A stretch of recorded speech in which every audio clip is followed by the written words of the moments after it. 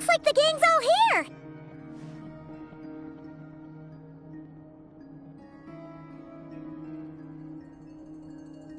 Yep, all ready.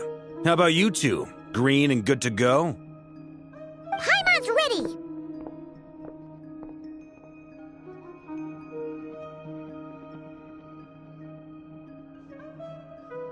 Great, let's get rolling then. Great. Well, first things first. Wait. Someone's here. We heard your footsteps. You've been here for a while now. I take it you followed the Traveler, but I don't sense any ill intent in you. Come on.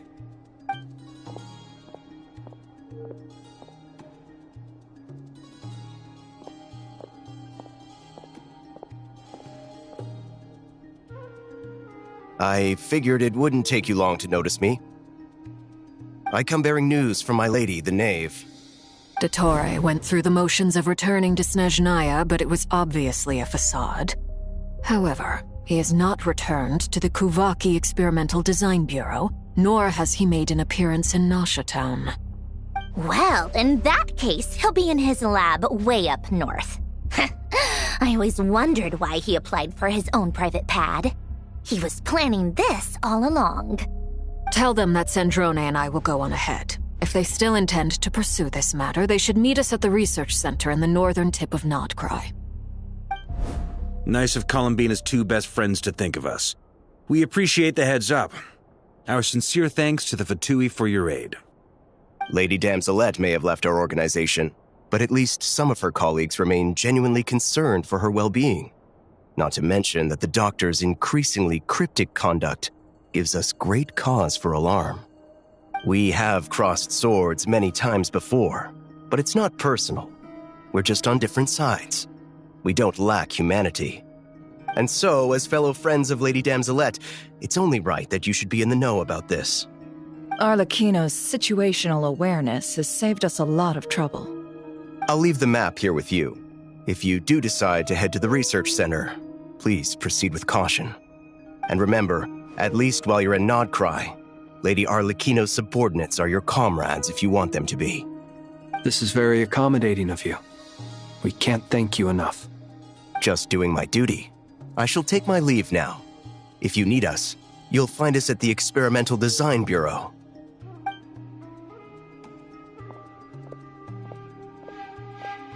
So, the Doctors left the Experimental Design Bureau and headed to some research center up north. Marionette seems to think he's been planning this for a long time. But when did it start? Before he even arrived in Nodcry? It seems his loyalty to the Tsaritsa is lip service at most. Behind the scenes, he may even be working against her. Whatever his motives, we know that he's decisive and incredibly ruthless. Facing him unprepared would be a recipe for disaster. At this stage, it's difficult to predict his next steps. I suggest we split into two groups. We need some people to stay behind and guard Nasha Town. Well, as much as I'd love to help, infiltrating research labs isn't really my area of expertise. But at least take Cool Your Jet's Ducky with you. It should be some help during the battle. And as for Miss Inefa, I suppose you will stay to protect Miss Aino? Detecting operational logic. Protect Aino. Priority. High. Just in case, Servarka, I think it would be best if you stayed behind as well. You can leave the research center to us. I mean, I would have said the Knight of Berea should probably be out on the front line, but okay, fine. Leave Nasha Town to me. Be careful out there, okay? If things get out of hand, fall back right away. Yehodo will be on hand to assist you. In my absence, she can handle any intel gathering work. You got it, boss. You guys make sure to get back here in one piece, all right? We will. Things are moving fast. We'd better head off soon if we hope to keep pace. So, it's infiltrate a secret research facility, or... Yeah, all right. Paimon will help out here instead. Sounds like it's gonna be a pretty intense fight. We all have to bring our A game here. So, anything you need to wrap up before we leave?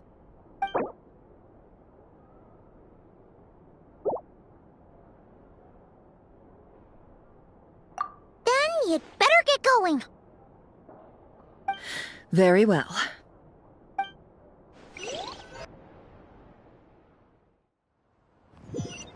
All these broken machines on the ground. Someone got here before us. Could it be Arlecchino and Sandrone?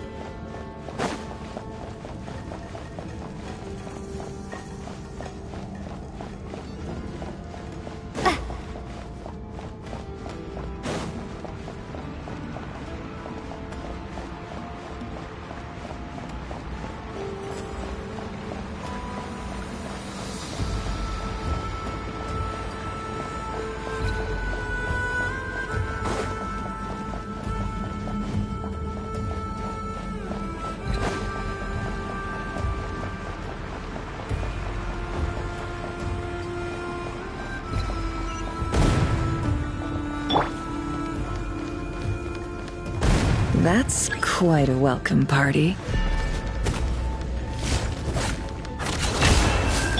Be silent. Leave this place. Water jet!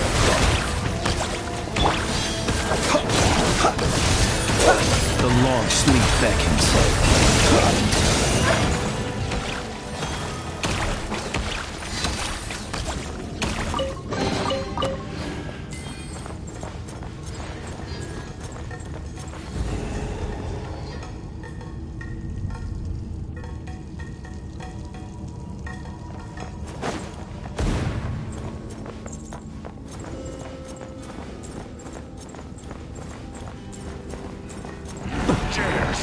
Close your eyes.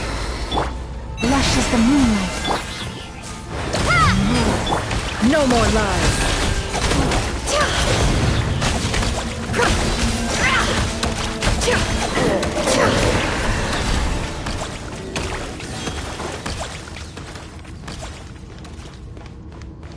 Get back! I said get back! Do you hear me?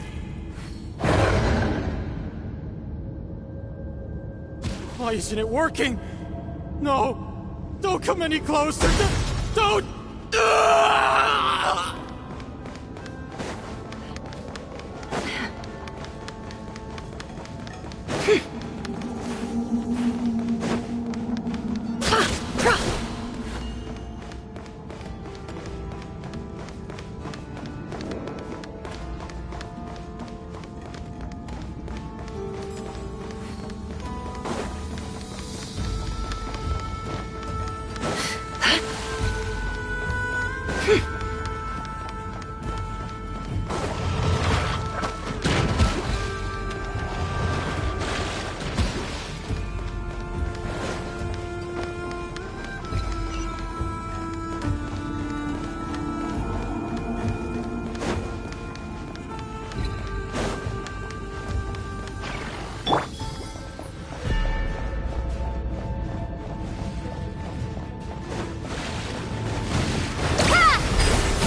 Observe. Branches a song. With one heart, we pray. Can't hide the truth.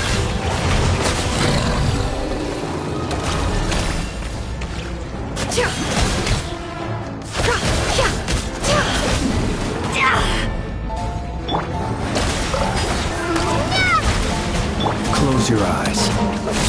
Be silent. It all adds up. You poor souls. May your spirits find peace. Grab that key on the ground. We'll probably need it at some point.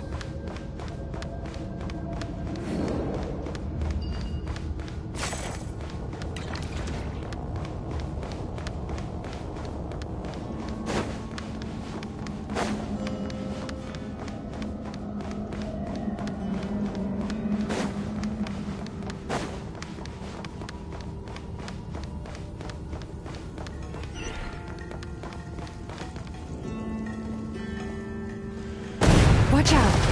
Ugh, there's no way through. Let's go around.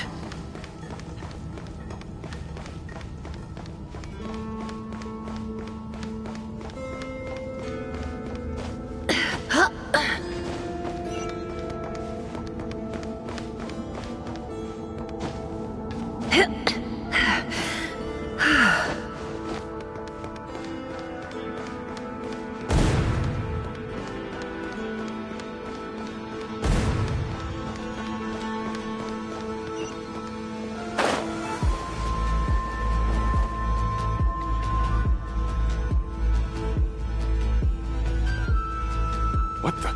Trespassers? Here? We're looking for the doctor, and we understand he might be here. I see you're fleeing the facility. You looking to settle a score with the doctor? Good luck with that. I don't think you have many chances left. Perhaps. But you might have a chance to live if you start talking. 2 other Harbingers had the same idea as you. They're already inside. But what good is it gonna do? The doctor wouldn't do something like this unprepared. Seems to me that you're not too thrilled about being his subordinate. Also, is it just me, or do I sense monsters nearby? If you'd prefer their company to ours, that can easily be arranged. We need to know what the doctor is up to. Please, if you know anything at all, tell me. This is about more than us versus the doctor. His actions could have consequences for all of Nodcry. And perhaps even your homeland, Snezhnaya.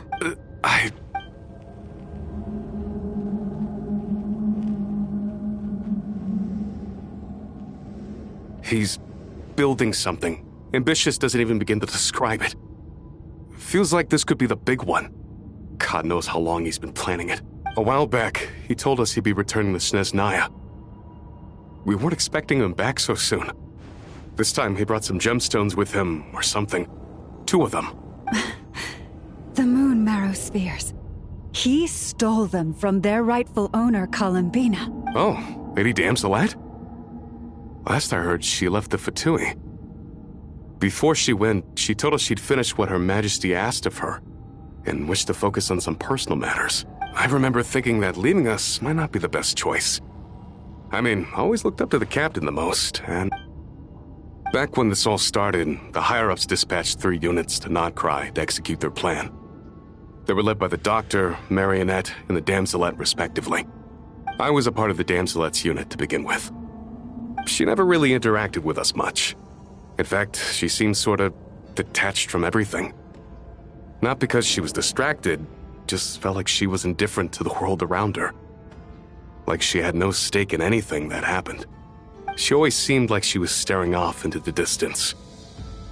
Almost as if she didn't see anything worth living for in the present, so she had to look further afield. That's right. She always used to stare up at the sky. The doctor used to stand nearby and watch her. Apparently they got along well at first, but somewhere along the way, she grew wary of him. Started avoiding him as much as possible. After she left, everyone in our unit merged with the doctors. He's similarly indifferent to the world, except when it comes to the moons. He seems to have big plans for them. Right now, obtaining the 3 moons is his #1 priority.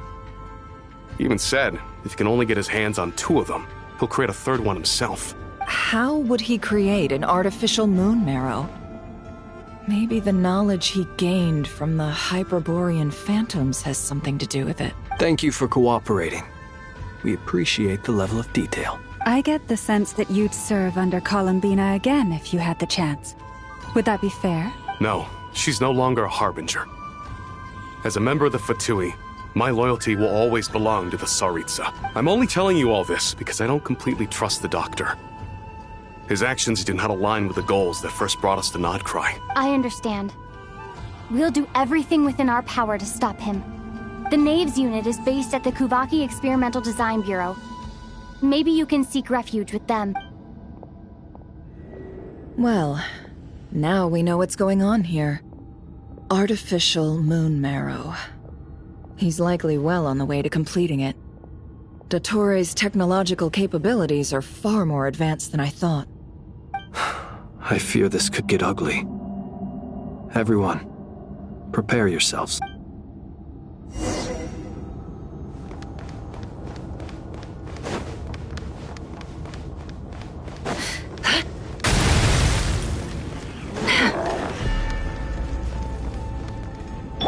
Receive my blessing by the frost moon of old. Close your eyes.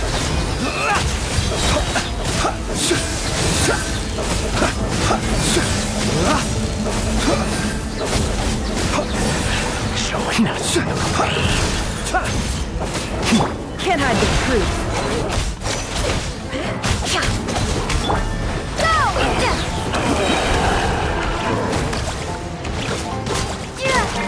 Be silent.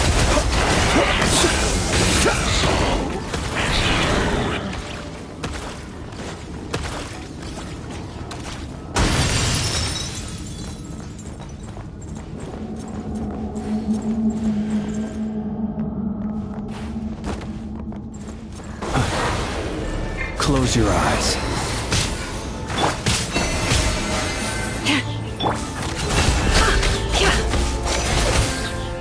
The night cometh.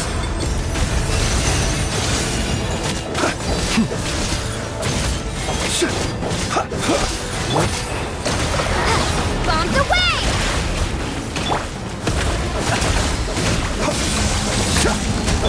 You poor lost lamb for the everlasting forest. It all adds up.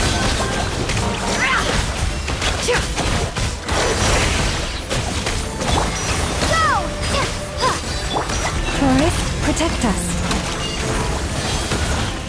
Be silent.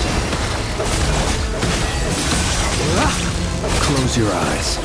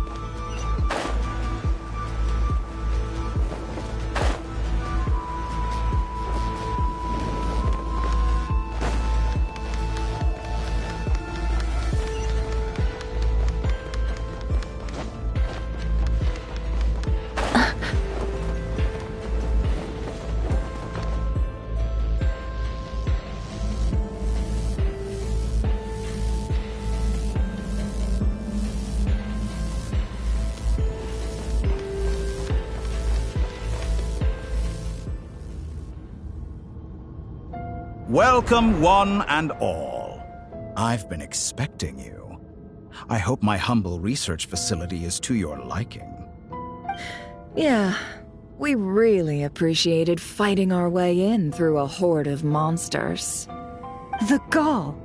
You expect us to believe you've just been patiently waiting for us? Of course I have. Should I be worried about something? Everything seems to be going quite smoothly so far, and you've shown up right on schedule. First Sandrone and Arlecchino, now you. Quite a surfeit of guests I've had today. If you were looking for them, I should probably mention that Arlecchino disappeared as soon as she entered the facility. As for Sandrone, why, she stood right here only moments ago demanding answers from me at the top of her voice. Hardly out of character. She never was one for basic courtesy. But I have to admit, I was a little surprised to see her showing concern for someone besides herself. Does everyone you associate with undergo such a change in temperament? Speaking as a researcher, I have to say, it is not a change for the better. It threatens one's ability to remain objective. Well, since you ask... So you've got your hands on the moon marrow, and now you're claiming godhood. Don't you think that's a bit of a stretch, Dottore? I must protest what you are insinuating with that phrase, claiming godhood. I am not claiming anything. I am stating a fact. You're a researcher. I'm sure you appreciate the distinction between the two.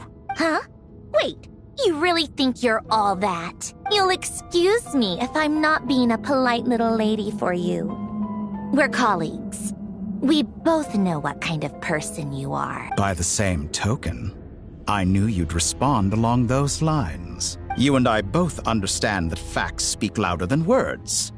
To that end, I've had my people send you a small gift. It should go some way toward helping you understand my present position. What gift? Where have all your troops gone? Who knows? Perhaps they are already marching toward a new world, following in the footsteps of an unknown god. As vulgar and arrogant as you may be, dear Sandrone, I have no intention of taking out my displeasure on your subordinates. They will enjoy equal rights to my own. You sent your people to the Experimental Design Bureau? That's the Tsaritsa's property. Yes, and I am very mindful of Her Majesty's instructions. But you know full well that they do not conflict with my present goals. In which case, all I'm doing is conducting another one of my experiments. Is there a problem with that? Now then, you have a judgment call to make. Am I simply lying to stall you? Or is it possible that every word I am saying is the truth? In which case, your subordinates really are in danger. So now you've turned on fellow Fatui soldiers. You're completely insane. I have set a new rule for myself. Each person gets one chance. Naturally, that includes you, Sandrone.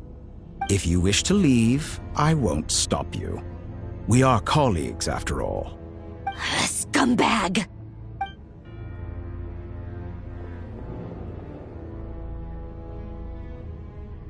Still, I hadn't counted on Sandrone sparing any thought for the people of this world. Shame. I always found her self-centeredness to be one of her few better qualities.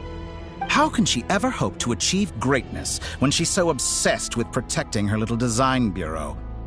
It's more than a little disingenuous to speak of achieving greatness while taking hostages. Or does honor no longer mean anything to you? Honor? I have the marrow of 2 moons in my possession and will soon complete the construction of a 3rd. I will be the god of a new world. And you speak to me of honor? How charmingly naive. Those are sacred relics. You do not deserve them. In my view, many in this world do not deserve to be alive. And yet, I mercifully permit them to go on living, do I not? You'll come to regret your actions. Will I now? Let's see if you can make me.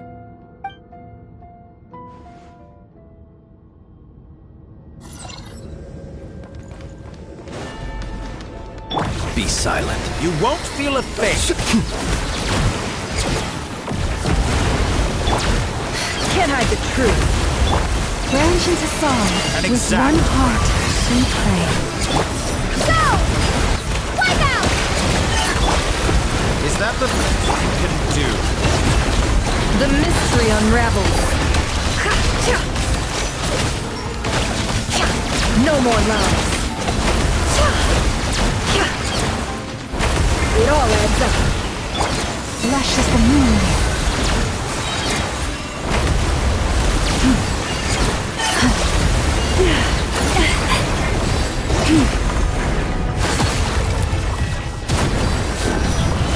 Arlecchino. Thanks for the assistance.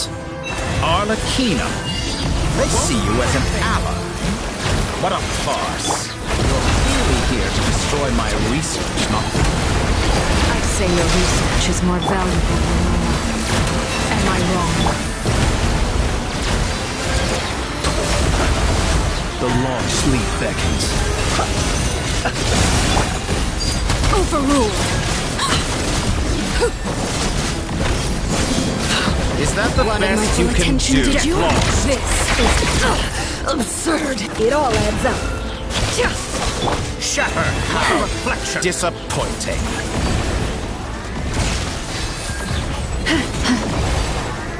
For the everlasting forest. Get lost. Close your eyes.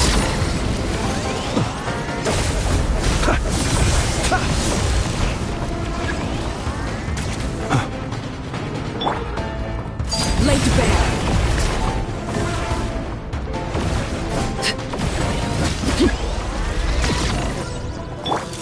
No more lies.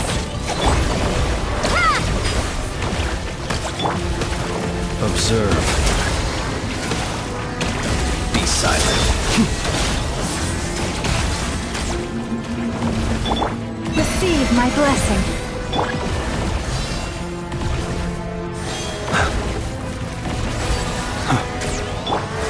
Is this all it takes to tire you? Bombs away! Dottore is too powerful with the artificial moon marrow in his arsenal. Fighting him is futile. Quickly!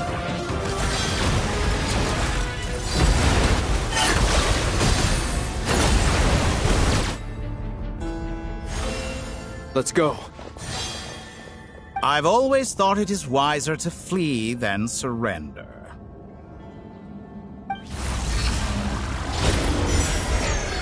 Watch out! What the? Forget about me! You should... Where's the Traveler?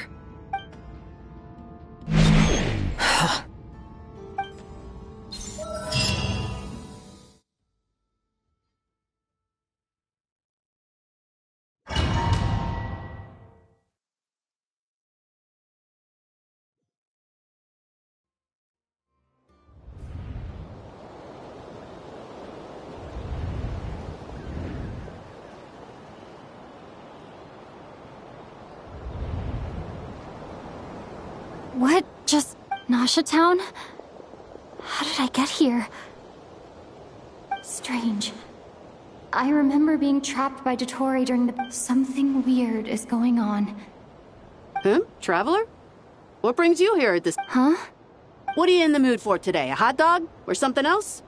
We've got some special discounts at the moment. Sorry, I'm not hungry right now. Ah. Well, feel free to take a seat for now.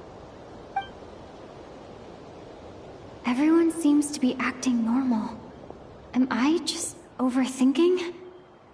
Oh, darling, look who it is. One of our regular customers. Get the Wait. Why is he talking like that? Well, I'd love to, but can't serve a customer unless they order something. Anyway, I take it your business is wrapped up? Yes, thankfully. It was... Wait. These two are a couple? I see some kids around too. Hey there! I haven't seen you in ages! What's keeping you so busy? You forgot already? You're silly. Daddy brought you over to our house recently. We had... What is she... We've had a lot of customers over the last few days, so we've been real busy. And like my mom always says, some people are more than just customer... Oh! Another customer's arrived! I better go see what— This is all wrong. I never once heard the owner of this restaurant talk about their family. It certainly isn't a family-run business. And that child, could this be? Very good. I knew you had it in you. Aren't you going to try the house special? When did he show up? No, none of this is real. You don't seem to like it here. That's fine. We can change venues.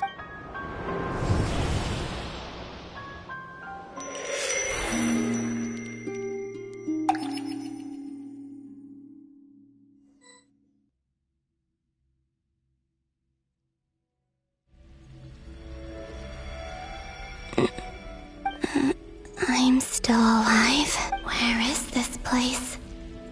It took all my strength to open the moon gate, and then I leapt into it. So this is the moon's reflection? The mysterious realm beyond the gate?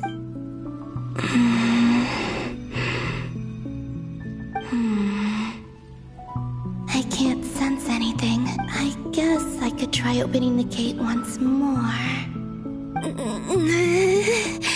No response. Maybe this space can't be opened from inside. If this was the space that killed both Revier and his lover, then why am I unscathed? Or...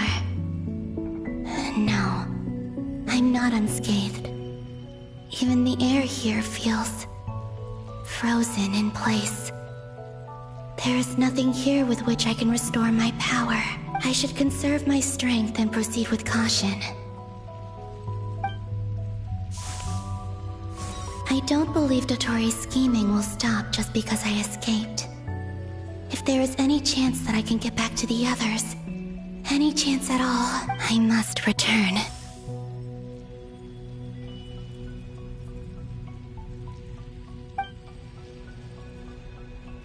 Emptiness, silence.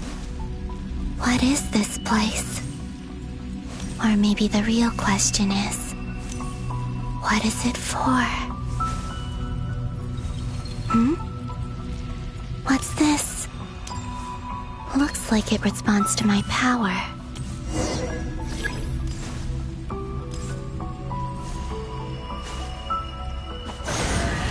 Golden. Like Kuvaki. Is it some sort of guide? And why does it feel so familiar? I might as well follow it.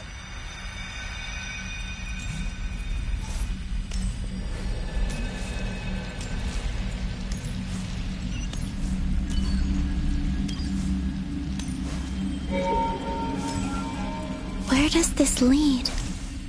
Could it be the exit?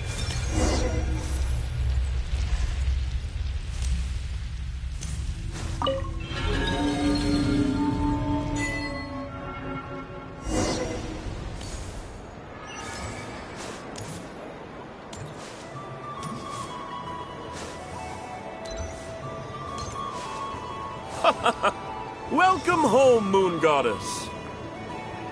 Is this Nasha Town? But isn't Moonbriar Night over already?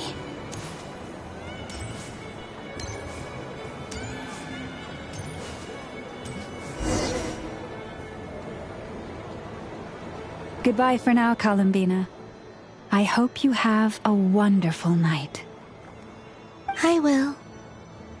Llama, everyone else, and me? Are these my memories?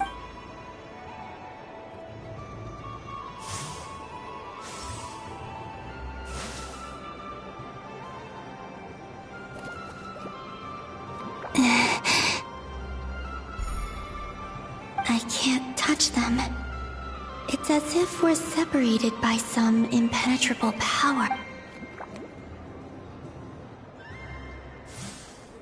Over here! Over here!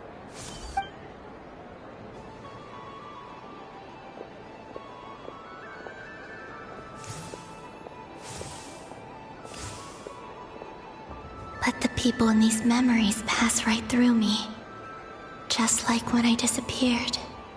If only I had known what would come to pass after that. Even so, I should still take a look around.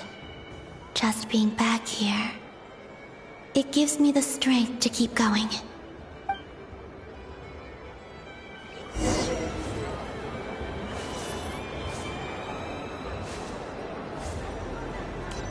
Welcome home, Moon Goddess. Oh, you're the genuine article. Alice was right. This Moon Prayer Night was worth watching after all. Oh, yes. That was the fortune-telling stall run by Barbeloth from the Hexen Circle.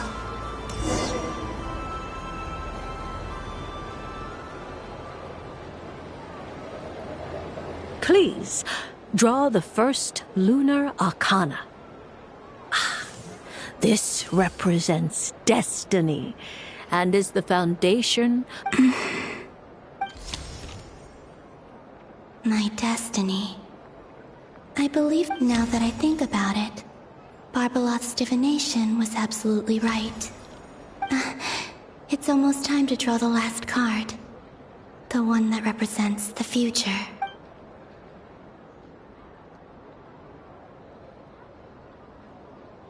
That was the card that popped out on its own. From here, I think.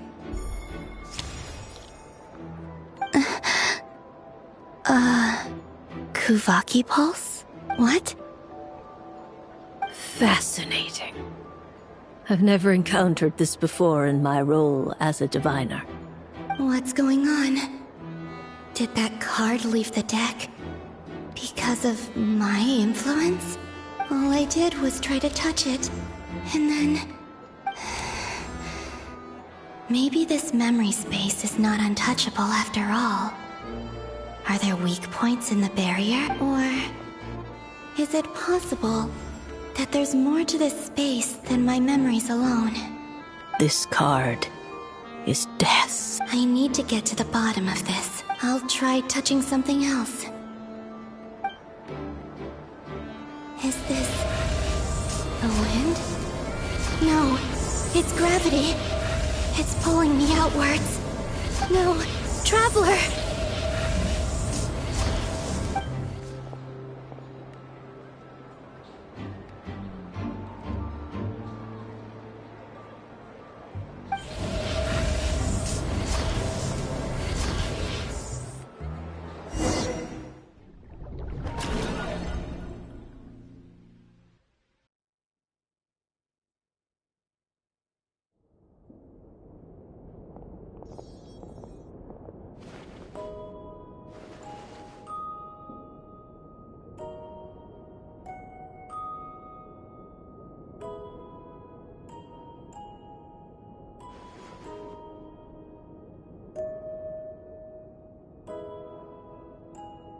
Haimon, listen to me.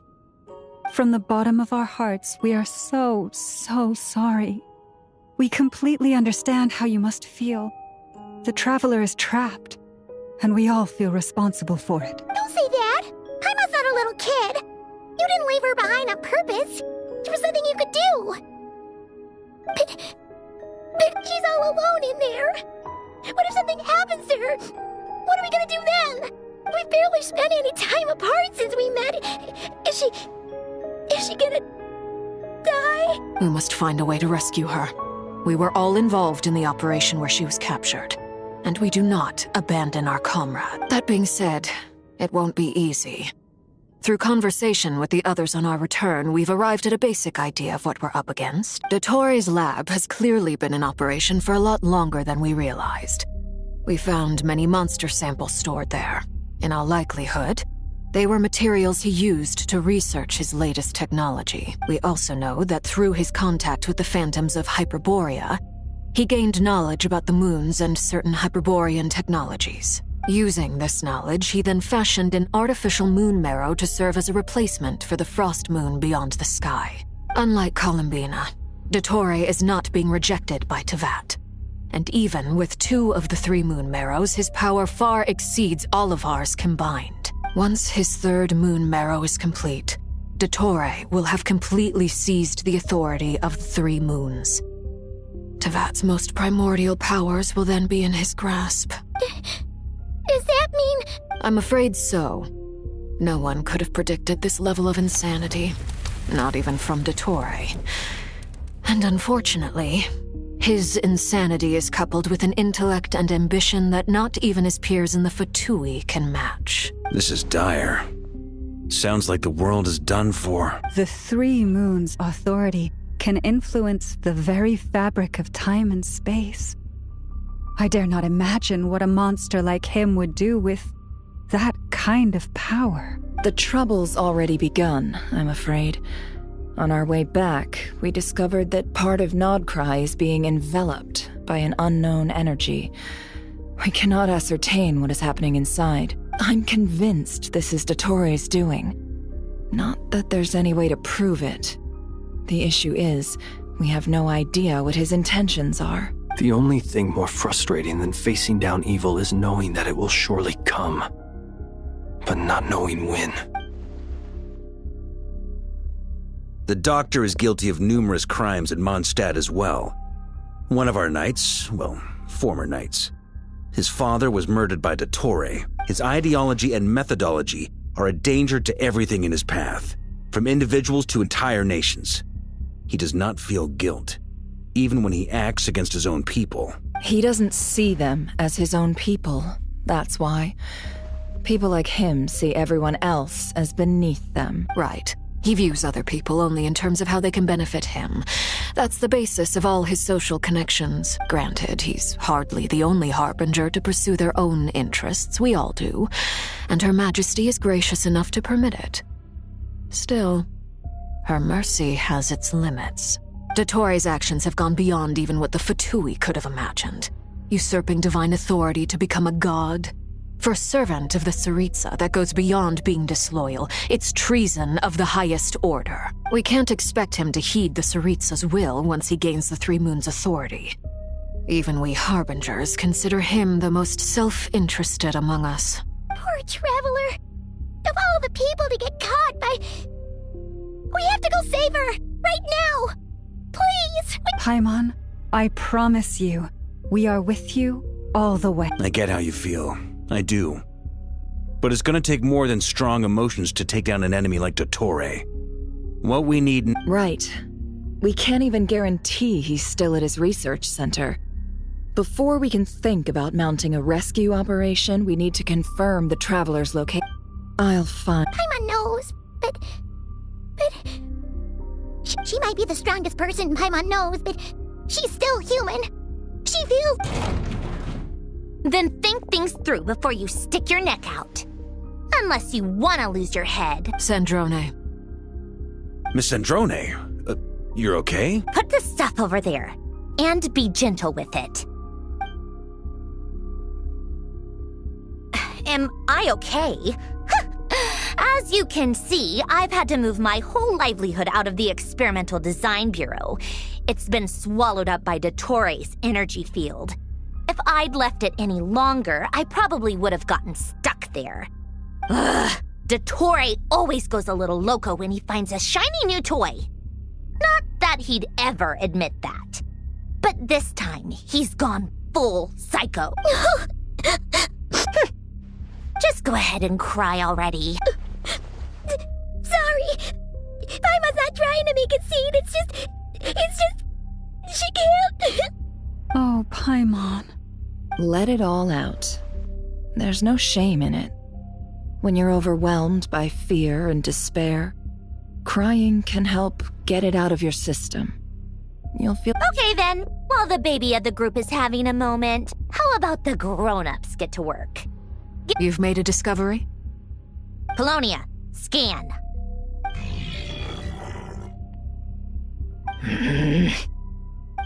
You, hand, now. Oh, I thought you'd never ask, my lady. Curses! You're next, then you.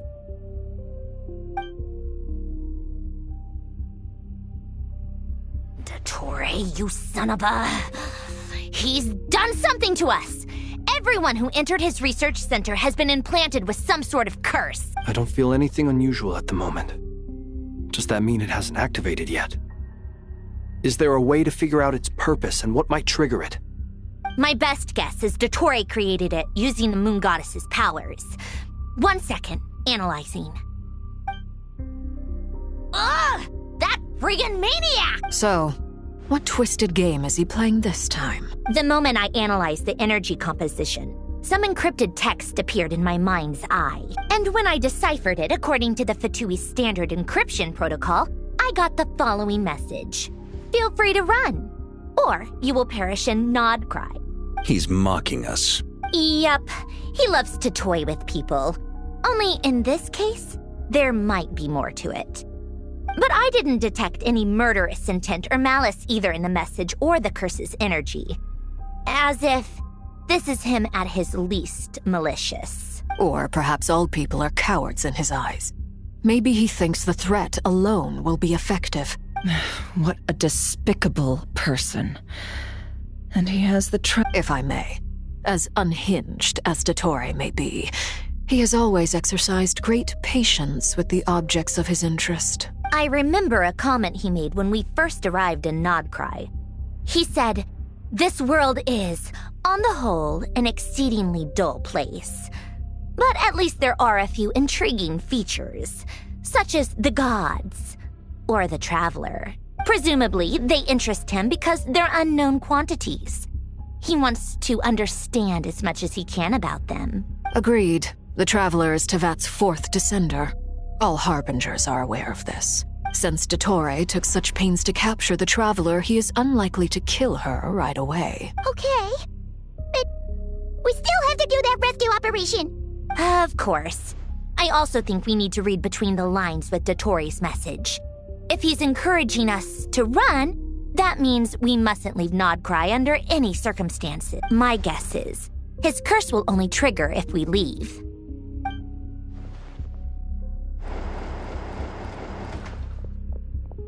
We've discovered multiple energy fields. Albedo is still attempting to analyze their structure. He told me to report back, for each field is slowly growing, swallowing up more of the surrounding area in the process. And the pace of their expansion has increased since we first examined them. He's probably trying to swallow Nodcry whole. His nefarious ambition knows no bounds. If this continues, the whole of Tevat will be in trouble, not just Nodcry. The loss of Columbina could not have come at a worse time. Do we think she's truly gone for good? She entered the space beyond the Moon Gate, knowing what became of Rerir and Thelindis. I'm sorry, but I fear the odds aren't good. Don't be ridiculous. If I know her, she's busy finding a way back as we speak just so she can annoy me. She isn't dead. Whatever has become of her, the fact remains that we are two comrades short on the eve of a decisive battle.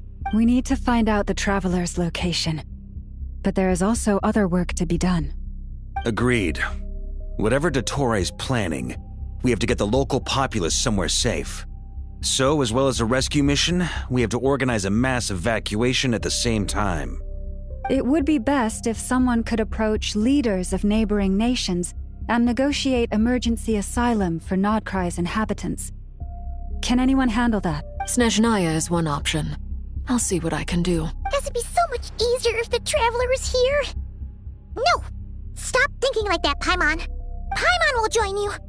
She's pretty well connected thanks to the Traveler. Maybe it'll come in handy. Either way, that's what the Traveler would do if she was here.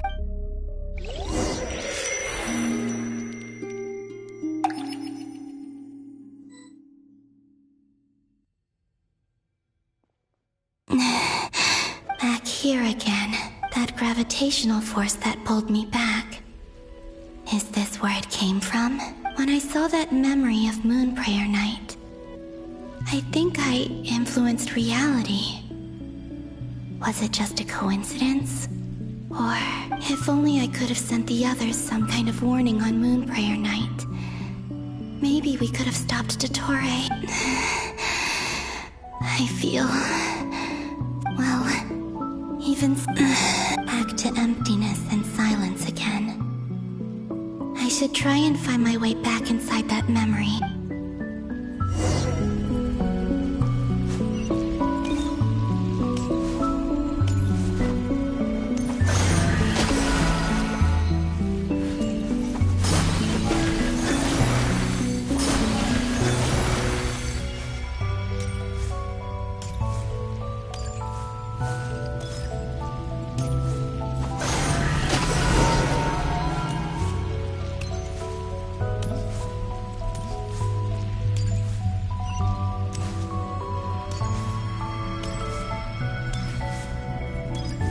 Entrance from last time isn't showing up. What am I? Looks like I need to gather these scattered fragments.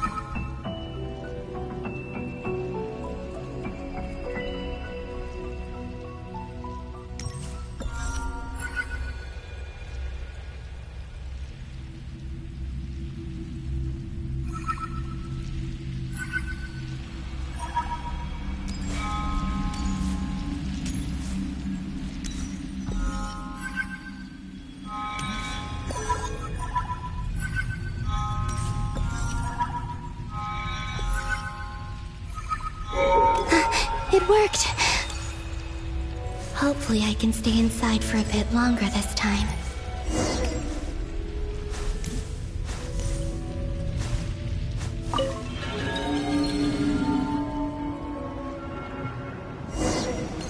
Ad Astra Abyssosk. Welcome to the Adventurers Guild. What? This doesn't look like Moonprayer Night.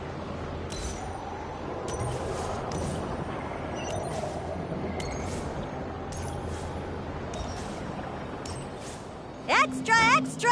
Latest issue of the Nausea Express! I don't think I've ever been here.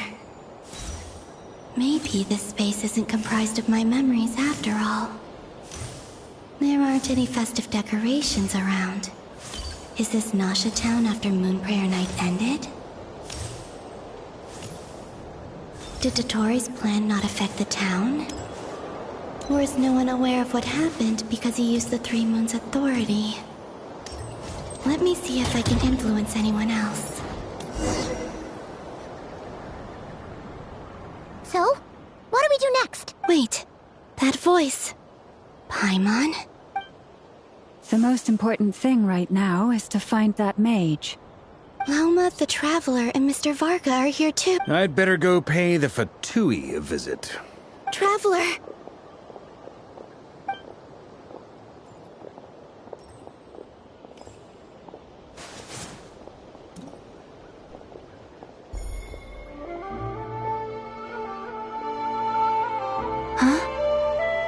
Columbina? I made contact. It's me, Columbina. Huh? Traveler? Let's go! This is no time to be spacing out! Huh? Huh? Wait a moment. This has happened before. This is what happened when I disappeared. I stood right over there, thinking that no one would ever find me again. It was only when she called my name that I decided to follow them. But did she turn around because she sensed my touch just now? Is it really possible that from in here, I can change? If I keep following them, maybe... Huh? It's that gravity again.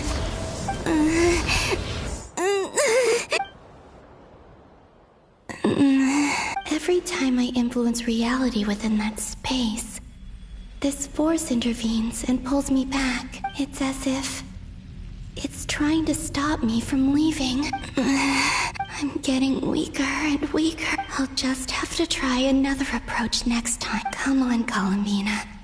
Keep going. You have to tell everyone what happened.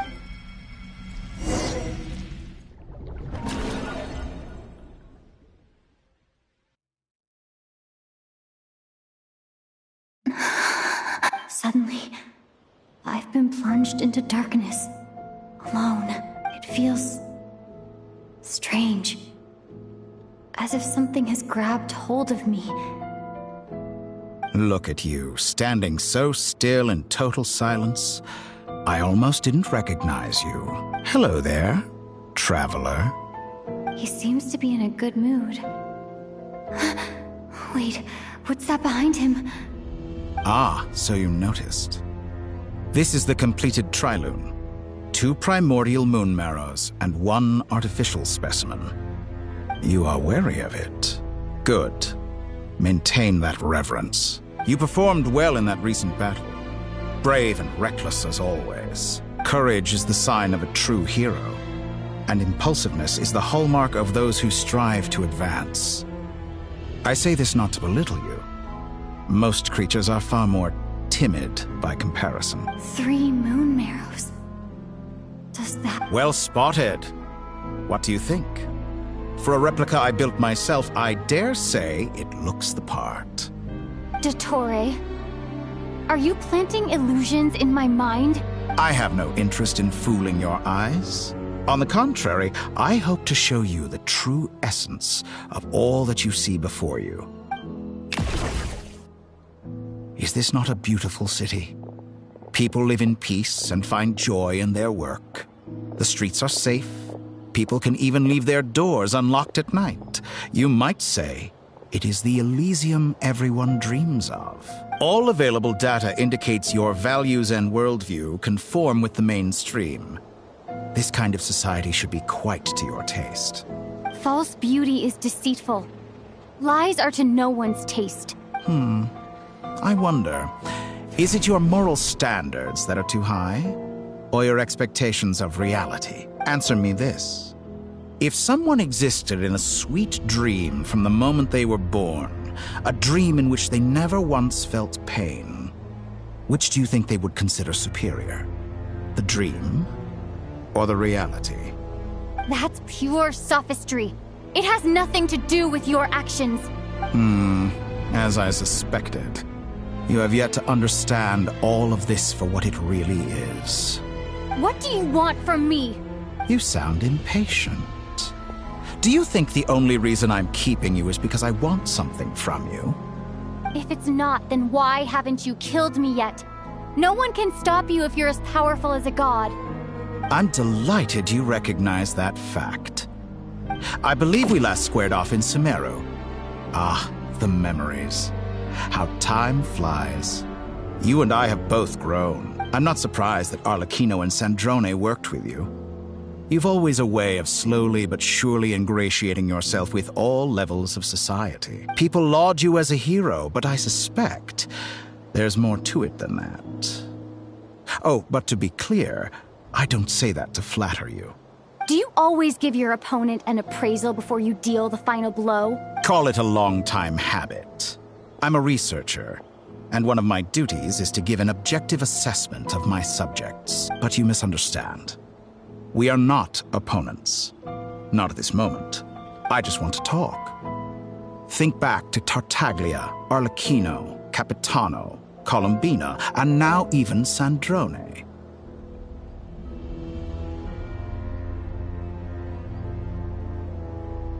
You've worked with each of them in the past. I believe you can work with me as well. What makes you so sure? Well, why not? Should the good associate only with the good and the bad befriend only the bad? I like to think we could have a more mature relationship than that. Surely you don't think all your relationships are grounded in friendship or shared ideals? People come together because it benefits them to do so. If you think of the people you admire, you must surely admit that they have provided some benefit to you. Morality, ambition, dreams. People have plenty of words to embellish the nature of their relationships. But once you break free from those ethical frameworks, you will see that the only thing connecting the two of you is mutual benefit. And that is what I'd like to talk to you about. We're finally getting into it. He's probably been planning to kidnap me for a long time now. But for what exactly? He has the authority of all 3 moons. I won't be able to gain the upper hand in a fight. Best if I pretend. You say you're a god, but you also speak of mutual benefit. What could a god want that the 3 moons cannot provide? Excellent question. But before I answer, I would ask you the same thing. Gaining Columbina's allegiance was a rare and extraordinary feat. But the Moon Marrows are now in my hands, and I have the edge over her. For this artificial moon is not being rejected by Tevat. Her identity and lineage may have been a thing of glory in the old world, but they were also shackles that prevented her from ever integrating into Tevat. I, on the other hand, you may view me as a thief, but I have overcome that limitation. So what is it that the 3 moons cannot grant you? What stops you from negotiating with me to get what you want? I don't make deals with lying psychopaths. That's quite an accusation. Are you expecting me to get angry with you? Well, this is one aspect in which my personal growth has served me well. In the past, my less mature self might have been disappointed, perhaps even angry, over a small setback like this. Like when you and Lesser Lord Kusanali joined forces to oppose me, for example. But things are different now. Just as the rich do not quibble with the poor, I no longer find myself perturbed by these trivial affairs. Human relationships end with conflicts of emotions and interests. But relations between humans and gods are different. And ours is even more unique. I have ascended to the highest heights and laid claim to unprecedented horizons. And you were no ordinary person to begin with. Allow me to show you the world, Descender.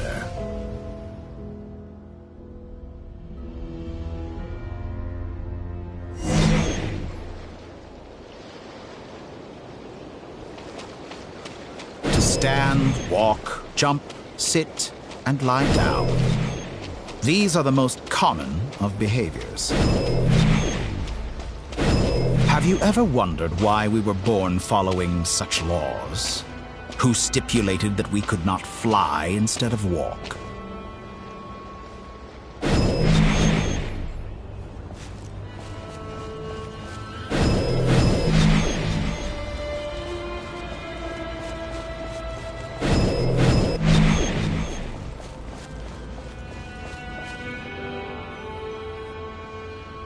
Someone of your talent and experience must surely know of the 4 great rulers who serve the heavenly principles. They govern life, death, time, and space. One wounded by a blade will die from blood loss or infection, and one who falls into a lake will drown in agony. The elderly wallow in solitude, and the solitary age faster. Eventually, new life is born, only to embark on the same path of suffering. These 4 divisions anchor the world and shackle those who live in it. But they themselves transcend its boundaries, squandering the power bestowed by the heavens. All who live yearn for equality, but unless the gods prostrate themselves and profess that they are mere servants of the living, equality can never exist. Who makes the rules we must live by? Who has the right to restrict us? The limits of the body can be rejected.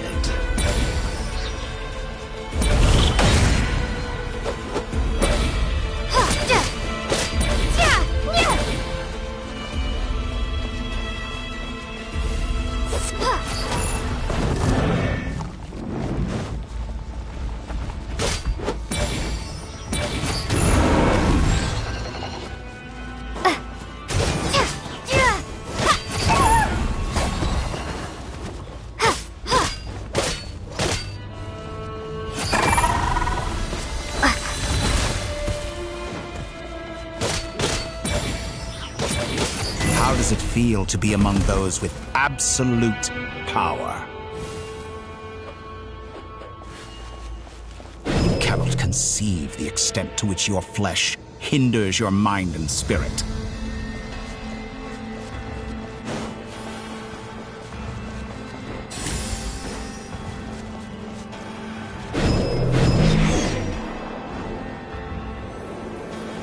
Only by discarding our useless, primitive eyes can we perceive a new world.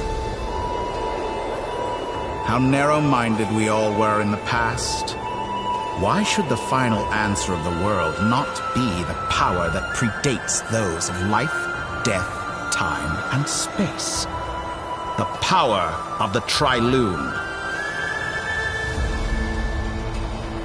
Through it, I have glimpsed new experimental possibilities. Nature suppressed, authority exiled, souls controlled.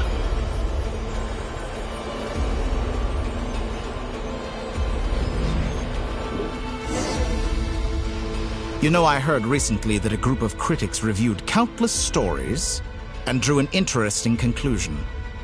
They found that it is more often than not the villains who strive tirelessly to push the boundaries of progress. In fact, long before this, someone voiced a similar idea in an academia editorial. I felt a great affinity with this perspective. I have never been afraid to step up and play the role of the villain. Fanatics are trampled down for their transgressions, and those who transcend are rebuked for their audacity. And so, the majority of creatures are too timid to follow my lead. But all sacrifices made during my experiments have been worthwhile, as you can now see. I can offer you something new, something unique, precisely because I am a villain. Think about it. We are eternally bound through mutual interest. Can you truly say you would never turn to malice if it could give you the life you dream of? After all, what value do perfection and purity really have? They are fragile and feeble things, utterly tedious. I say, better to be governed by a flawed humanity than a gnosis. The true seeker of knowledge is the villain who undergoes countless tribulations in pursuit of their goal. I'm sure many people have told you that you're different. Because I'm a descender? Exactly. Very clever. But what has that got to do with you? I do not conceal my wicked deeds, my selfish desires, or my greed. A true researcher must act as I do if they are to understand and speak of the truth. And yet, a knowledge seeker like myself will inevitably grow tired of studying Tevat beyond a point. You have traveled to all corners of the world and met many people. Along the way, there have been moments when you were misunderstood or even became a wanted criminal. And all the while, you have spent your days doing some of the most mundane jobs in the world. You fight and toil, claim minuscule rewards from my friend Pantalone, then you fight some more, winning some battles and losing others as your search goes on. Surely you must sometimes grow weary of being stuck in this same loop day after day. We're completely different. I embrace everything that life throws at me. I am engaged in every step of my journey. How does that make us different? I too embrace what life brings, researching everything that interests me. Think of all the novel things I've managed to create, like the artificial moon marrow. Don't you see? As unique a specimen as she was, even Columbina is not irreplaceable. Take that back! She's gone because of your actions! I didn't say that to anger you. Though admittedly, I don't see what there is to be angry about. Anything Columbina could do for you, I can do better. I know what your ultimate goal is. You wish to walk the path your brother walked and seek answers from him at the end of that journey, don't you? Someone like you could never understand what it feels like to care about another person the way I care about him. Perhaps not. But that doesn't mean I can't help. I could find your brother right now, bring him before you, and make him give you the answers you seek. Don't be so presumptuous. You'll never begin to understand the situation between us. Oh, no. This is no presumption. I'm only offering what I know is possible with the power of the Trilune. But it seems like you would sooner continue with your journey through this world. Why? Do you truly desire this journey? Or is it simply a necessary process from which you cannot escape? Think of all the time and energy you have spent, everything you've had to endure just to make it this far. Is this really what you want? Or has your hand been forced by the promise of that final answer? Yes, you have made many friends. But do they ever spare a thought for the void in your heart and what it yearns for? What you want is not friends. It is family. But do they know this? I, on the other hand, am far more considerate. Join my experiment, and in return, I will bring your meaningless journey and all its struggles to an end. This is a malicious attempt to manipulate me. But at the same time, he's stating some very human truths. Of course, he's right about my predicament. How can I deny it? I have faced ungrateful strangers, never-ending troubles, an endless quest for answers. I want to see him. After everything I've been through, words can't describe how much I miss him. How much I want to be reunited with him, wherever you are right now. Do you miss me too?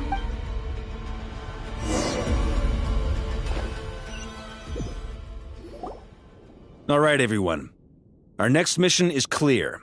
We need to contact all the major organizations, explain the situation to the public, and then begin the evacuation. The residents of Not Cry are quite dispersed. The two most populated areas are the Southern Isles and Pyramida. Miss Lauma, I will leave Hisi Island and Nasha Town in your hands. I will liaise with the Fatui and Pyramida. Agreed. We will reach out to Natlan and Snezhnaya. Anyone found north of the Experimental Design Bureau should follow the Fatui to Snezhnaya. As for those dwelling south of that line, I will ask the Voynich Guild to help persuade them to leave. Then I, Mr. Varka, and the Frostmoon Scions will escort... The Voynich Guild has dealings with the Curatorium of Secrets. I will send them a letter vouching for your credibility. Yehoda, you should help Lauma. This is too big of a task for one person. My wish has come true. You're willingly lending me your most capable employee for the day. Well, good for you if all this only takes a day. Of course, if it takes any longer, I'll be charging a fee. Boss, wait! Don't I get a say in this? Oh, I'm sorry. Something to add, Yehoda? Well, no one's more important to me than you, boss. And remember how Lauma healed your eyes after that big battle? I think that's worth at least 2 or 3 days' work for the Frostmoon Scions. Are you completely incapable of acting in your own self-interest? Or do you simply devalue your own labor? Are you sure you don't want to come with us? Who will see to our other work if we're all busy evacuating residents? Sandrone insists that Columbina is still alive, and we have a traveler to rescue. But boss... Well, Nefer, I'll link up with you once my tasks are complete. What makes you think I'd need you to do that? I'll need it. And considering the way you approach certain matters, I think you'll be better off with me present. That's quite enough. Just focus on your work first. I bet we're in for an uphill battle here. But we can help out too. Inefa and I are gonna help Nasha Town's residents carry their stuff. Loading schedule. Store essential local research data and technology samples, then escort the people to Natlan. Understood. I will execute this to the best of my abilities. Great stuff. Thank you, ladies. I've contacted the Lightkeepers. A colleague of mine will join us shortly. I will persuade them to conduct a thorough search of the region to ensure that no civilians get left behind. As for me, I guess I'll be making an early return to Sumeru. I think it's important that someone informs the Dendro Archon of what's going on in Not Cry. Roger that. Someone should inform Mondstadt, too. Mr. Duran, can I trust you to handle that? I think you fly faster than any of us can run. As an added incentive, get there fast enough and I'll see about getting your gliding exam waived. Really? Ha! Mission accepted, sir. I intend to stay behind and help Miss Sandrone with her research. She has some alchemy-related questions that she'd like me to explore. She recognizes your expertise, then. I wish you a fruitful collaboration. Thank you. In truth, I was surprised to hear her express an interest in subject matter outside of machines. I believe she has been investigating some Fontanian technology recently. She made a point of bringing the relevant materials with her when she left the Experimental Design Bureau. She's sorting through everything in her room as we speak. I should mention that we have one other friend who isn't present. He hasn't made his position in all of this clear. But if we know anything about him, he's likely investigating on his own. Paimon's been very quiet today. But I know how close she and the Traveler are with the Natlanese. She should come with us to the border. Okay. Paimon will do her best. Make sure to heed Sandrone's warning. Many of us have been cursed by Dottore. As such, under no circumstances should anyone cross national borders. Remain within Nodcry. That aside, personally, I have faith in Columbina. Things look grim, sure, but who knows how it'll play out. Same goes for rescuing the Traveler. Both of them are important allies and friends. We'll be counting on you to gather intel on them, Miss Neff. Oh, wonderful. You're all here. That voice again. Nicole? Whoa, that was loud. And it came out of nowhere. So mysterious. Sorry, this is the only way I can speak to you all right now. Please accept my apology. We're still facing quite a catastrophe here at the world's borders. Alice has roped in every Hexen Circle member she can get a hold of. Except for me. She told me I had to come and help you all out as a matter of urgency. I quote, "You love talking, don't you? Well, now it's finally your time to shine. Take these. Make sure the whole party gets one each. You'll be in charge of making sure everyone stays connected." Huh? Is this a Dodo communication device? Scanning. Unknown device. Analyzing. Unknown device. Conclusion. Cute. Affirmative. It is cute and good. I believe that I quite like it. This is no ordinary Dodo communication device. It's my very own special modified version, specifically... sorry. I almost went off on another tangent there. Anyway, help yourselves. It will allow us to communicate over long distances within Nodcry. No more worrying about shuttling messages back and forth. What astounding technology. Am I right in assuming that it relies on your personal abilities to function, Miss Yes, exactly. Right on cue, Albedo. I'd love to brag to you all about how it all works. But no, next time. Anyway, I'll be right with you all, serving as a communication hub. That's all from me. Head off as soon as you're ready. I'll be staying here to keep watch, and I'll be sending you my blessings.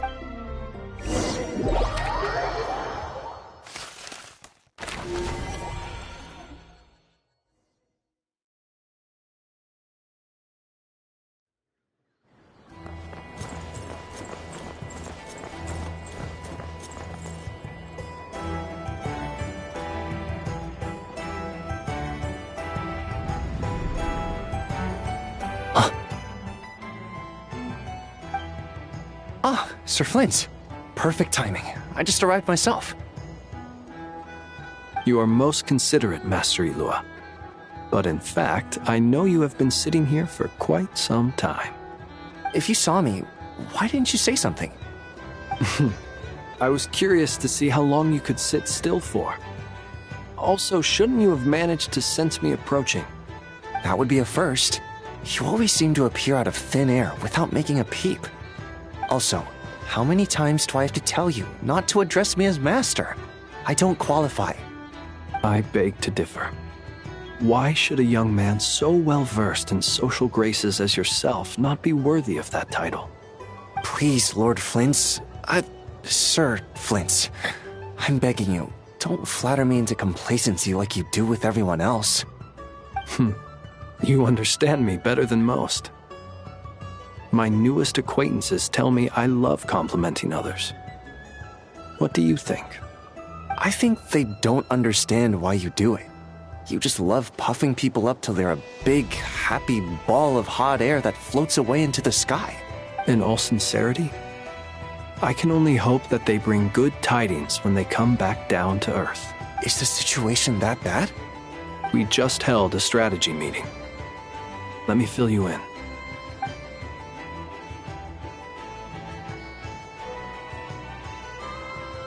In short, we need everyone gone from Pyramida. We also need a team of Lightkeepers to scour the more remote regions of Nodcry for civilians to evacuate. I only hope we have enough personnel. We do. Old Man Nikita will definitely help, and we can recall anyone out on patrol to focus on this instead. Good. I'm sure you and the others will make short work of this. Now, don't forget, once you've completed this task, make sure you and the rest of the team evacuate to either Snezhnaya or Natlan as well. Flint? If you've got something to say, Master Ilua, why not guess what I'm thinking right now? You mentioned that you have something else to deal with later. How difficult is it going to be? I doubt it will be easy. I know you're a Lightkeeper, and it's your duty to protect others in times of crisis. But I have a feeling that you'll be walking into grave danger.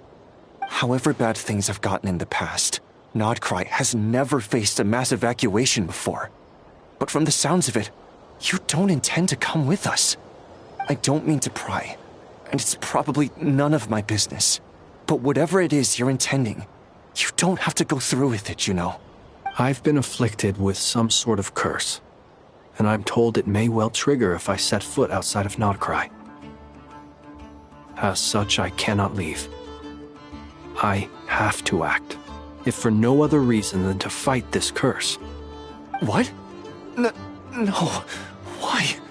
Why would anyone want to curse you? There are plenty of people out there willing to trample over others in pursuit of their own goals. Frankly, Sir Flint, I am furious. You're making light of what is an incredibly serious situation. Indeed I am. And? And what? I told you, I'm furious about this. Nothing I can do about it, I'm afraid. Things happen, and we just have to deal with them. If you find yourself feeling angry, perhaps start by drinking a big glass of water. Hey, you mean you're completely unmoved by my anger? Then allow me to express my sincerest regret. Come by the lighthouse sometime. We'll catch ourselves a few fish, have a little barbecue, play some cards, and bask in the sun. Maybe I need to spell this out. Lean in a little, Flint. Oh my, this doesn't bode well. Word is that you were caught up in a real horror show recently. People were amazed that you returned safe and sound. They've been debating whether you're even human. I've returned safe and sound from plenty of crises. When you say people, do you mean other people? Or do you just mean you? Fine. I'll be frank. You're not human, are you? Heavens. Now that's a horrifying thought. You know what? Forget it. We'll revisit this once it's all over. A sound plan. Albeit a little ominous sounding. Just promise me you'll come back in one piece. For you, Master Ilua. How could I refuse? Also, please pass my regards on to our colleagues. Tell them, thank you all for your assistance. Please put safety first as you proceed with the operation.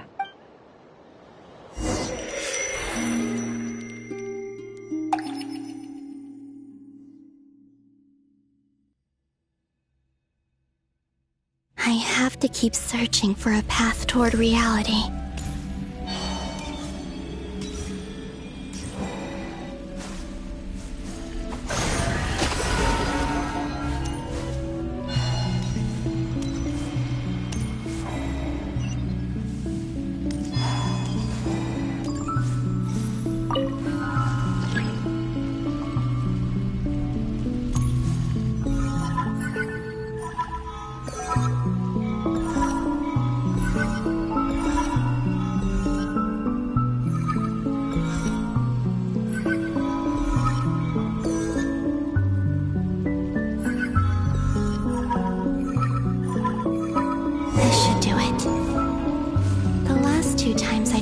influence reality in this space.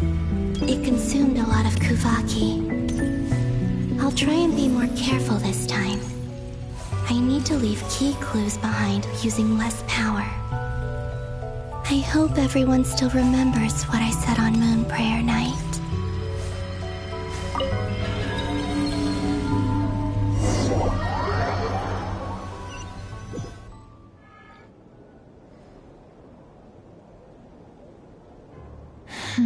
Nothing here.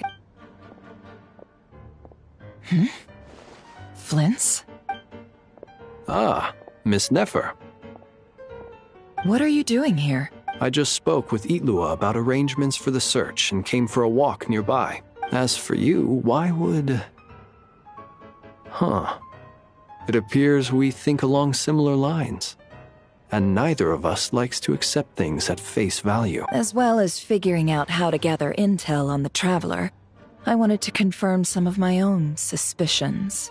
Also, we'll need to bring a lot of force to bear against Dottore, even if we're only looking to rescue the Traveler. We can't leave anything to chance. You don't think Columbina perished either, do you? I'm merely considering the possibility that she survived, just as you are. How much can we really know about a deity like her anyway? Do you remember what she said on Moon Prayer Night? About using moonlight to send messages to us? Of course. I think that's why we're both here. Where have you checked so far? I've been focusing on the outdoors. Anywhere the moonlight shines. I checked most of Nasha Town, but didn't find anything. I checked the Curatorium of Secrets, and a few rooms where I thought I might find some leads. But no luck here either. The only places I haven't looked yet are the rooms in the flagship. But process of elimination isn't the only thing that brought me here. Oh, really? What's your other reason?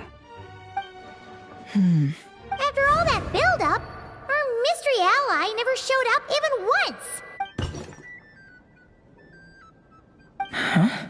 Am I imagining things?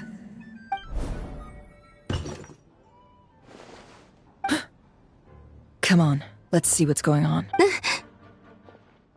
Oh no. I knocked over a vase as soon as I came in. It must have been caused by a Kuvaki fluctuation when I entered the space. Although, it seems like I'm not about to be pulled away this time. It looks like as long as I'm careful with my actions, it doesn't count as influencing reality. Anyway, is this the flagship? The Traveler mentioned that's where she was staying. I only went into the lobby last time, so I've never actually been here before. How does this space work, if nothing else? I can now be sure that it is not simply memory. She mentioned where her room was. I think it's... this one.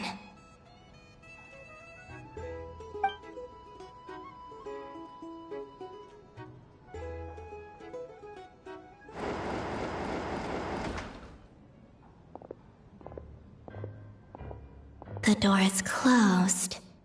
But if this is anything like when I disappeared, then maybe...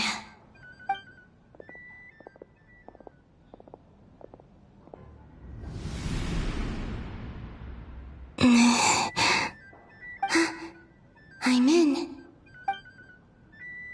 She and Paimon aren't here at the moment. I hope she's okay. I wonder what happened to her after that battle with Dottore. Best not to dwell on that for now. I need to try and leave them some clip.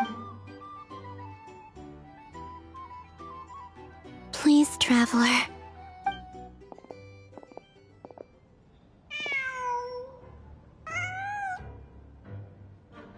Huh. Just a cat. Nothing else here strikes me as noteworthy. Didn't you stay here for a couple of nights once? Before Rarir showed himself, yes. It's also where the Traveler and I first met. Did you notice anything unusual during your stay? I remember thinking how much noisier the flagship is at night compared to the graveyard. Other than that, no. The Traveler and Paimon were most congenial neighbors. This is where they've been staying, yes? Over here? That's right. I wouldn't usually condone breaking and entering, but we can make it up to them later. Focus now. I have to write a message on the wall using Kuvaki.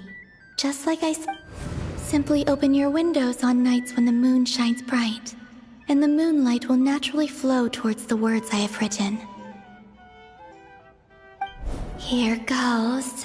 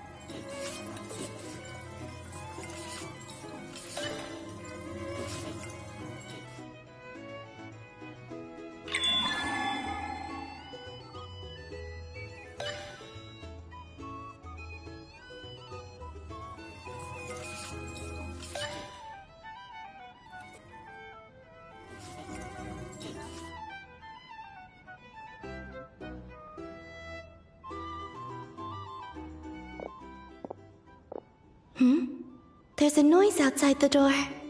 Is she back? Please, you have to see these...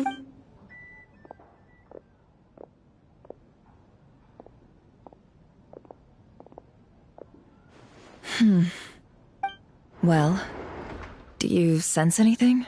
Unfortunately, no. And this place was our last... Not necessarily. We've only looked in Nosh. Miss Columbina said she would leave messages at her friends' dwellings. It's still worth checking where Miss Lauma lives and where I live. Let's try and make some time to look into those then. Wait. What are you waiting for? What's that look for? This is a victory feast. It's normal to eat a little more than... The Traveler in Paimon. But... Why are they talking? Huh. You worried Paimon's sick while you were out there fighting Rare. So this is your Wait. So this is the night after the battle against... How did I end up here? That's quite a long time ago. Wait. That's it. Every time I've entered reality within this space, it's been at an earlier point in time. Every one of those points has been before I fell into the moon's reflection, and everything I've done to affect reality really did happen in the past. Does this mean that, within the moon's reflection, time flows backwards?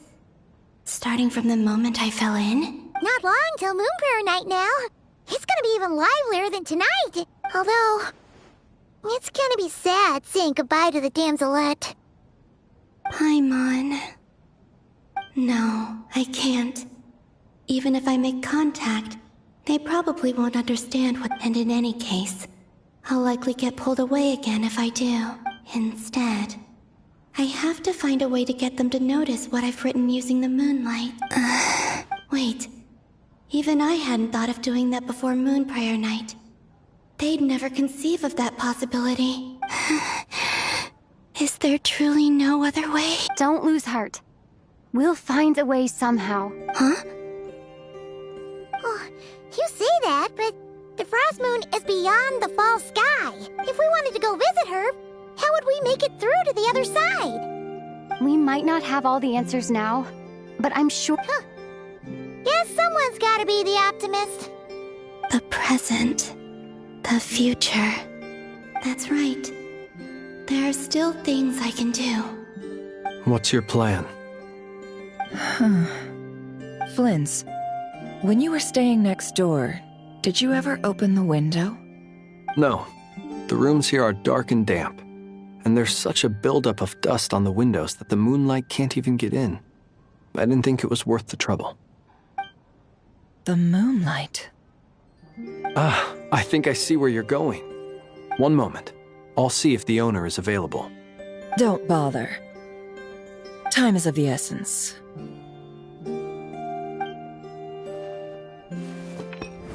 Time. Even if no one sees what I've written at this moment, maybe someone will remember what I said after Moon Prayer Night. I need to write down as much information as I can. And maybe one day...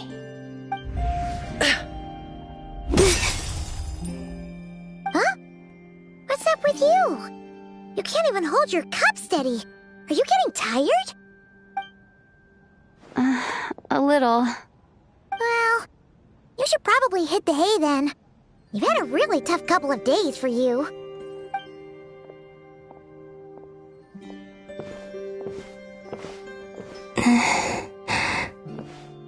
You truly have. You helped defeat Rerir, helped me reclaim my name, and you helped the others organize Moon Prayer Night. Wherever you are right now, I'm sure you're still fighting against the injustices of fate. This is all I can leave. How I wish I could. It's time for me to go. I hope to see you again in the next time, and if the opportunity presents itself. I will surely return to your side. Huh. Columbina. She's alive. Not only that, but she's left us an entire wall's worth of clues. She even wrote down what would happen on Moon Prayer Night. It's just a shame we found it too late. I am here. Time in this place flows backwards. I am constantly moving forward. It sounds like she's found a way to influence the past using Kuvaki. But her future is our past. So, these words have been here ever since we defeated the Ray hero Solnari. We just never discovered them. Which came first, the chicken or the egg? Do you ever mull over questions like that? Only when I'm in a good mood, and at leisure. Well, I never do. Everything that has happened already belongs to the realm of fact. As a business person, and especially an intel broker, what I do is extrapolate from those facts to try and read the future. An admirable philosophy. It's a means of survival. Let's go. We have a wall's worth of clues to share with the others.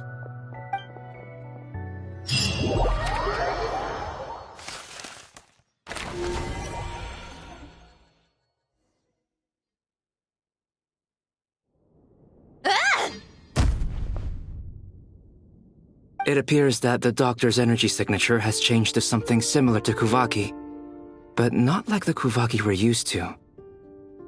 Nodcry's Kuvaki devices will only have a limited effect on it. I can see why you've chosen to place your hopes in alchemy instead. Also, I must say these books are rather profound. My subordinates just shipped them in from Fontaine. Some of them are from the Narcissenkreuz Ordo. Some are incident reports from Petrichor, and then there's a few test reports for these junk machines. Additionally, after some further scanning, I've discovered something extremely annoying. What's that? Tevat's skies contain multiple moons. A long time ago, when I did my first scan, I detected 3, just as the legends say. But when I checked again just now, I detected 4 moons. So there's one extra? Yeah. Originally, I thought that if I could still find 3 moons, that would at least mean Columbina's still alive. But then it occurred to me that apart from the frost moon, Tevat's moons are just husks. And husks surely shouldn't show up in the scan, since they're not alive. It's weird, isn't it? If we can't even distinguish between a dead and a living moon, how are we supposed to know whether a moon goddess is still alive? Or does this mean that the moon marrows are equivalent to the moons themselves? It's certainly possible. In which case, the 4th moon you detected may be Dottores' artificial creation. So he wasn't bluffing. He really built his own moon marrow. Ugh! I'm so mad right now. It's easy to get overwhelmed when you have too much on your plate. Maybe you need to relax. Perhaps try going for a walk. Or simply take a few deep breaths. Nothing can calm me down at a time like this. I need more time, and I need progress.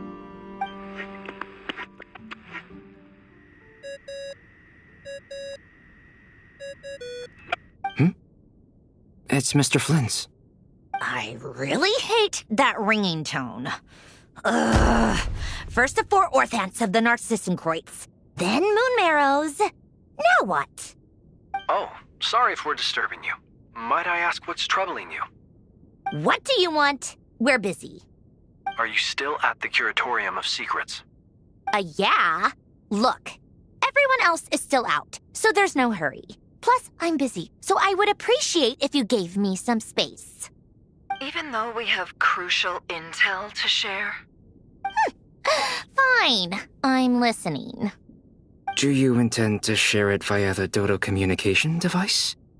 Ordinarily I would, but this is a unique situation. I think it's best that we discuss it in person. See you at the Curatorium.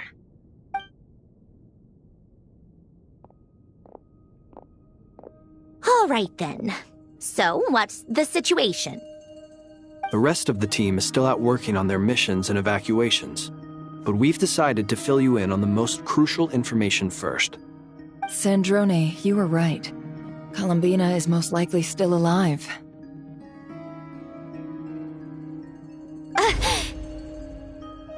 That's the best news we've received in a while.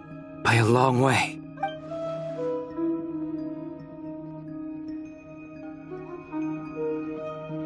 Random locations. Appearing in reverse order? Are you serious? So not dying isn't enough for the moon goddess, huh? She has to show off too. Anyway, does this mean we can deduce her condition from the moon marrows? Miss Sandrone, there's nothing wrong with simply admitting that you're happy to hear the good news. I'm not. And she's the least of our problems. We're facing a huge crisis. If she can't control the flow of time in there, she's just gonna keep moving backwards. Different points in time won't intersect, and she'll never find a way out. Let's say life begins with a drop of water. When did time begin? The moment this planet came into being? No, that's not right. Her final destination would be the moment at which the space she is in was created. But it doesn't seem like we can influence that space from the outside world. So how can we help her? Also, if she's alive, Rerir and Thelindis might be too. But as far as we know, neither of them have come back out. That space may not have an exit at all. I'm afraid I must concur with Miss Nefer in this. Can't exactly argue with that. Let's leave it there for now. I've taken notes on everything you said. Will it help with your research? I doubt it's gonna help with breaking Dottoro's energy fields. But who knows when it might come in handy. Better to have it all written down than try to remember everything when I need it. All right, I need to get back to my research. Mr. Albedo has made a lot of suggestions that will require my undivided attention. Sure, I'll stay here. I have things to work on.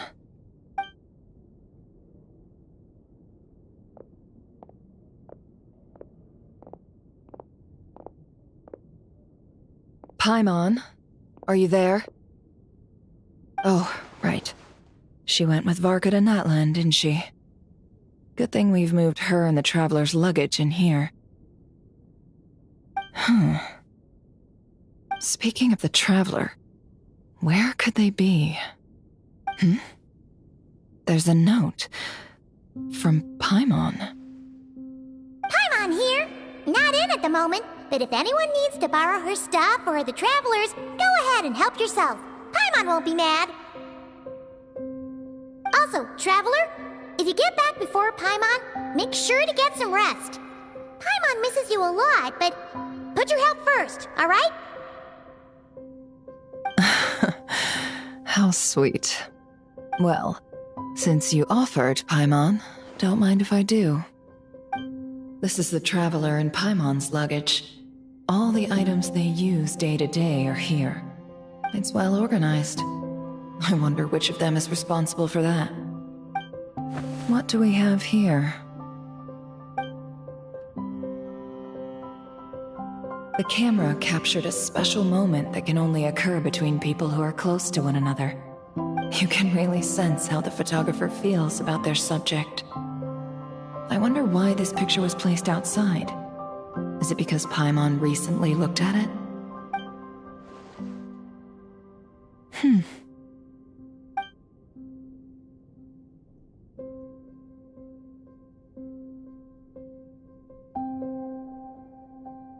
This must belong to the Traveler. Perfect. I'll use this. Hang in there. We'll find you.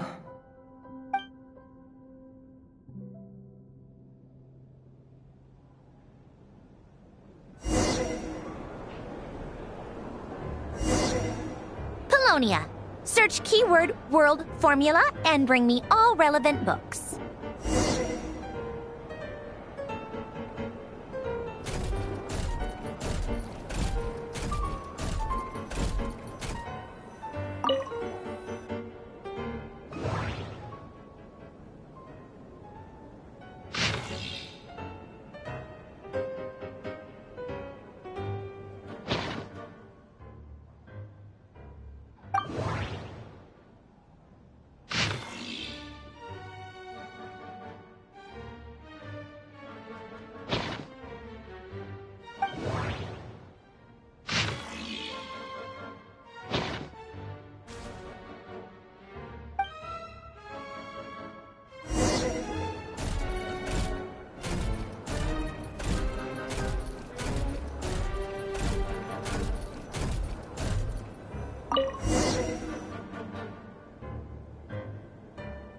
Let's see.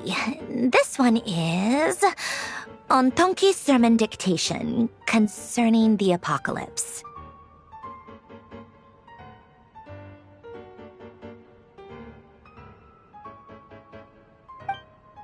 I believe that I never imagined human civilization. The sparks of variables. Descenders?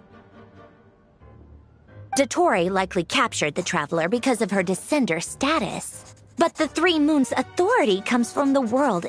Where does this variable factor?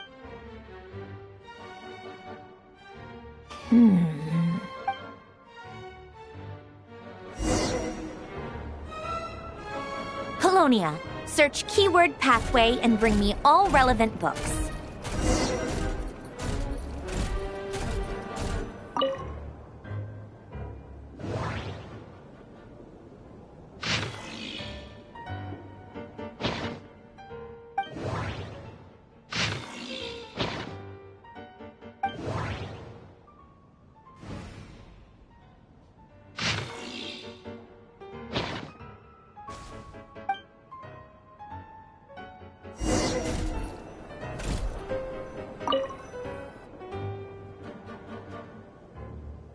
Otonki sermon dictation.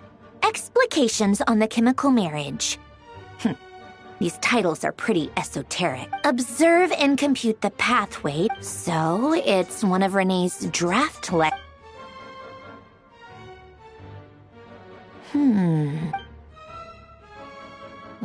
This is so long. This guy sure loves showing off his knowledge.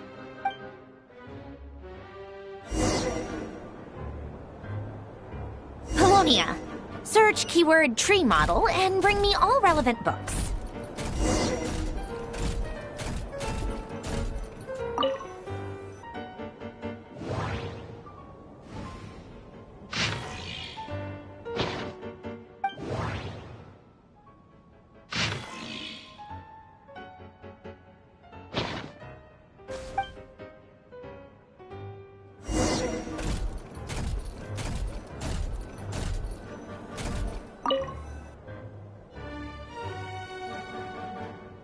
Most of the experimental devices proposed by the Lilia Crucis Ordo are built based on the simple and basic logical structure of a tree model. Lilia Crucis. Guess they were trying to cover up the name of the Nautitzenkreuz Ordo? When Duke St. Germanus departed, he said, "It seems that there's no going back." Alas, he is only a genius when it comes to machines. In all other things, he is but ordinary. Excuse me? I'm sorry. That's just ridiculous. What kind of book is this? Great Detective Herlock, the Alchemist and the Clockwork Saint? Isn't still, the author swears that they knew Renee well. Whatever. I guess it's not beyond the realms of possibility that Renee would say nonsense like that. Memory, the way Alain Renee, that place was the cutting of souls and storing them in vessels. These seemingly unrelated techniques, the chemical marriage model.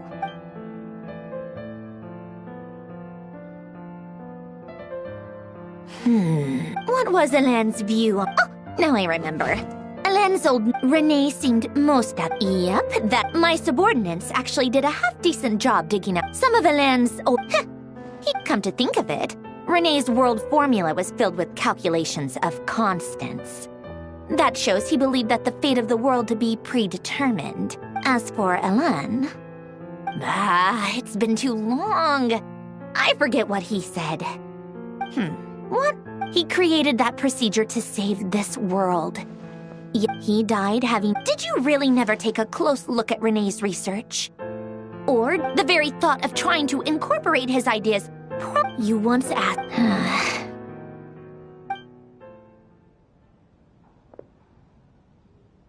Even the time... Now then, first, establish and verify the existence of the Great Circle. Absolute nihil on one end, absolute reality on the other. Then, the variables, the sparks of... Traverse the world, the primordial power that differentiated itself from the void. The power of light. Yes, light. Records. This is so horrendously complicated. After all that, I'm still missing a few variables. I need to think this through again. How do you think it looks, Polonia? Like the frenzied scrawlings of a madwoman? Fine, keep it to yourself. It's not like you can talk anyway. I'll assume you gave it a passing grade. I jest. But true madness, so would Rosaline. When I close my eyes and think back, I can still see her face. And that enormous dress she used to wear. Such a bizarre choice. What possessed her? Oh, and the clack-clack of those heels. No one's asking me, obviously, but I hope you all know that I never wanted to save the world. I'm not crazy. I don't have delusional ambitions, and that's a clinical fact. The world needs a solution, but I don't need the world's validation. It's the world begging me for answers, not the other way around.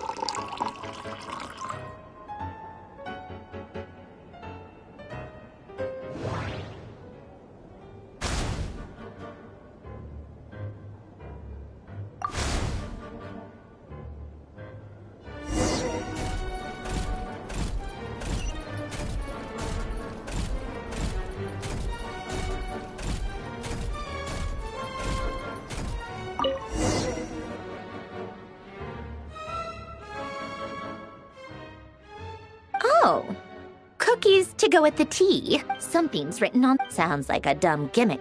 What? Are you kidding me? Somehow I doubt that an early night and a glass of water is magically gonna save a world on the brink of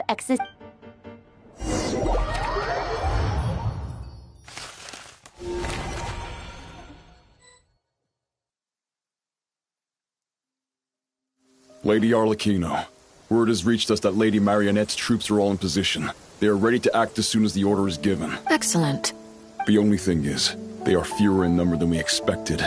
It looks like many of them must have lost their lives at the hand of the monsters released by the Doctor. Can't be helped. Allow them to join our ranks, and keep in contact. As you wish.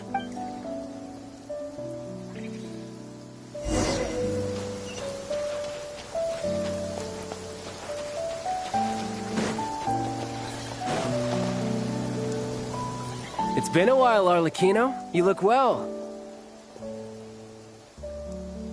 Did Dottore really have to build his lab right on the sole path between Snezhnaya and Nodcry?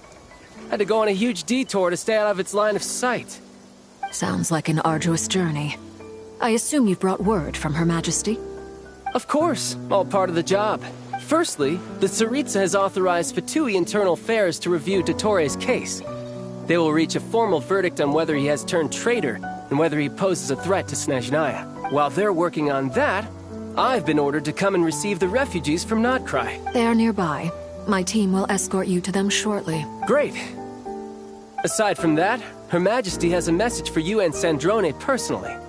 Huh? Where is Sandrone? She stayed behind to work since I was making the trip anyway. It seemed sensible to have one person on standby at base while the other came out to meet you. All right, guess that's just how she rolls. In that case, tell her that the Tsaritsa's decree this time is pretty awesome sounding. I think she'll like this one. Still, I wonder what... Wait, what's that? Did one of our troops turn into a monster? Take him out.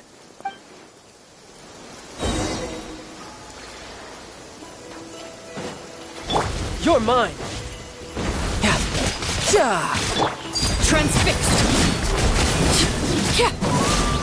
You've gotten stronger, Arlecchino. Nice. Stop that right now. I appreciate the praise, but I am not fighting you today. I knew it.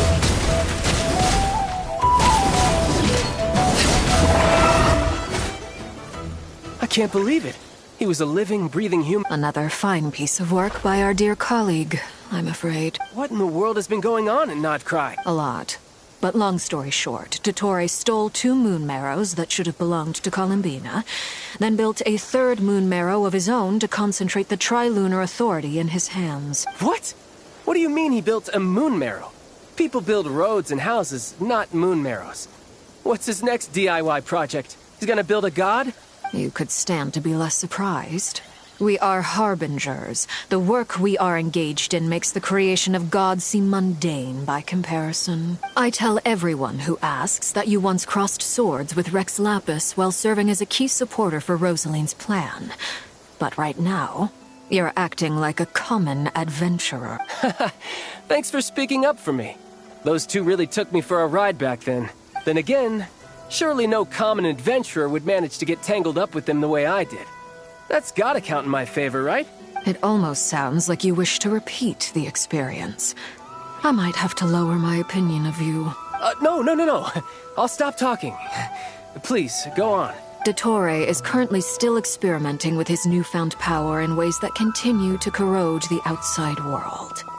As for the human mutation, I believe this is simply a consequence of his experiments, and not a strategic move. That radiant beast was once a subordinate of Sandrone's. I suspect he was only allowed to live so that he could become an experimental subject. Also, those of us who fought Dottore have been afflicted with a curse. As such, I cannot leave Nodcry. This is so much worse than I thought.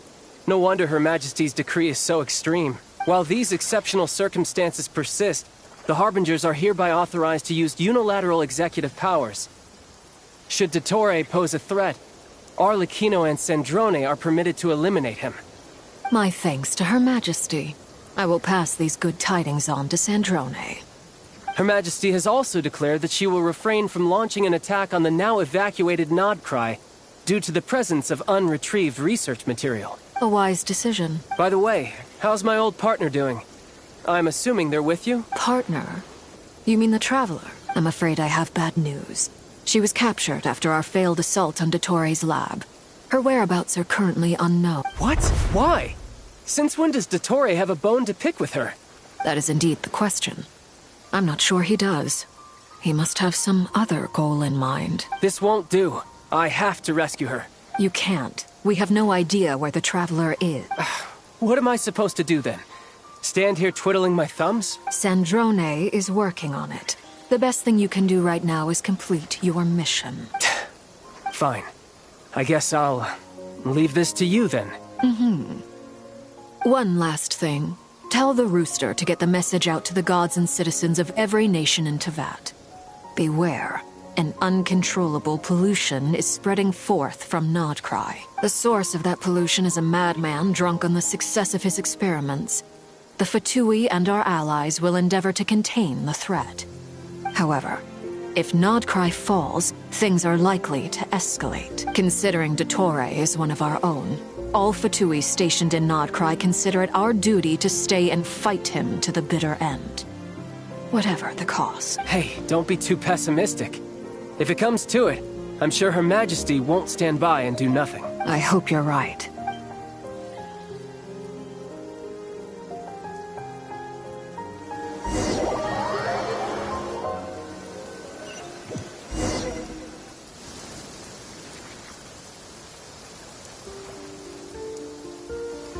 You're right on time. Thanks. Hey, do you think I'll get that gliding exam exemption? I made sure I was on my best behavior in Mondstadt. I landed well outside the city and walked in through the gates. I'll help you apply, don't worry. For now, let's see what we have here. What are the doctor's energy fields even made from? The usual attract and repel principles that govern Kuvaki don't seem to apply to them. They are very mysterious.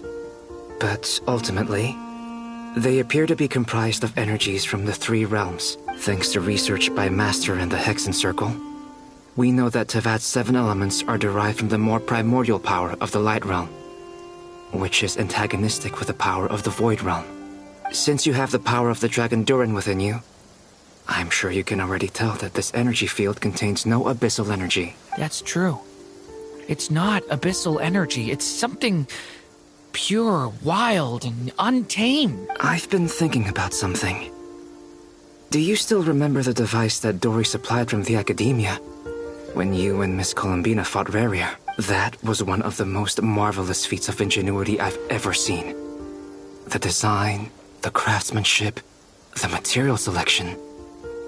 I couldn't fault any of it, not to mention the operating principles.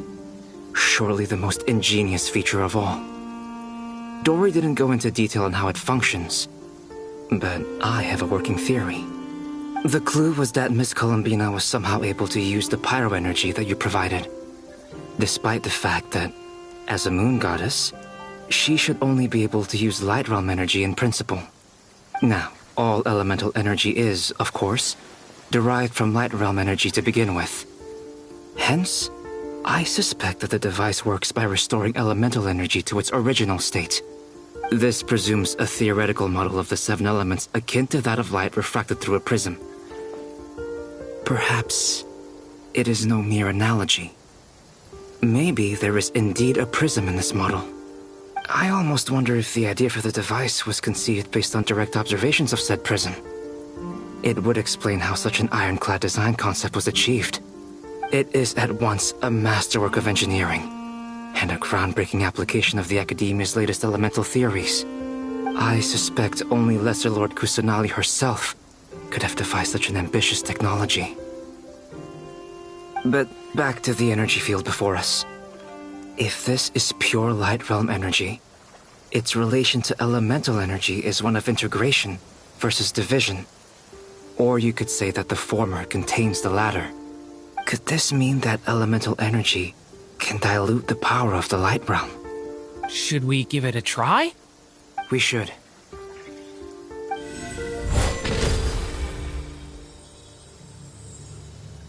Ha!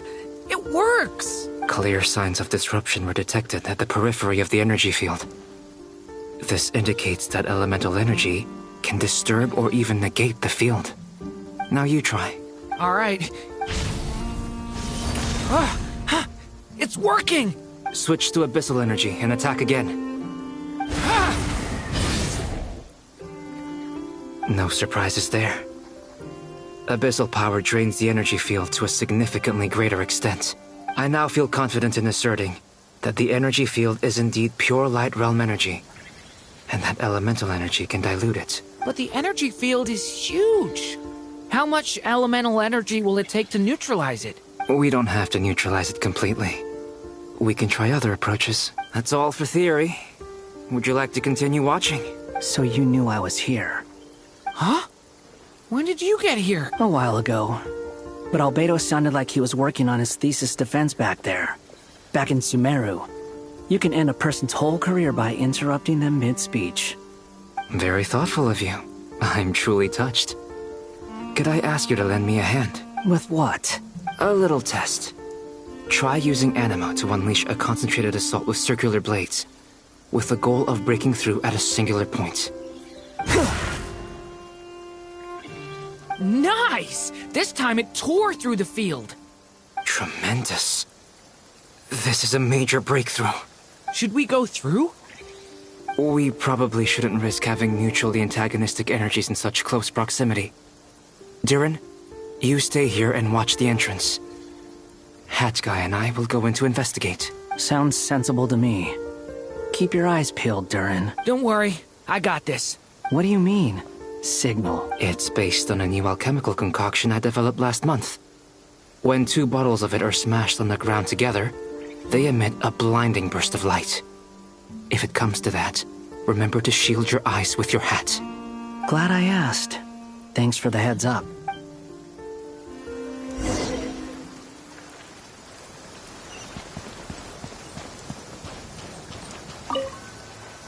Like I thought.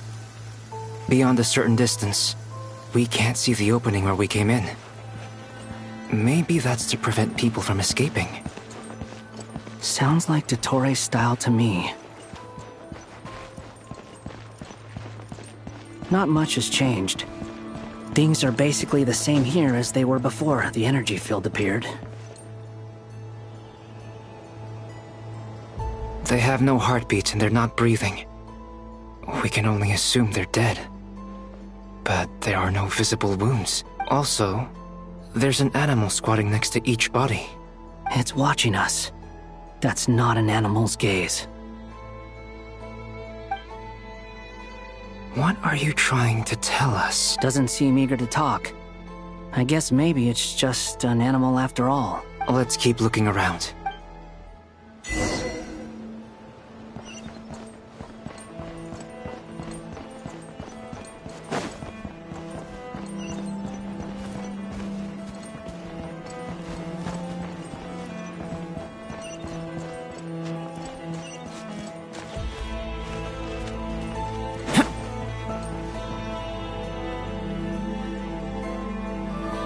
Same situation everywhere. Not a living soul in sight. Just countless bodies with animals standing watch over them. Well, I think we can safely rule out the possibility that they're all pets. Is skirting around the topic your way of showing consideration for other people's feelings? Just being cautious. I don't doubt that you can handle the truth.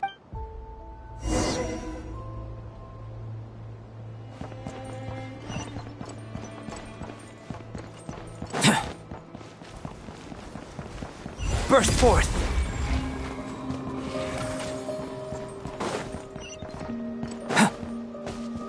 Careful. Please. Help us. Please. Over there. I hear a voice.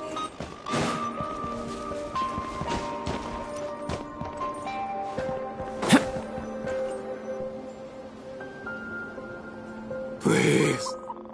Help us. Please. What happened here? I don't know. Suddenly, everyone collapsed. Then my line of... I still have some of my senses left.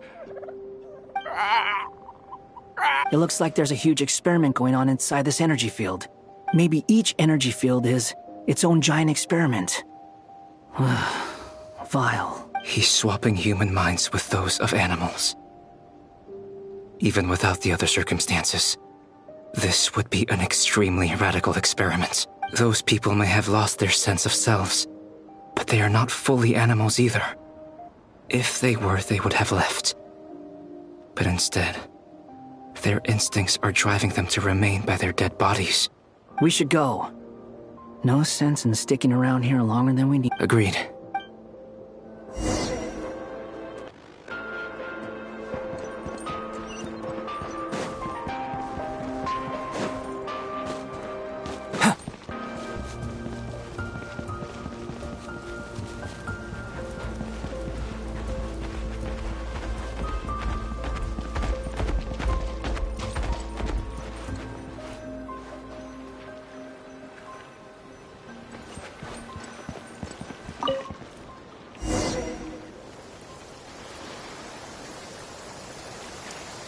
You're back! We saw some things that take a strong stomach. Otherwise, we're fine. We should share our findings with the others.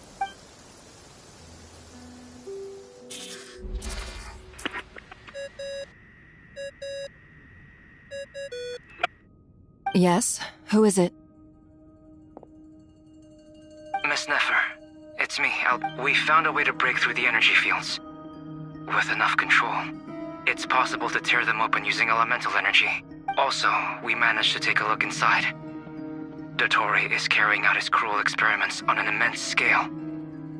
Any residents who have failed to evacuate in time will likely meet a grisly end. Sounds like he's living down to our expectations. Might I ask how things are proceeding on your end? I'm just about to get started. I'll be in touch once I have a result. Understood. Stay safe. I will.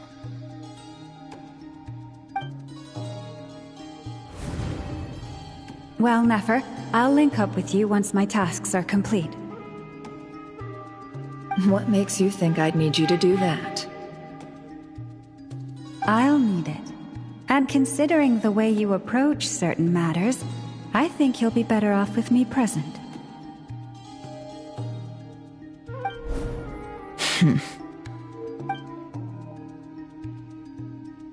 Let's begin. Entering simulation mode. A vast wasteland. Is this the Traveler's inner world? I was expecting something more vibrant, to be honest. Wait, someone's there. What are you looking at?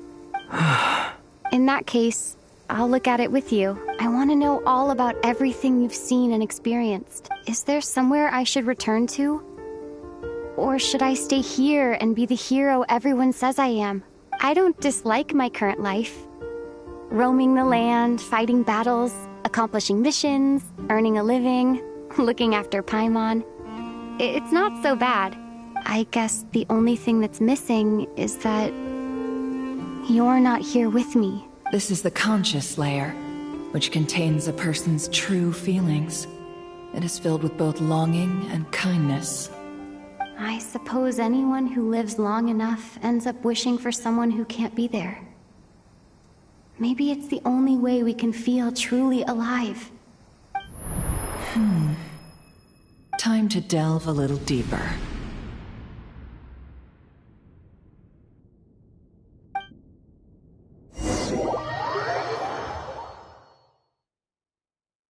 Nasha Town is hardly the optimal choice for a place to live, but it has character and a reasonable population density. What are you trying to say? Oh, don't be nervous.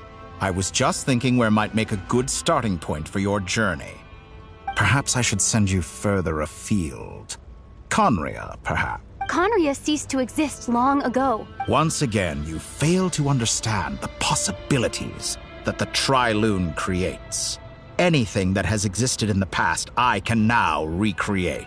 You simply do not wish to see that happen. That might be because you miss your sibling and fear getting answers that you are not ready to learn.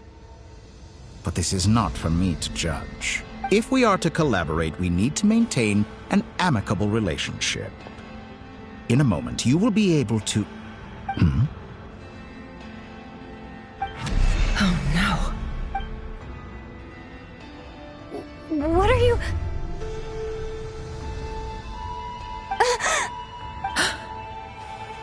What are you gonna do? Don't move. Something unwanted has crept into... Oh? Gone as quickly as it came.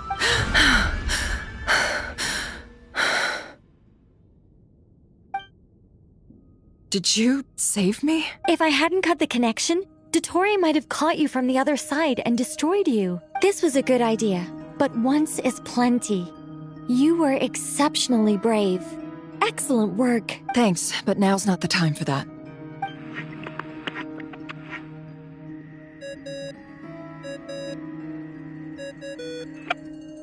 Albedo speaking. I think I know where she is. What is this endless darkness? I can't see anything, even though my eyes are wide open. But what happened? Ah, sorry about that. I take it you didn't notice. Just now, a friend of yours took a little peek into your mind. Could it be Nefer? How did she do it? Did she use something as a medium to connect to me? Do you think she's aware of your current circumstances? Oh dear. Have I stunned you into silence? I only wanted to slow down your time a little so I could stop your intruder in her tracks. It would have been nice to capture the spy. I must say, I'm finding the ability to adjust the flow of time rather intriguing. The moment you closed your eyes, time seemed to grow impossibly viscous, didn't it? A whole month passed before you opened your eyes again, but only for you. No one else was affected. I dare say this is something only a god can achieve. Point taken.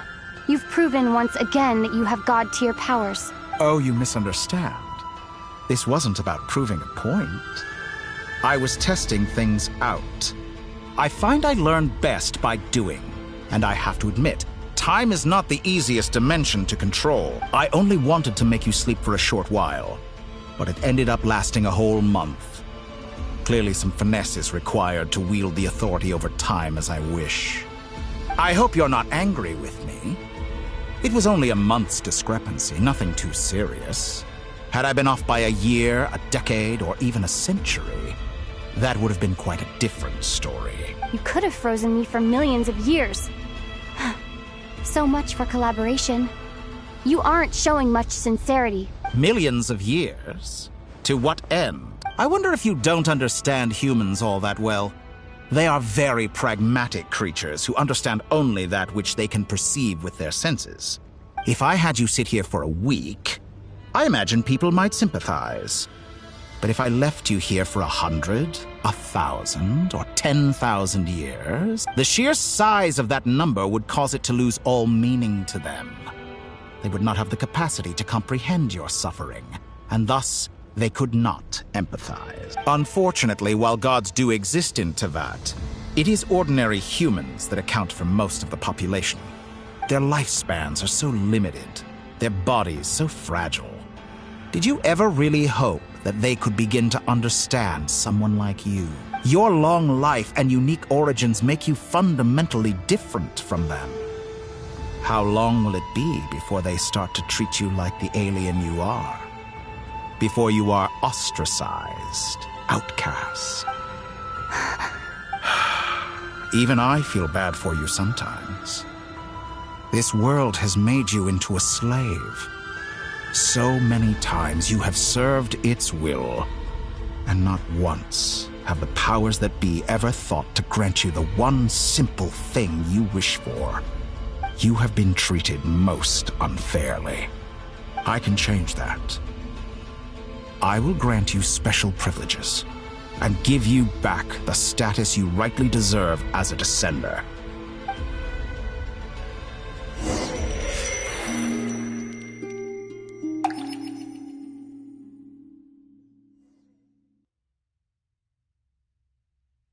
entered the past 3 times at this point. For instance, beyond each point being further back in time than the last, what determines the specific locations at which I can make it so far? The common thread linking all 3 scenarios is that the Traveler has been present. But it's more than that. I know I sensed something familiar around her. What was it? I'll keep this question in mind as I carry on.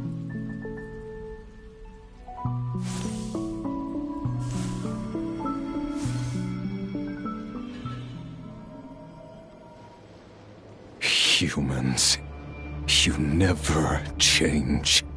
Always trying to use powers you neither This looks like Star Sand Shoal.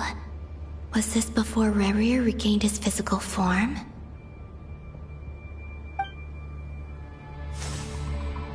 You've messed with the cannon again, huh?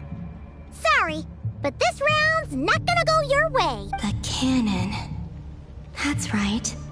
I was at Silvermoon Hall and I sensed an abnormal Kuvaki fluctuation coming from Nasha Town, and right after that came an ominous power emanating from Star Sand Shoal. My body was once torn into countless pieces and hurled into the swirling chaos of time itself.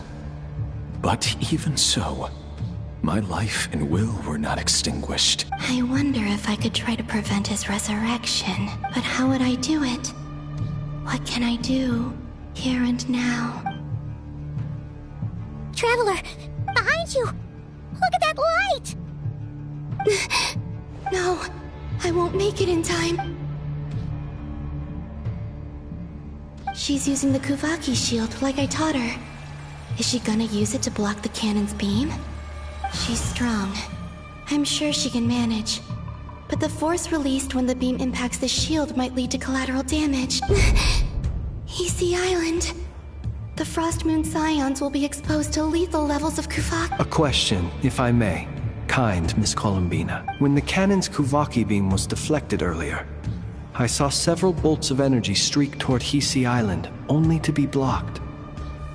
Did you... Maybe that really was me after all. Well, future me. But I don't know if I have enough power left. Sigi Sato pasa sais, niti ipotofutos. There's no time. Osestikos paratin tirau to risuriku, to pirtu aithion feraton. I have to make it. Oh, Frost Moon. Oh, great land. Oh, slumbering moonlight of Nodcry. If you can hear me, if you can sense my call, then please, heed me once more!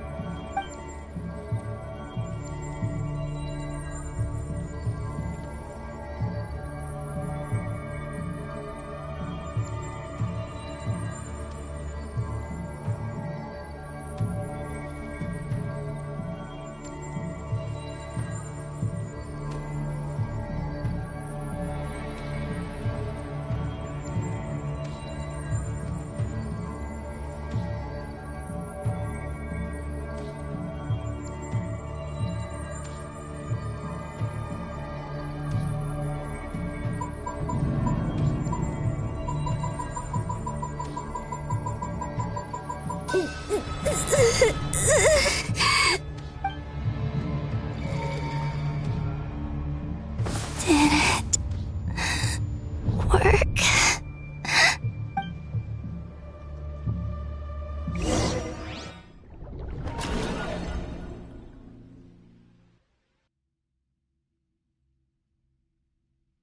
Hey, wake up.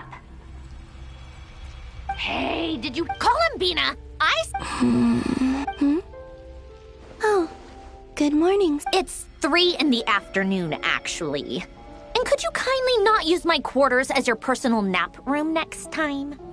But I feel so safe here. And your coffee, right? It's so bitter, but it smells lovely. Just like you were raised by wolves in a forest or something. What did you drink growing up? Grass tea? The Frost Moon Scions certainly led a more frugal existence than the Fatui. Then I'll bet you've never eaten one of these before.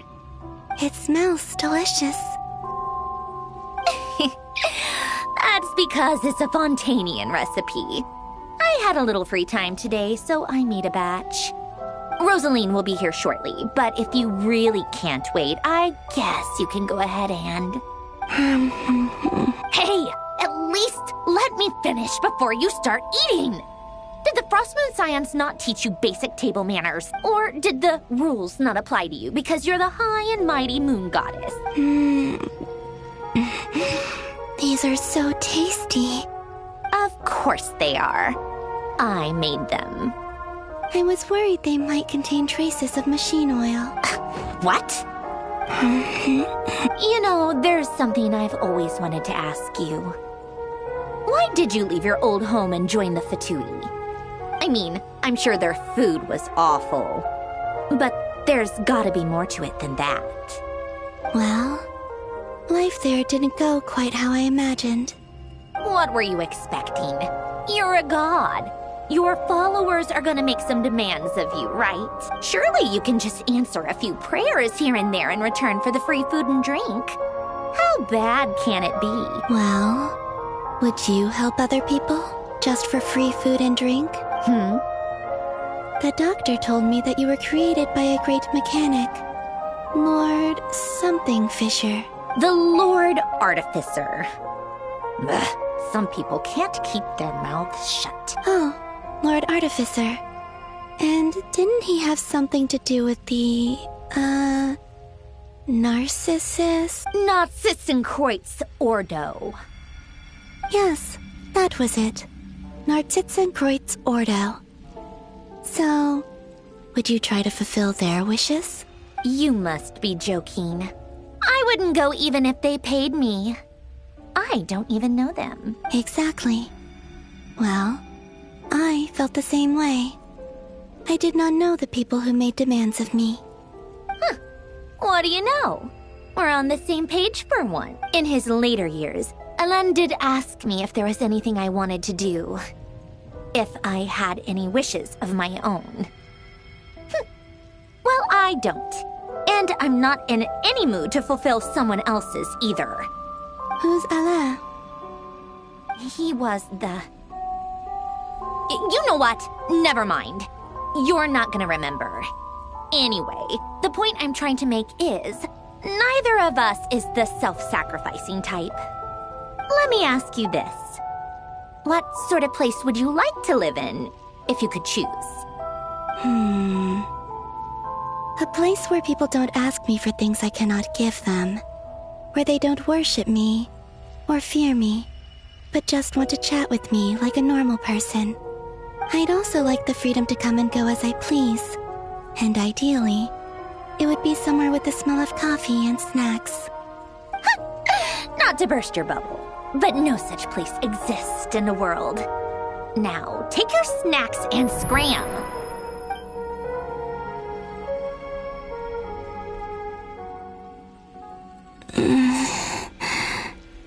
Did I pass out? Of course. I'm back here again.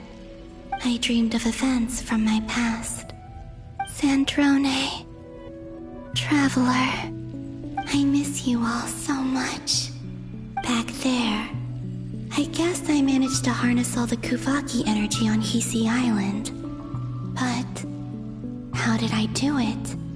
Time is flowing backwards here, and I can use that familiar power to enter the world of the past. That mystery ally everyone talked about. It would... I can sense that there isn't much more power remaining up ahead. What lies at the end of all of this?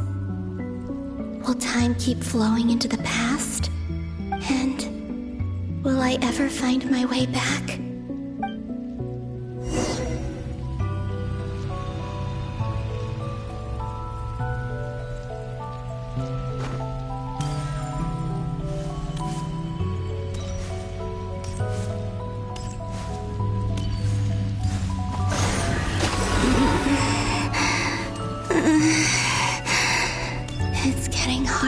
and harder to use my power.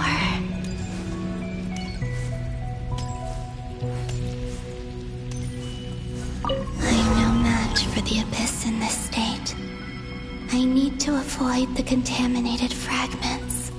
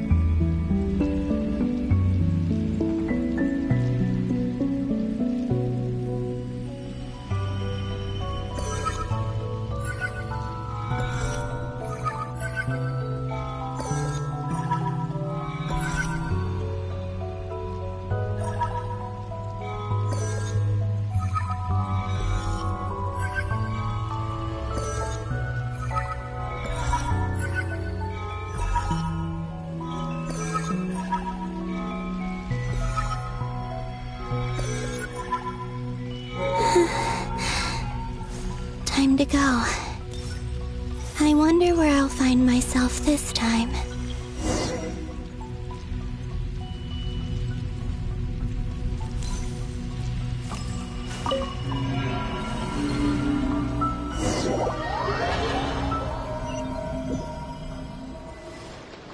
The Final Night Cemetery. This is where Flint's is based. Or not! How are we supposed to read through this many files? Difficult, yes, but it is also our most efficient option. Seems like they're searching for information. Oh, I remember. Was this my doing too? To expose the true intentions of this Rarir, we need— Are my actions changing the past? Or are they simply completing a process? Is all of this inevitable? Or am I the one making these decisions? If I choose not to help them now, will it change how things turn out? Hope we don't land. They're my friends. I can't not help them.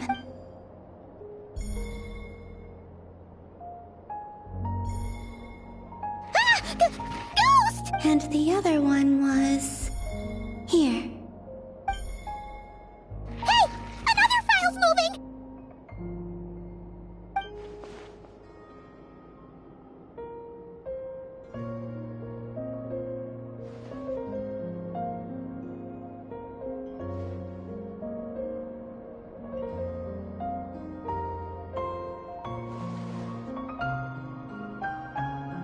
That should do it.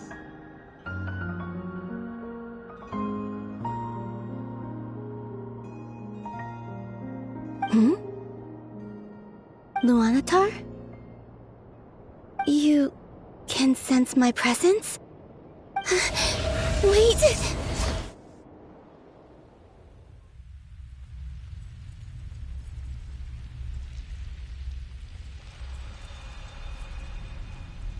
Luanotar.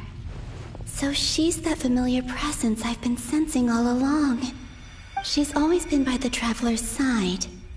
That explains why the Traveler has been there each time I've entered the past. But why Luanotar? Is it because she has a connection to me as the Moon Goddess's familiar? If so, why not any other Kuhenki? That's...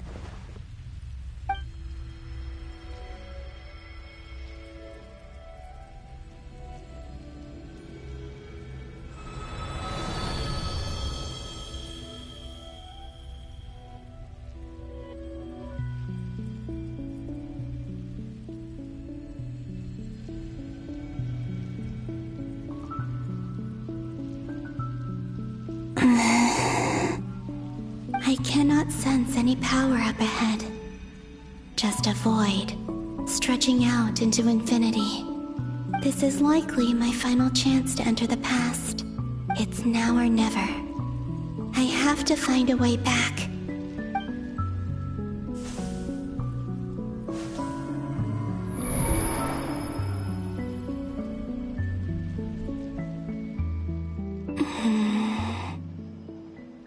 Easy Island? Where's Luanotar? I can't sense her presence this time. Oh, seeing Anafa and Aino reunited like that sure was heartwarming. Traveler, no. Stay calm. I don't have much power left to change things. I don't even have that much time left here. Think, Columbina. How a way back? Do I go back to Moon Prayer Night? Or to the future that fall? And if I return in my current state, what will become of me then? Dottoro's actions that day proved that he'd been planning that for a long time. He had already seized the power of 2 moon marrows before capturing me. Even if I managed to get back, how can I fight against him when he wields the Tri-Lune Authority? I can't. If I go back like this, I'll be playing right into his hands. I have to find some way of rivaling the power he has usurped. Wait. Time flowing backwards. The Tri-Lune Authority. Does that mean... I think I know what the final destination of this lunar reflection might be. I know what I must do. Speaking of homes, we must already be close to where the Frost Moon Scions live. The vibe here feels different, just like the scenery. But how do I communicate my plan to my friends? Should I write it down here? No, someone else will see it. I need something with a close connection to me. Something I can use as a medium to tell them what's happened to me in here. Now it makes sense.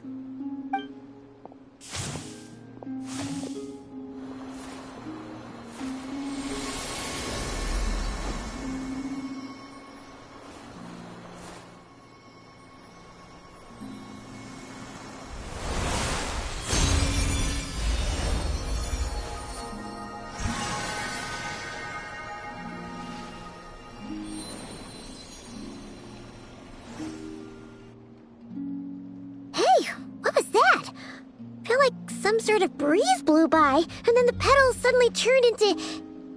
Huh? It was I who brought Luanotar into being. I gave up a piece of my own soul to create her. That's why I could sense a familiar power from the moment I entered this space.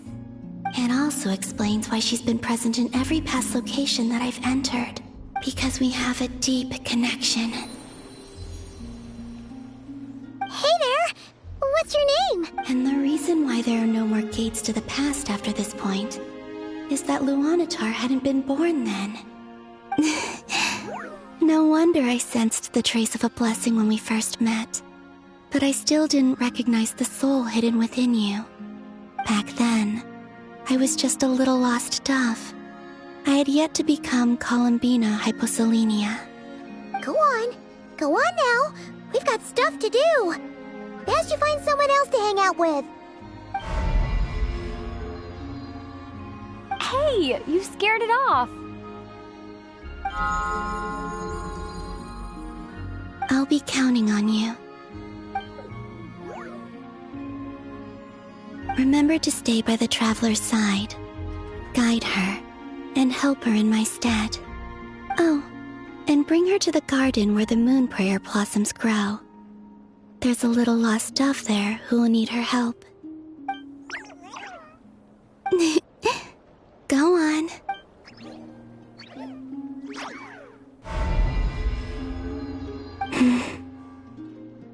You too. Go and live. As for mine must go in a different direction.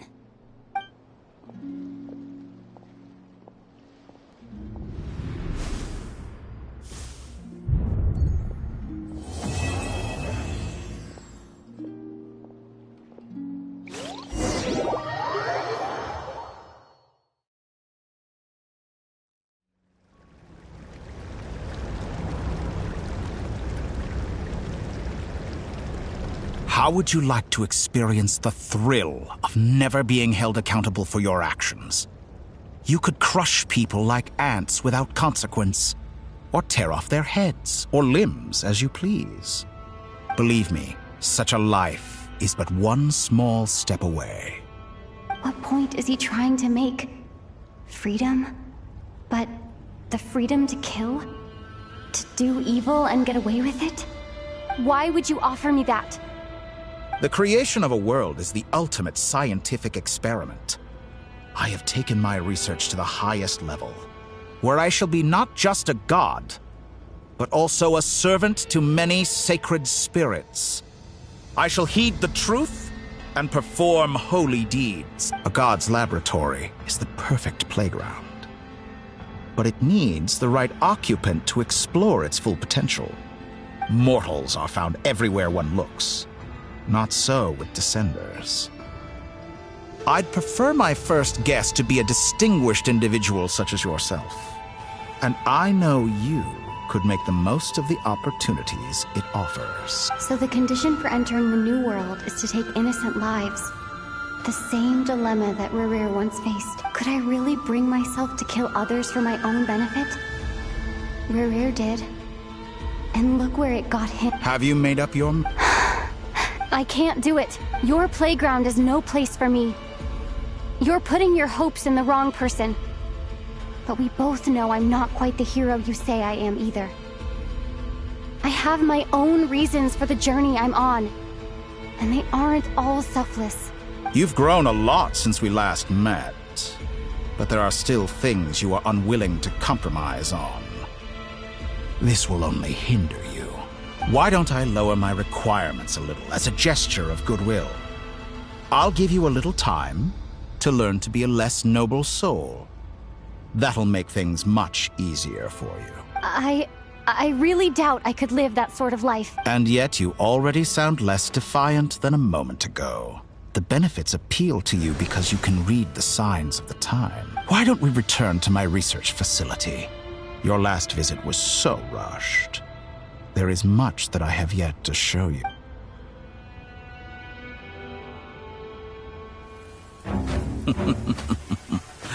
Now to that question, Heroes don't attack from behind. Guess I'm no hero. This is most disappointing.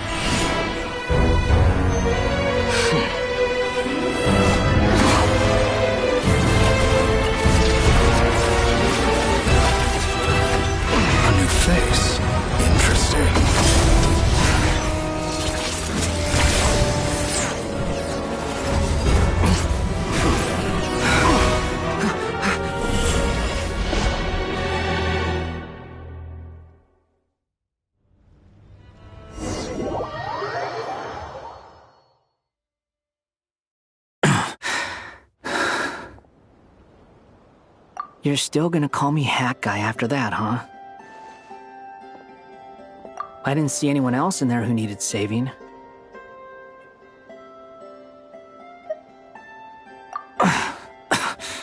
It's nothing. I'll be fine. Why are you looking at me like that? Is it that shocking that I'd come to your rescue? I owed you a favor back in Sumeru. Now we're even. Distracting Dotori was tough. I won't lie, he's not gonna fall for the same trick twice. That was my one shot. I'd hoped to use it to take him out. Ugh. I never wanted to obliterate someone more than I do right now. Dotori doesn't recognize me. But his segments were originally made based on an analysis of my operational principles. I expect it's only a matter of time before he figures out what I am. So Dotori doesn't recognize Wanderer because he deleted himself from Irminsul. Did he really miss his only chance for revenge by saving me? Why the long face? Hey, I'm not blaming you, okay? And I'm not complaining either. Rescuing you and killing Dotori are equally important goals. Everyone would be pretty— How are you holding up? Hat Guy said to put safety first. You don't look injured. It seems that— All right. Rescue operation complete.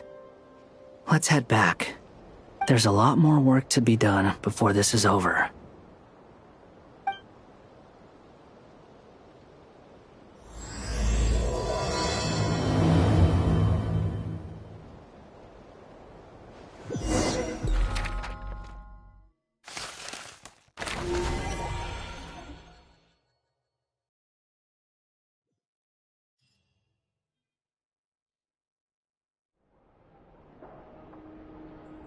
Understood. I will bear the Tsaritsa's decree. I don't see what's so awesome about it, though. Does he really think everyone else is as immature as him? I thought you might say that. How's your progress? Quite promising, actually. Remember how I asked you to look up some files for me? That stuff on the Nachtszitzenkreuz Institute. René de Petrichor and Jakob Ingold. Alain Guilton despised René's theories and methods, but he never managed to come up with better. I thought Alain was like a father to you. He and René were mortal enemies, were they not? And what would you say if Lenny and his friends one day learned something useful from someone you utterly detested? I would applaud them for it. That would mean that they— For all we know, once you die. Hey, come on out. They're back. Huh?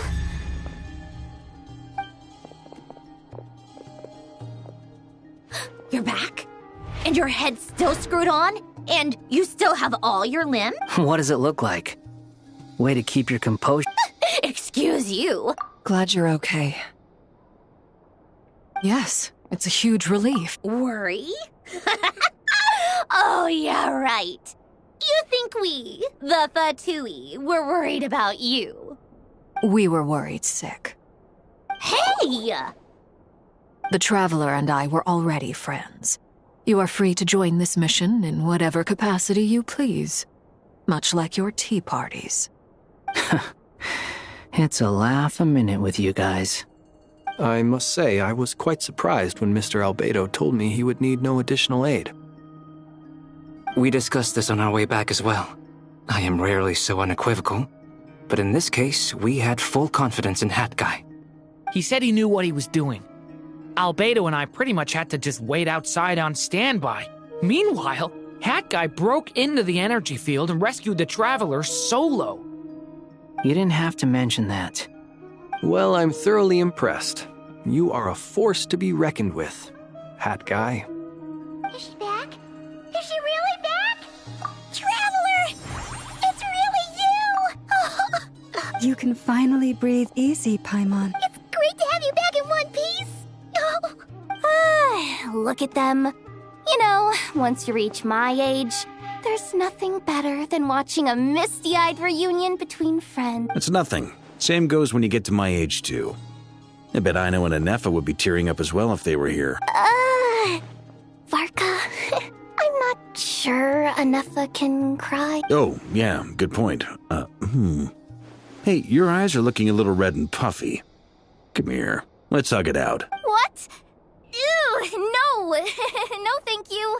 You're not my dad, okay? Knock it off! Everyone, I'm sorry for all the trouble I caused you. But the silver lining is, I didn't come away from this ordeal empty-handed. While I was being held captive, I learned a lot about Dottoro's current capabilities and what he plans to do with them. Allow me to explain.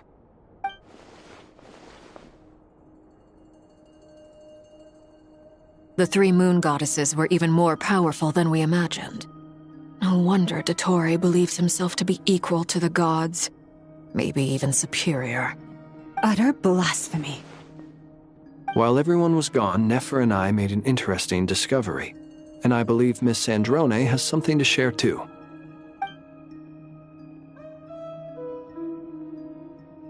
Called it. Getting rid of a pesky troublemaker like her is like trying to clean up after a crumbly cake. It always comes back to haunt you. Our next step is to find a way to bring her back. A place where time flows backwards, with no destination in sight. Surely it must have been created for a specific purpose. But I fear the answers are buried deep in Tevat's history, held by great powers beyond our reach. It sounds like she's on a specific path through time, just traveling in the opposite direction to us. The question is, where does that path lead? Or will it keep going to infinity? We considered that question as well. Strictly speaking, time is not infinite. Indeed not. Every road has an end. Nicole! You sure loved quietly sneaking in mid-conversation. I do, in fact. It's something I've always done at our mages' tea parties. Quiet, mysterious, and persuasive. You wonder what lies at the end of her road. Well, just as the world has a beginning and an end, so too does time. And so, the end of the road is the moment that Tevat was born. But where Miss Columbina will end up along this road, that depends on where this particular river of reverse time began. What about the original moons and the moon goddesses? Do they have a beginning too? All things do. In the beginning, no moons adorned the sky. It was the Dragon King Nibelung who raised the three moons into the heavens, and thus were the moon goddesses born the planet, born to wield Nibelung's authority and oversee the world on his behalf. They were extensions of his will, manifestations of his majesty. But then one day, they disappeared just as suddenly as they had once been brought into being. Nobody knew where they had gone.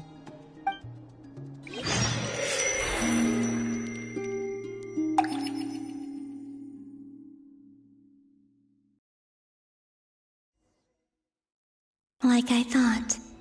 No more paths back to reality have emerged since. But how can I be sure that I'm going the right way without scenes from reality to keep me on track?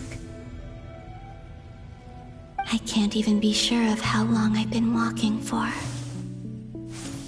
The further I travel, the less stable this space becomes. There are even moments where I can sense something that feels like abyssal energy. They can just materialize out of thin air. I have to keep my wits about me.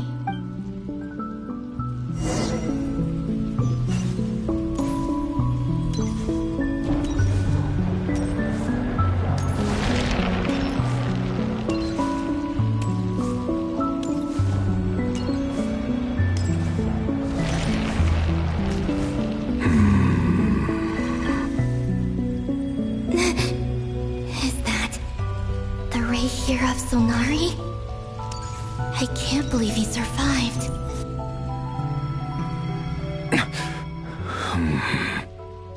You are the moon goddess. But how? Please, there's no need. I'm not interested in fighting anymore. I find that a little difficult to believe. Yeah. Honestly, so do I. The way you used my own power against me was... It was a brilliant strategy. And then, in the final moment before I was thrown into this space, I got to see an old friend. Mr. Dainsleif. Right. It was so long ago now. But we were friends once. And when I first got here, I was filled with hatred, remorse, and rage. How I cursed and devoured. I tore everything here apart. I was consumed by the desire to leave this place and have my vengeance, but to no avail. This is a place with no exit. This is the second time I've entered this space. Though I have no memory of the first, I was torn to shreds the moment I entered. But this time I survived. It must be partly because of this new body, and partly because of all the Kuvaki I absorbed in Nodcry. Are you the source of the abyssal power in here? Not all of it. Some is from when I first arrived here and tried to destroy everything. But there was already a degree of abyssal power here before I entered. And like a venomous snake baking in the merciless sun, it tried to slither into my shadow. Tried to? So, you rejected it? Yes. Because after that, the world suddenly became silent for a moment. What do you mean? The voices in my head, they were gone. And then, I saw her. Her? Thalindis. My former lover. Never mentioned that she saw a memory of Thalindis leaping into the moon's reflection. More precisely, I saw her afterimage. I'm sure the real her is long gone. She was just an ordinary Conrian. She couldn't have survived here for very long. Anyway, why have you come here? Didn't you know it was a dead end? If I hadn't escaped through the moon gate, my friends would have been in far greater danger. Oh, I see. Because of your power. The power of a moon goddess. What? You'd like to know how I know, wouldn't you? The one who resurrected me said so. I could hear a deep lust for power in his voice. Do you mean... Dottore? Dottore. So that's what he's called. He'd been collecting fragments of my body for a long time. Also that he could resurrect me at the moment of his choosing. I had no interest in his research. But being as corroded by the abyss as I was, we were aligned as far as hunting the moons and recovering my strength were concerned. So that's why the Wild Hunt suddenly became so active in Nodcry. When I left the Fatui in my weakened state, Dottore must have felt that his time had come. Moon Goddess, could I ask a favor of you? What? I know this is a lot to ask, especially from someone who tried to kill you. If you refuse, I won't fight it. But this is the only thing I desire now. Nothing else matters. What do you want? I'd like you to take a message to Thalindis for me. Thalindis? But... Yes, she's dead. But like I said, I saw her afterimage. I can sense that some part of her soul remains here. Far, far ahead. Why don't you go and speak to her yourself? I can't. I don't know why, but I can't move freely in this space as you can. All I can see is a glimpse of her, walking away. Just like the moment when I last saw her in life. In return, I will clear these abyssal obstacles for you. No, not in return. I'll clear them for you, whether you want to help me or not. It feels like something I ought to do. Why? Yeah. Why, indeed. I've been asking myself that question a lot recently. Why did I do the things I did? I'm tired of it all. Tired of the person I became. People used me. And then I turned around and started using others. I hurt a lot of people. I think I grew tired of it long ago. But I wouldn't admit it to myself. And ultimately, that's how I ended up here. What do you wish to tell her? All of it. My past. My mistakes. Everything that happened after we were separated. Is it okay if I give her the abridged version? Yeah, I'm sure there's plenty you can skip over. Just tell her the important parts. Whatever you think that means. Like the part where you relentlessly tried to kill us? It's up to you. Love demands honesty. But my relationship with Thelindis was built on lies. We hid too much from each other. But after living my whole life in the shadows, I don't want to hide anything anymore. I will do my best.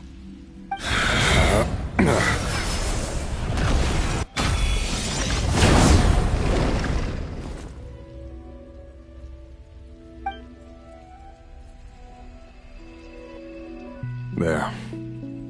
The abyss will no longer stand in your way. Even though Mr. Dainsliff felt he had to fight you, I think he still regarded you as a friend. Dane? He said that you betrayed him. But he also felt great remorse at never having understood what you were truly going through. Why tell me this? Because if he'd known that someone could take a message to you, I believe that's what he would have said. Thank you. It means a lot. I know this will sound strange coming from me, but don't die, Moon Goddess. I can tell that you're determined to get out of here.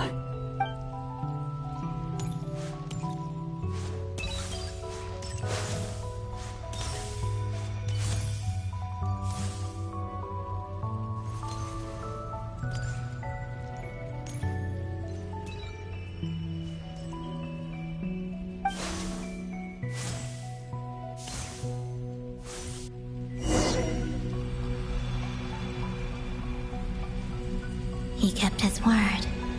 The abyss is no longer obstructing my path.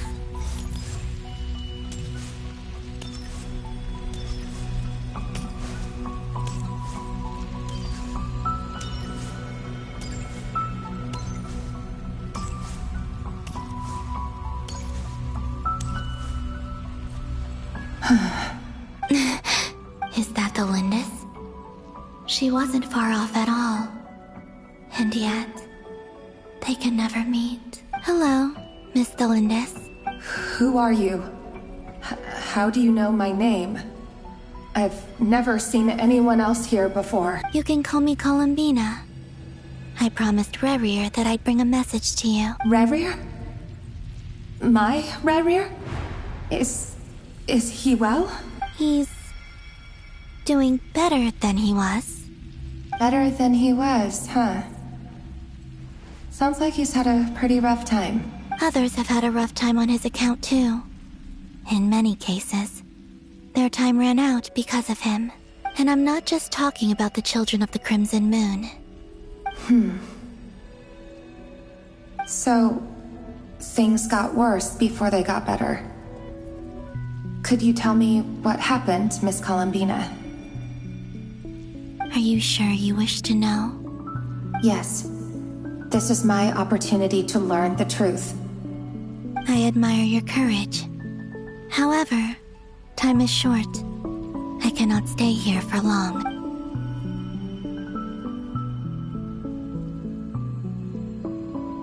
Rerir had seeds of hatred in his heart, and many people nursed them for their own ends.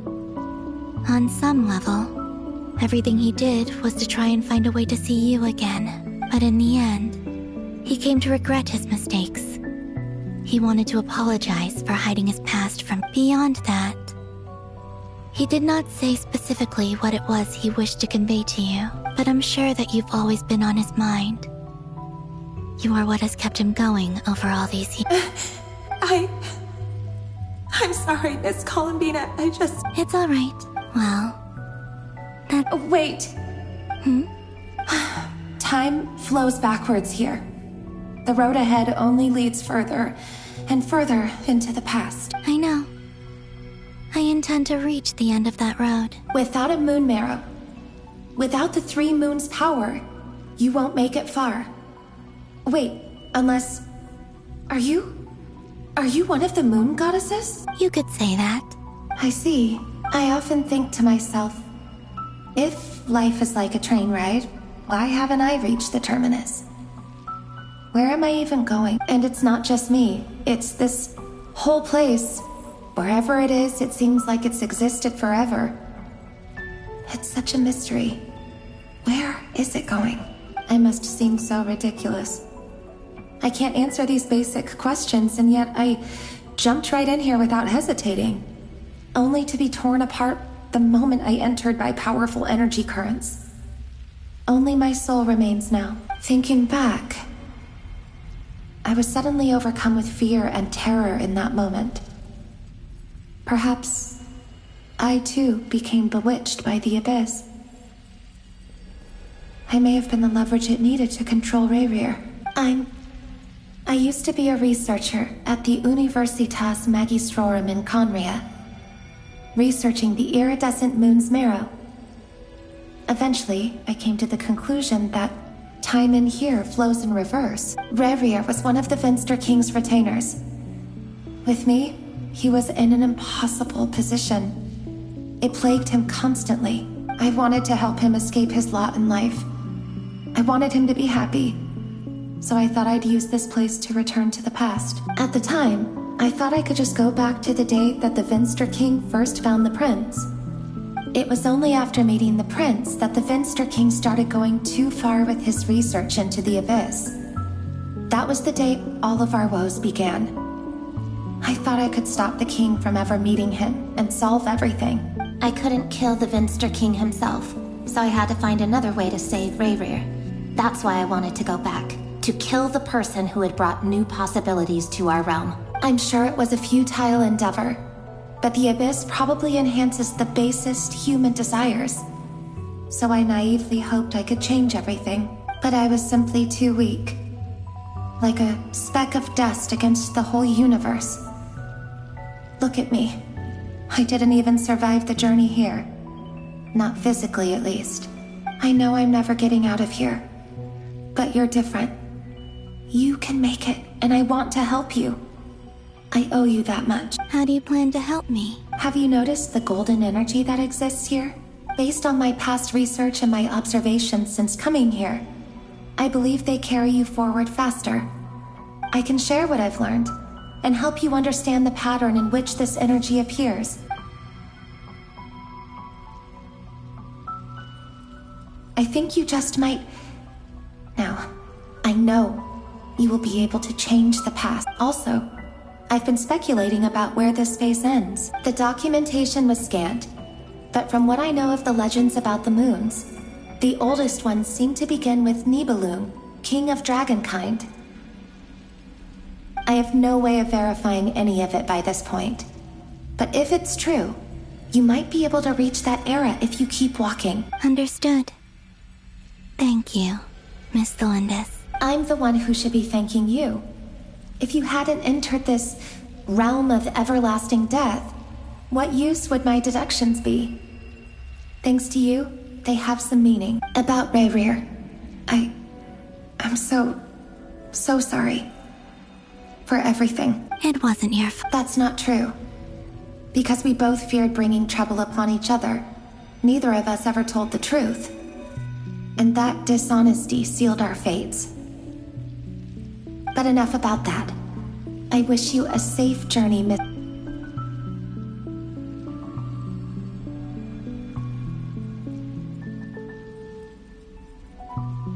And and may the outside world never have to experience pain like this again.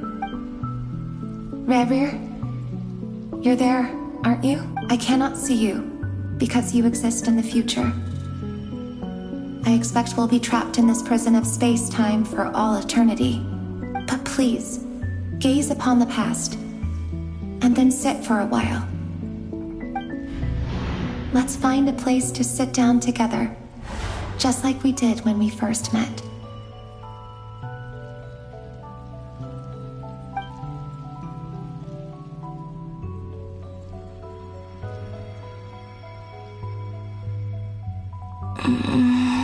How long have I been walking?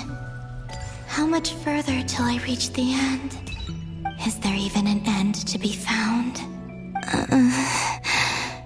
Everything's getting blurry.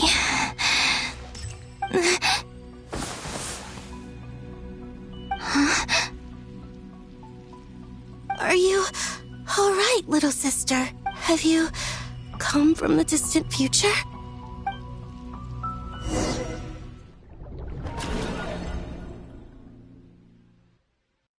So, how exactly did the moons just disappear?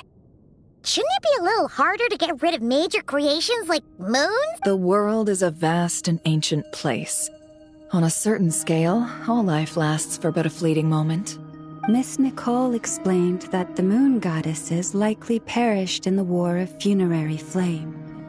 The moons themselves were also destroyed at that time, save for the Frost Moon, from which a new moon goddess was later born. Am I missing something then? 'Cause the stories say that the moon goddesses were born on the moon, but doesn't Columbina say she was born in Nodcry? Huh, you're right! Why do their birthplaces differ? What's the difference between the two generations of moon goddesses? Also, remember what Sandrone said? Her scans detected 4 moons. In other words, 4 moon marrows. Technically, the result of the scan means that 4 moon marrows were detected and positively identified as moons in that moment. In other words, this piece of information alone isn't enough for us to know how Miss Columbina is doing right now. Yep, we have no way of staying up to date on whether she's dead or alive. She's on her own for now. But at least she's trying her best to get back to us. Yeah, she's a tough cookie. And a sore loser, too. We have to trust that she'll find a way. Because we really need her power. As much as it pains me to say it, we've got no chance of beating Dottore in a straight-up fight. He's much too powerful. It wouldn't even be close. That maniac is going to devour everything in his path until he reaches us. We need to find someone or something that can stop him before he does anything worse. I'll be frank. Our only hope of defeating this false god is with a real moon goddess on our side. I'm not just saying this because Columbina's a friend and I want her back safe and sound. It's just the truth. And I know that even she was no match for him when he attacked, but I don't have a better solution. We're not giving up on saving her, whether she can defeat Dottore or not. Right. Don't worry, Miss Sandrone. We're all aligned on saving Columbina.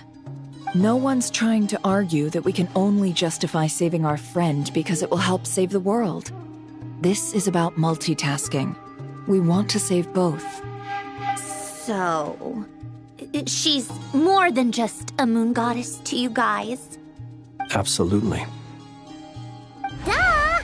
She's part of the gang! And you are too, you know. Yes, I know. You don't need to labor the point. I knew that the moment I came running over with my documents that I was part of the in-group. I mean, if Arlecchino can fit in, I certainly can. Anyway, as for how we get Columbina back, I've been working on it constantly. But I think I'm still lacking certain information about the moon. I'd probably get there if I could continue my calculations, but the problem is, I've run out of computing power. Computing power? You mean, you need more energy? No, the issue isn't energy, it's processing power. There's so much data to get through that the whole process has just ground to a halt. That's a tricky problem. René de Petrichor of the Nazitzenkreuz Ordo once foretold the fate of the world. But I don't know how he did it. My guess is that he used the primordial sea's power. However, that won't work for me. His methodology was vastly different from my own. What's worse, they're incompatible. And, to top it all off, we can't even leave Nodcry. Ugh, this is so annoying. If I'd known we'd run into a bottleneck like this... Well, no, the design bureau's a bust as well. Curse that Dottore! Couldn't have made this harder for me if he tried. Oh, what do we do then? How about we grab a bite to eat and take a break? Maybe something will come to mind after you've cleared your head. You don't get it, do you? I'm trying to calculate the fate of an entire world here. And I need accurate results, not big prophecies. Where the heck am I gonna find the computing power for that? Ahem. Anyway, time to shelve the discussion on technical difficulties. Being a killjoy isn't very ladylike, after all. Either way, we've done what we can. Rest well, everyone. Remember to let us know if anything new comes up. Hawkeye? Is he hinting that we should talk outside? Let's go somewhere a little more private.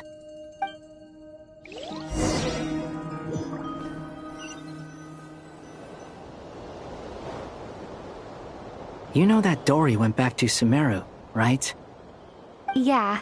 She mentioned she was planning to head back. Things aren't looking good for Nodcry. She's gone to spread the word so that Sumeru has a chance to prepare for the worst. From what I know of Dottore, there are two possible reasons why he hasn't made a move yet. One is that he's still working through some kinks in his new powers.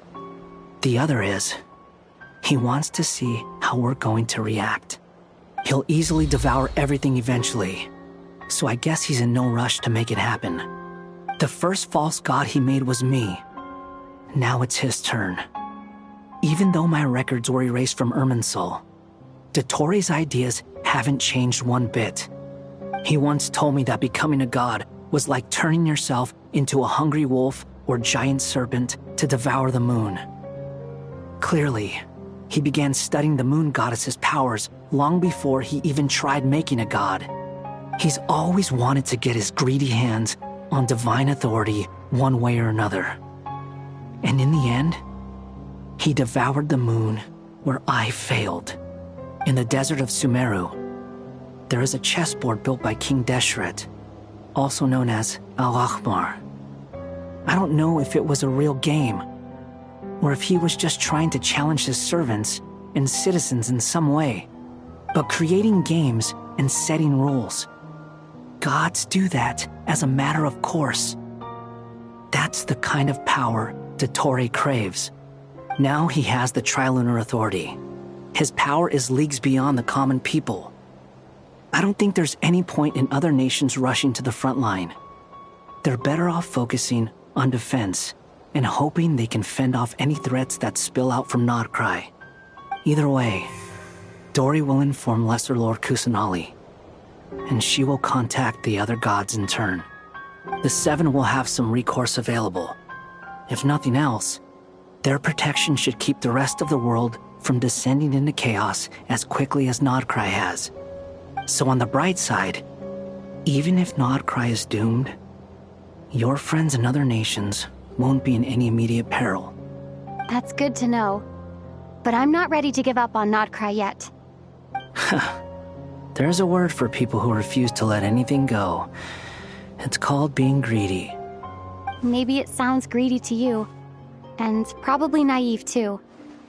But whatever you call it, that's what gives me the determination to keep fighting. Battles are fleeting, but the will to fight is a long-term commitment. Give up for even a moment, and your resolve will shatter. Why do you always feel the need to do the right thing? No one is born to be a savior. I mean, who's gonna criticize you if you fail or give up? Don't take this the wrong way, but Dottore said something similar to me. I guess the Fatui attracts people who don't believe in saviors. Not necessarily. It's less about belief for me. I just want to know how determined you really are. After all, I don't owe anything to anyone else here. Only you. You look kinda worried. If your arch-nemesis was about to achieve their ultimate goal, I think you might feel a little worried too. That's true. Dottore is about to become an omniscient, omnipotent deity. That's gotta be a bitter pill to swallow. Still, you're calmer than I expected. Obviously. I have to admit that my past self was a reckless fool who misunderstood not only the point of revenge, but how to achieve it. And as much as I want my vengeance, I know I'm not gonna get it by acting alone. If the world's taught me anything, it's to think before I act. Too bad it never taught me any other virtues, though. So, I am going to destroy Dottore, no matter what it takes. So, what's your plan? I'll get to that. First, tell me, what do you think of Sandrone? Just like Paimon said, she's a friend, part of the gang. How much do you trust her? This is a serious question. Think carefully before you answer. Although she's with the Fatui, she has her own values, and she's helped us a lot. If nothing else, she's clearly going the extra mile for Columbina. I see no reason not to trust her. If you say so. In that case, the three of us need to talk. I have some thoughts about her computing problem. It can be solved, but it will come with a cost. How much? If I can afford it, I'll cover it. Sometimes your heroism really backs me into a corner. You know that? Come on, let's go talk to her.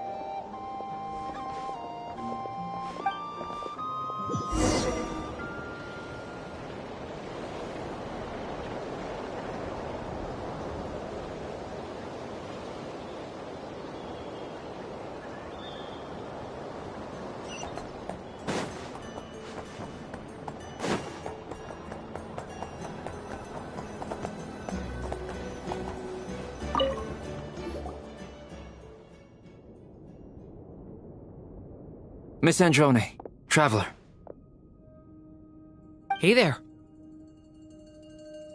Paimon's here too! She was just helping them sort through their things. How did your chat go? That was fast. The call only just ended.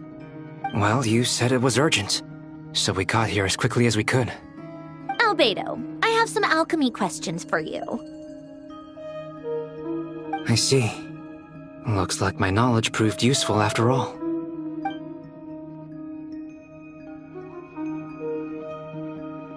If I might ask, what is the end goal for the modified formula you'll be using? I needed to predict the future of the entire world. But I've run into some teething issues since trying to implement Renee's theory of the 4 Orthants. I see. I'll have a look at it. Still, computing power is the real issue here. How do you plan to solve it? About that, it's been sorted. Oh, with the Traveler's help? Actually, you're not wrong. She found the person with the solution. Was it Hat Guy? Yeah, it was him. Wow! Go Hat Guy! Seems like all that time studying at the Academia is paying off big time. But where is he? Wasn't he the one who asked Albedo and I to come here? Come with me.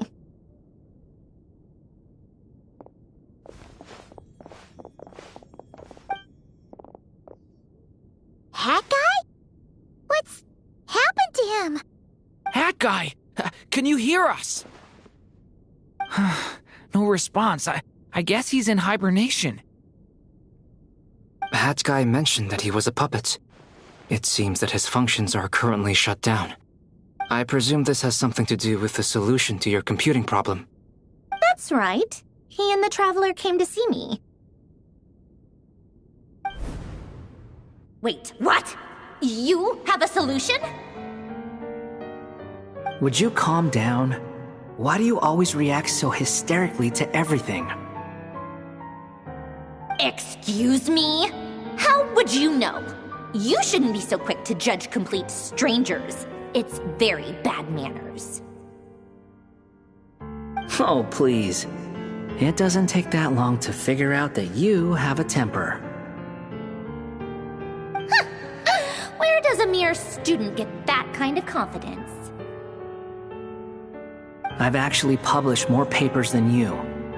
Not that status counts for much. Even Paimon's applied for academia admission. Huh? Are you serious? See? This is why I can't be bothered to explain myself. She recognizes no one's skills but her own. Okay, fine. I'll hear you out. So, tell me, how do you propose to solve my computing power problem? This world itself is constantly processing all kinds of information. If it's the world's future you're trying to calculate, you need a processing device that's designed to cope with that volume. Easier said than done. Only Irminsul can handle that kind of... Wait, is that what you're suggesting? But surely we can't just plug my formula directly into the ley lines. You should be able to tell that I'm not human, right? Yeah, I noticed.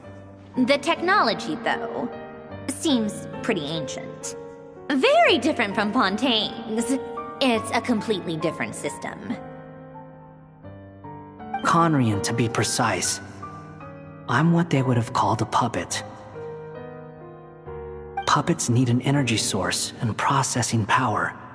The artisans who built them sought out the materials most suited for that purpose. You? Do you mean... The Traveler and I have talked it over. She's willing to vouch for you. So, I'll allow you to borrow my core for your calculations. It was built using wood from a silver white tree, which makes it a small part of Irminsul. Conrian technology and Irminsul wood. Who in the world could have built you? Are you sure about this? A puppet without its core will cease functioning completely. And if it's left in that state for too long, it might not recover. You could die if you do this. You do realize that, don't you? I can put two and two together, yes. No need to rub it in. I won't lie to you. This has never been done before. I cannot guarantee your safety. Doesn't matter. I'm prepared for the worst. Did you two actually talk this through? Is he... Are we really considering this? Yes, we discussed it. The bottom line is, he trusts me and I trust you. Let's give it a shot, shall we? Honestly, I have no clue where this kid even came from. But for whatever reason, he lent me his core to use in my formula. I'm very close to finishing my calculations now, and the core is currently in use. So I'm sorry, but I can only show you a sketch right now. This is what the core looks like. A silver white branch. It certainly matches the legends told about Irminsul. Is Hat Guy gonna be okay? He's not gonna die, right? In theory, he should be fine. As long as we put his core back in time. Beyond that, all I can say is that I'll try my best to avoid risk and make sure the core doesn't sustain any damage. I think I know why you called us here now. Someone needs to watch over his body. and make sure it's protected until the process complete. Correct. He said that the only ones he trusts here are you two, and the Traveler. And the Traveler will have other work to do. He will have our undivided attention. Aww. On a more positive note, things are progressing steadily on my end. I'll call everyone in for a meeting once the results are out.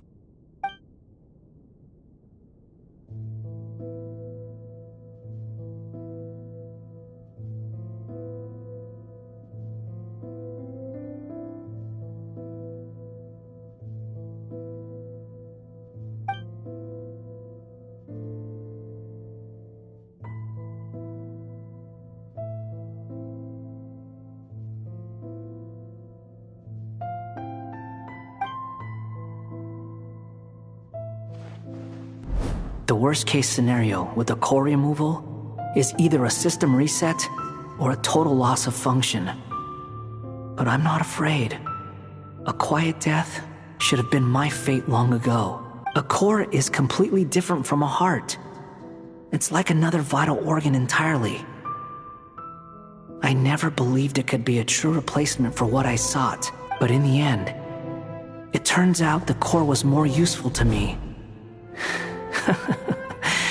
Pretty funny when you think about it. It's like the punchline of my entire life. Do you think there's any difference between a puppet and a human? If not, then this would just be another samsara. I have already experienced both a past life and a next life. Part of me wonders whether I'm only capable of making this decision because I've become a real human. What's with that expression? Isn't this a good thing? Sandrone will succeed, won't she? She has to. She will. We all have to persevere until this is over. That's right. And I'll protect you all until the moment of victory arrives.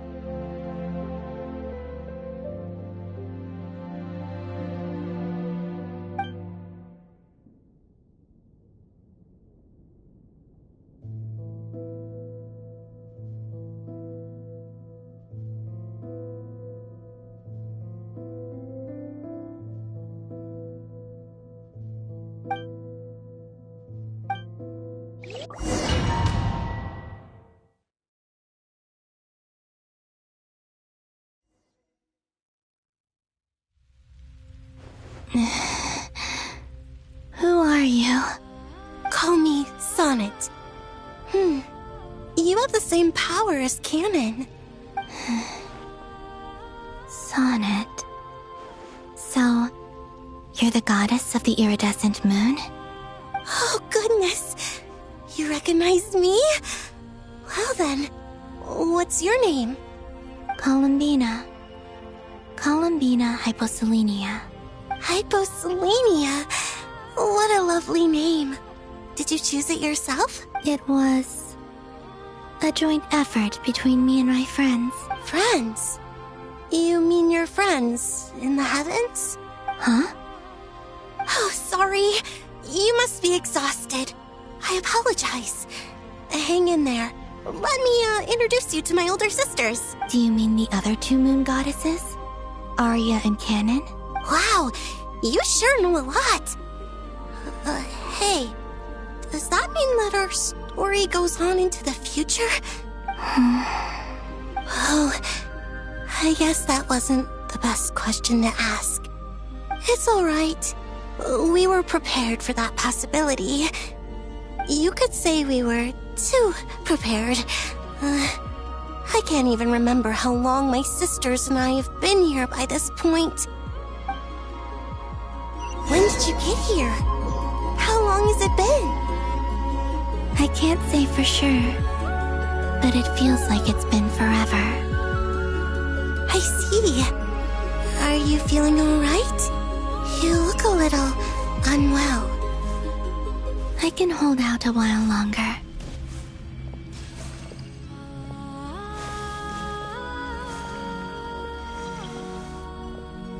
We don't have far to go. The place where my sisters and I are based is just up ahead. Don't worry, they're both really nice. I'll introduce you.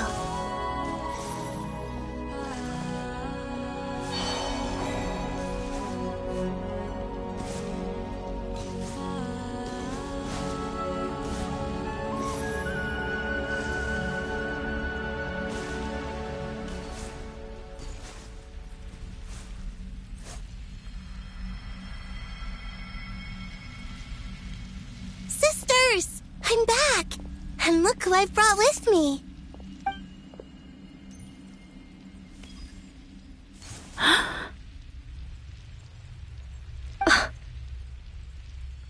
It's our lovely little sister, born in the far future. The pleasure is all mine. Allow me to introduce you to Columbina Hyposelenia. This is Arya, the goddess of the eternal moon. And this is Canon, goddess of the frost moon.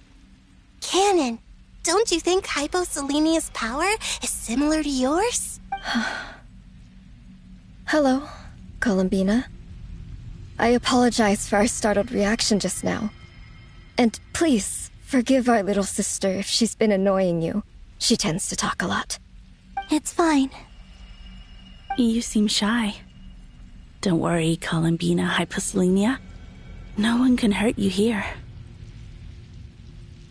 Could you tell me where here is? Please. I must know.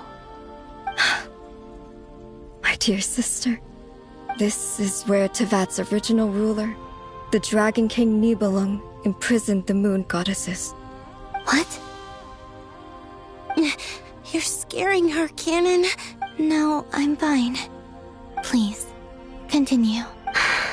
Nibelung, our original master, created us in the distant past to maintain Tevat.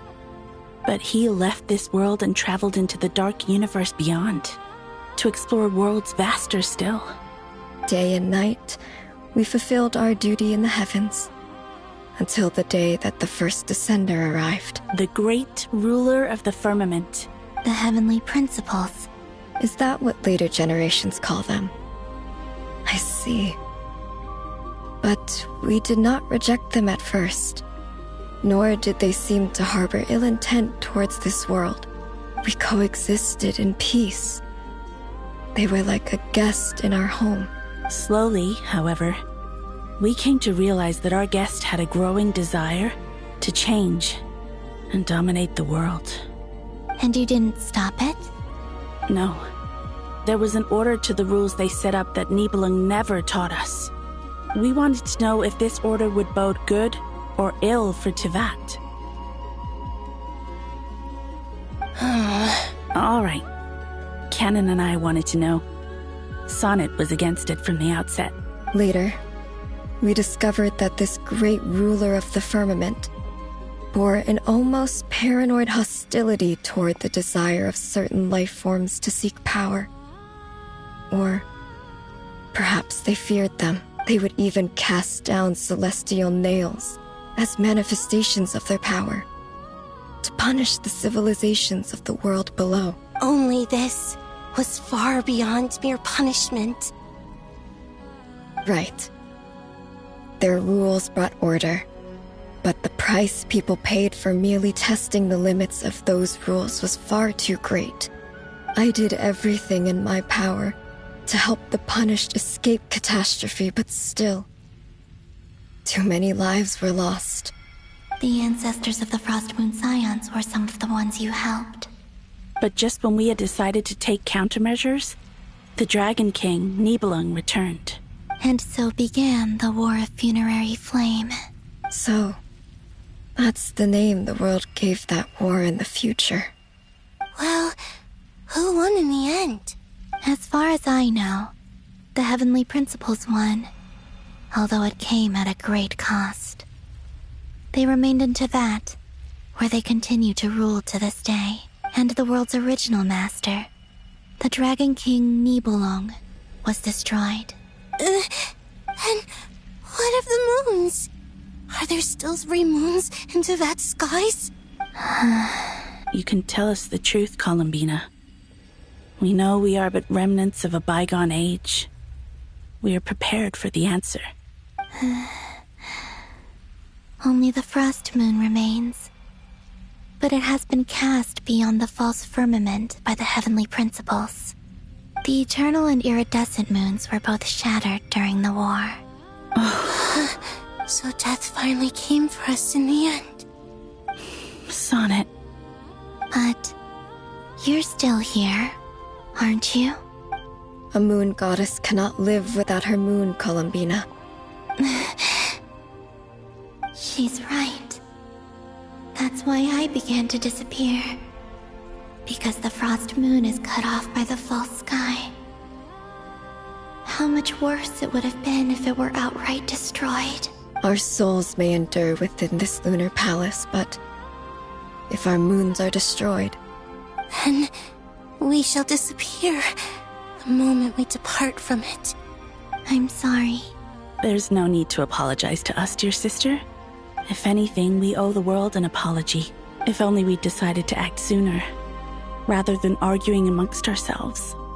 All the more reason not to spend this time in regret and repentance. Instead, we should focus our efforts on how we might help our future sister. Sorry? Don't you see, Columbina, your story is not yet over. Is that not why you are here?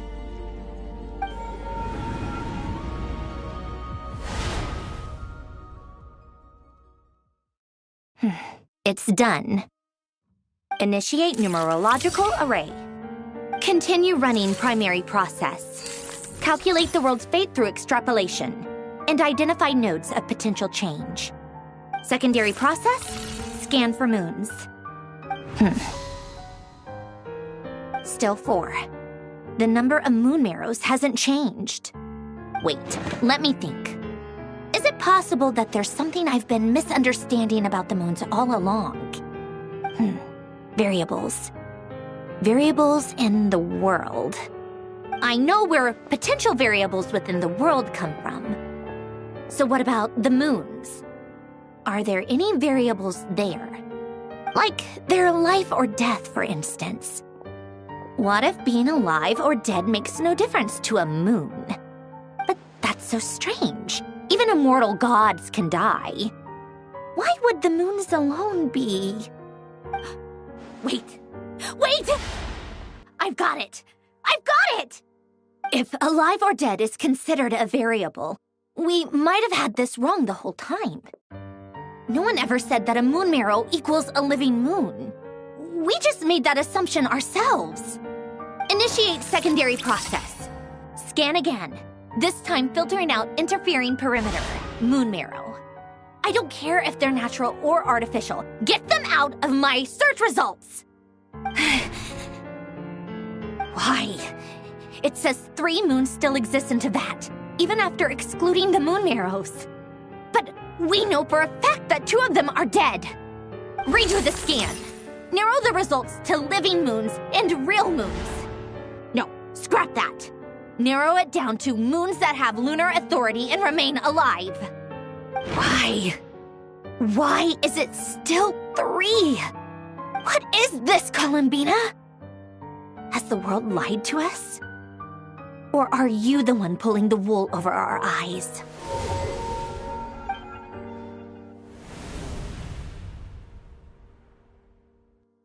So, you think that the moon's reflection might be where Nibelung imprisoned the 3 moon sisters?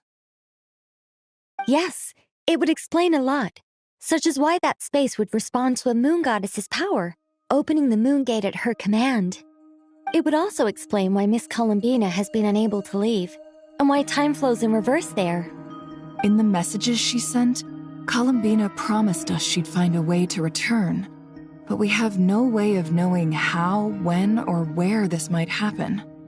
The fact that she still has yet to reappear in this world indicates that returning from that place is no easy feat. We cannot afford to simply wait for her. So you're saying, if she could return by her own power alone, she would have done so long ago? Yes, she certainly wouldn't leave it to this late stage when it's so touch and go. I've been giving this some thought, and I've come to believe that Luana's heart might be an anchor that she left behind, as a sort of future waypoint. This could also explain why Luana's heart is always by the Traveler's side. Sounds like a plausible theory. If that's the case, there must be some criteria we need to fulfill to allow Columbina to return to the present. The question is, what could they be?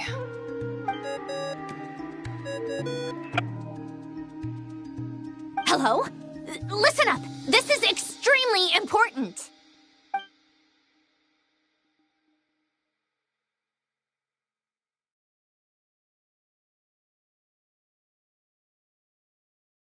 Not only is Columbina alive, but she may well exist in a form unimaginable to us. I'm still unclear on the details, but she's done something truly inconceivable in the past. And the clue to what she's done lies in the moon and Tevat's sky. Truly amazing. Oh, I'm so delighted for her. I'm sure we all feel the same. And I'm sure Columbina is ready to get back here and fight by our side. I'll keep my calculations going and try to find some way of coordinating with her. But that's not an excuse for everyone else to slack off, okay? All of you had better keep trying to think of solutions. How can the dead moon still live? And Luanatar...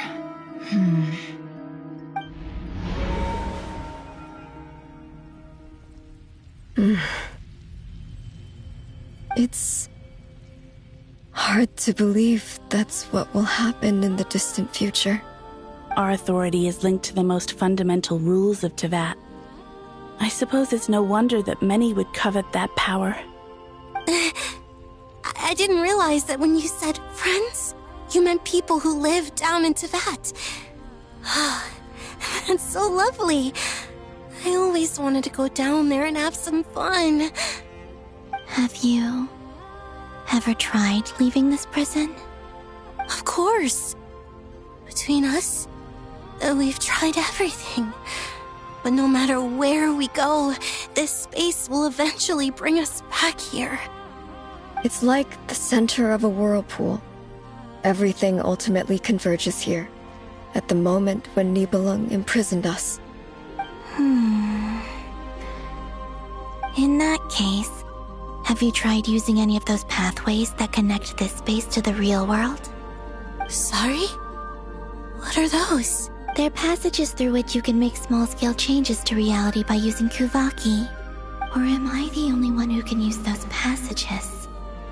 Because part of my soul remains in reality. Kuvaki. What is that? You don't know?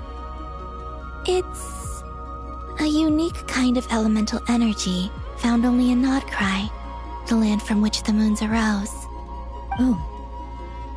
Well, it's true that the moons first rose up from the part of Tevat you say is called Nodcry.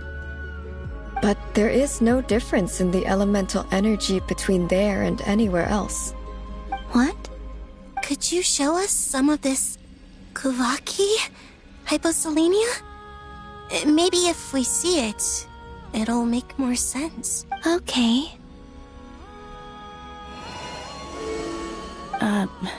Isn't that just your power? What?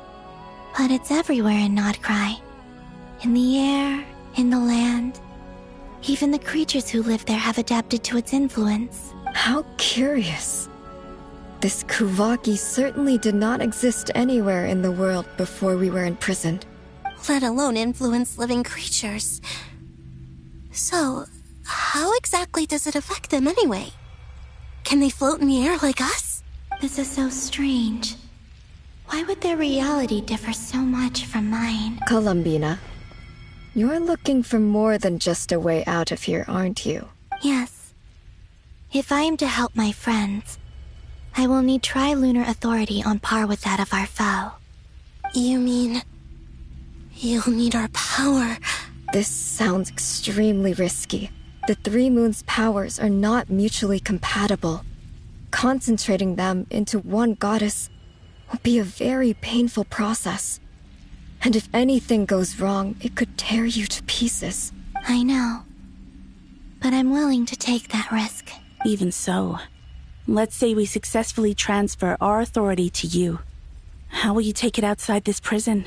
Nibelung constructed this realm specifically to prevent us from using our powers to interfere in his war.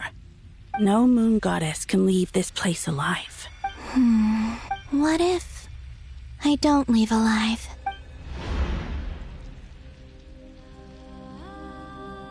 Where do we even start? How are we supposed to figure out what we're meant to do to help Columbina?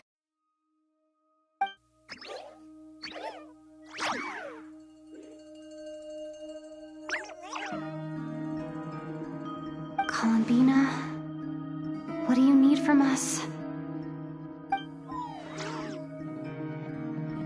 If she really got to the beginning of time in there, how do you think she'd leave us a message?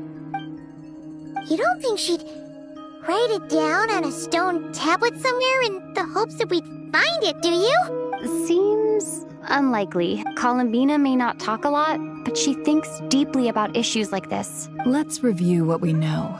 This is the Columbina who fought alongside us against the Reikir of Solnari, and with whom we celebrated Moon Prayer Night. She knows our personalities, our ways of doing things, even our unique strengths and abilities. So, if she wanted to tell us something from a long, long time ago, what would she do? Oh.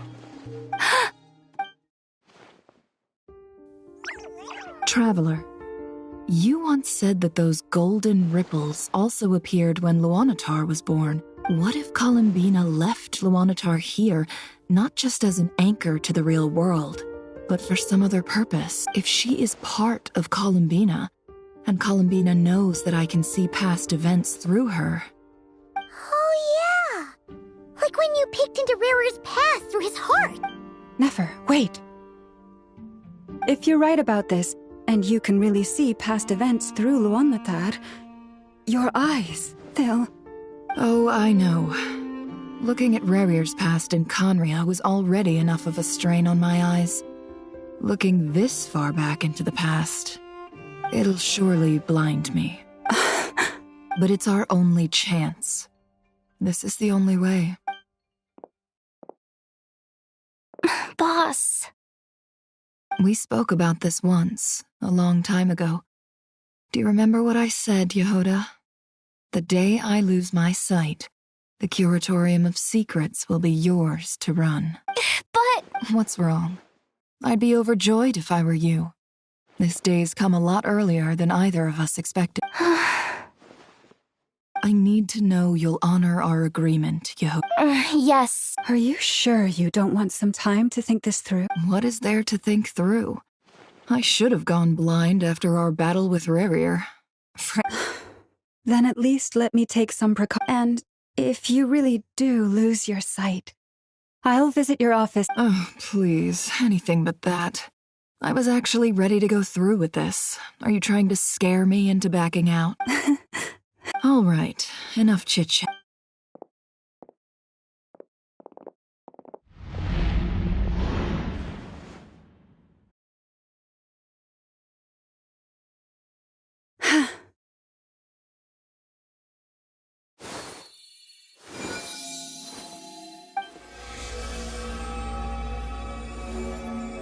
All done. Good. Now give me some space. Come on then, little one. Show me what happened in the past.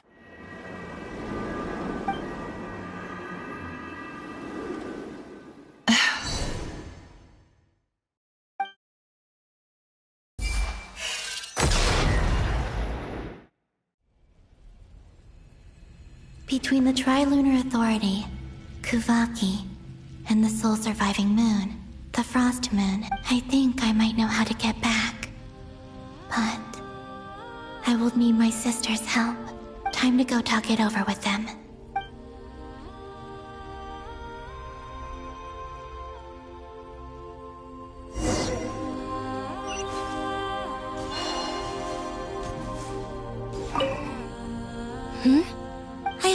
not too dangerous. You really scared me when you said that thing about not leaving here alive. Come on, let's go find the other two.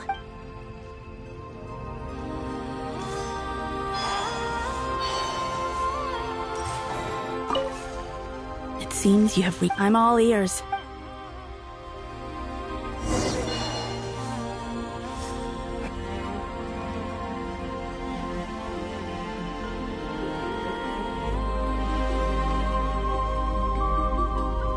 Have you figured it out, Columbina? Tell us. How do you plan to leave this place? I intend to die here, in this moment, and then be reborn in the future with the help of my friends. What? What are you saying? How can the dead be reborn? And how will you inform these future friends of your plans? You can't exactly leave oracles. Nothing can escape this place. Not a single ray of moonlight. And even if you found a way, what if they never find the message you left for them? No, that won't happen. Come again? They will find my message. I'm sure of it. I'm not following. How exactly will you achieve this? It's quite simple, really. First, I will leave my soul here.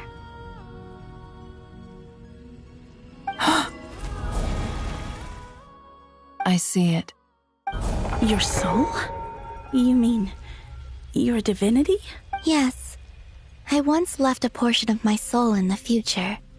One so small that this prison barely noticed anything. In this very moment, she can resonate with my soul across time. When the time comes, I believe that she can serve as an anchor to pull my soul from here back to the future reality. Just as gravity connects the world to the moon. Exactly. In the future, where I came from, the moon has been cast beyond the false sky, but I can still feel that it is there.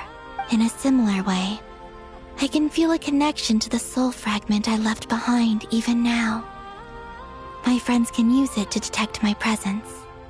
But how do you just leave your soul here? Is that even possible? On my way here, I met an ordinary mortal who entered this place long before I did. Her body is long gone, but her soul remains. And before that, I encountered an old enemy whose entire soul survives here intact, while the power that once corrupted his body has faded away. So, perhaps this space is specifically designed to imprison divinity and authority, but not the physical body. Still, even if your body can escape, would it not just be a lifeless husk without the soul inside? Wait, is that what you meant when you said you wouldn't leave alive? Yes. I shall turn my body into moonlight and pour it over Nodcry. That power shall protect the land and quietly blend into it, awaiting my soul's return in the future.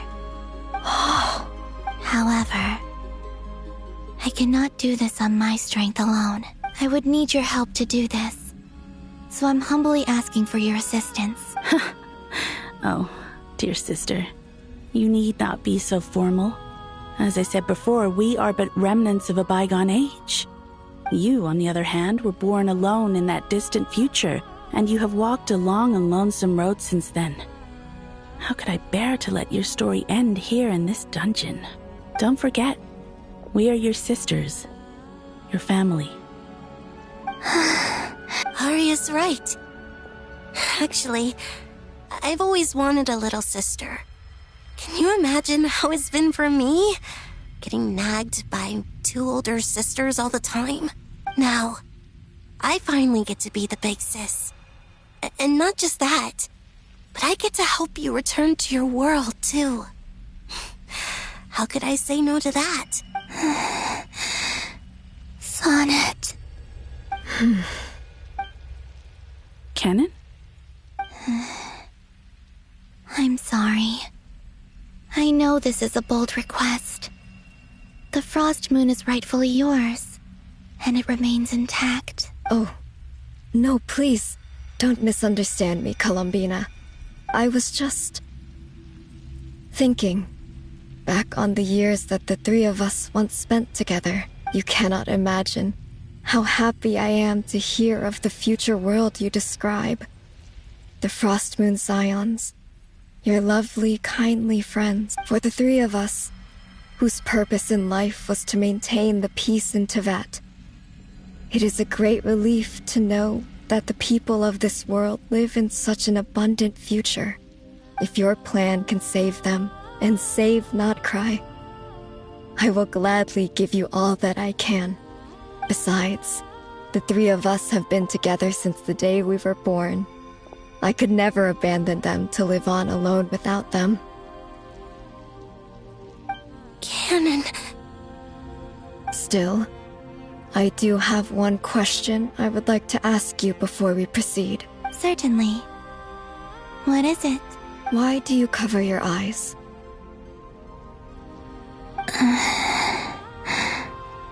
Yeah, I was curious about that too. But it seemed personal, so I didn't want to intrude. There was a time when I refused to look upon the world.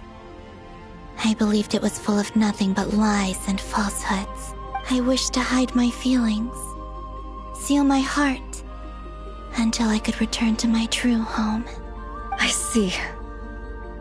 Perhaps that decision saved you from ever having to see the false sky again. But at the same time, you likely missed out on many true and precious things, like the smiles on your friends' faces. Promise me this, Columbina. When you return to the future, open your eyes, take a look at the world around you, and see your friends. I'm sure that you know this already, given that you long to return, but that is your true home. Give me your hand, Columbina. Arya, Sonnet, you too. Okay. All right.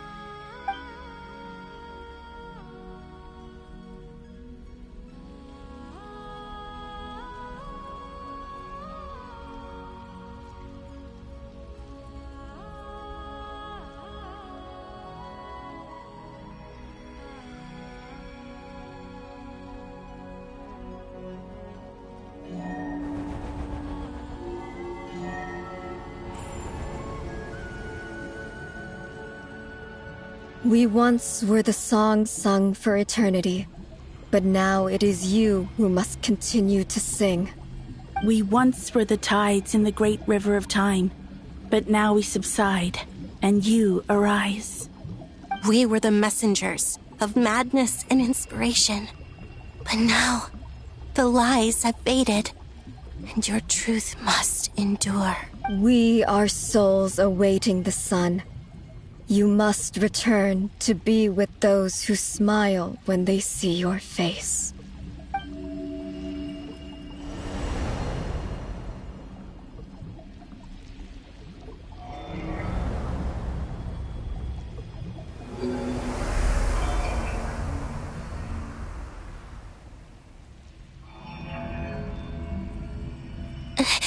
Is it done?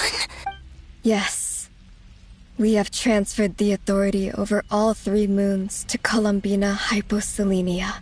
From this moment on, she is the Tri-Lune Goddess, the one and only moon goddess of this world.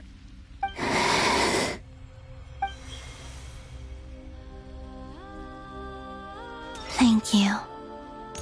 Thank you, my sisters. Now go, and do what you believe is right, Columbina Hyposelenia. Be aware that we cannot grant you the power of the 3 moons beyond these prison walls. The conflict that arose over their remains following our disappearance will still take place. I understand. Sisters, oh, my body. It feels... Now that we have given up our power and authority, our bodies are merely mortal shells. This prison is dissolving them as we speak. It's okay, Sonnet. The end must come for every god, just as it does for every human. That's all this is. The final destination of our lives. Canon and I will be by your side the whole way. We have one final request, Columbina. Could you use the Three Moons' power to send us back into the real world? Now that we have lost our powers, I doubt this space will seek to hold us further. It's just... we would like to spend our final moments together in the only place we ever called home. Of course. Gladly. Sonnet, don't... I wish I could tell her not to give in to the abyss. Not to be afraid. But is this really what I should say at this moment? Don't forget. I'm so glad to have a big sister like you. No, Hypo. I'm okay. I'm not afraid. As long as my sisters are with me, I won't be afraid. It looks like this is goodbye, sisters. Goodbye, Columbina. Take care of this world in our stead. I will. And now, it's time for me to bid farewell to my body, too. May it become the moonlight that keeps Nodcry company through the long years ahead. So this is why Nodcry was not always home to Kuvaki. It only appeared after I poured my body out upon this land, and only this land. Kuvaki responds to me because it is me, my body, answering the call of my soul. And the golden energy I've encountered on my way here was, in fact, that very soul, which I am about to leave here to guide me. O power Trilune, eternal moonlight, I, Columbina Hyposelenia, lay aside my body. Let it be cast into the dark night to illuminate the future. May it be a companion to all who dwell beneath the moon.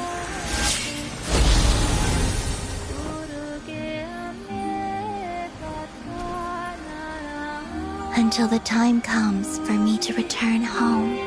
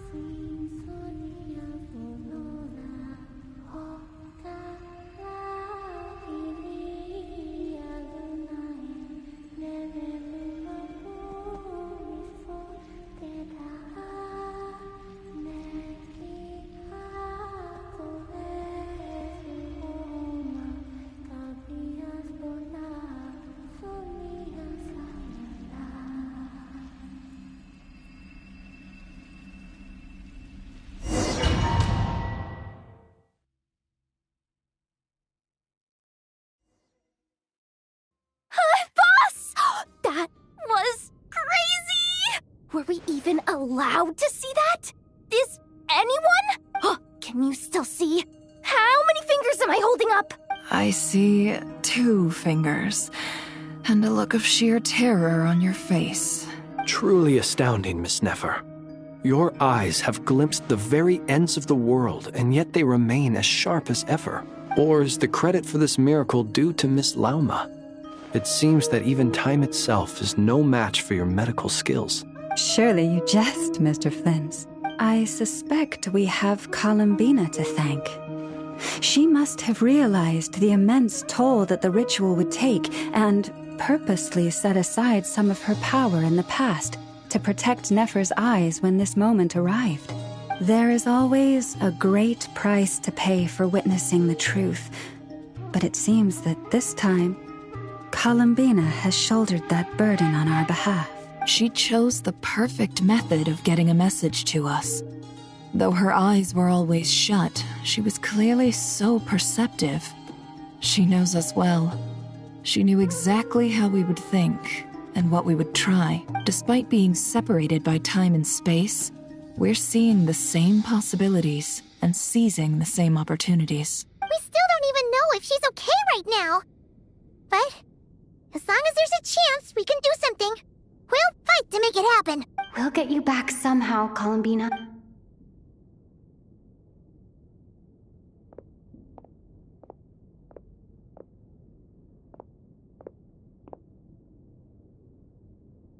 Well, based on the information we now have, let's figure out our next moves. Thanks to these gentlemen, we have a much clearer picture of the situation with Dottore. The civilian population has been moved to safety, so we no longer need to hold back. Miss Androne, how are the calculations going? So far, so good. I'll keep seeing how far I can push the system, though. Can't have Hat Man being powered down for nothing. There's still a long road ahead. Where should we begin?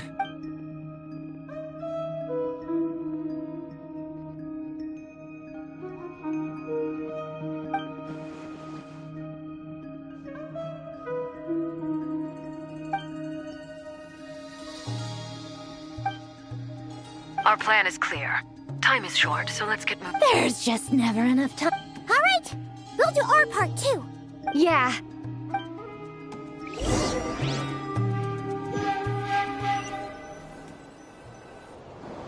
Albedo's theory says that elemental energy can dilute the light realm's power, but I'm no expert in building elemental defenses. Sounds like something out of the advanced elemental theory section of the library. Whew.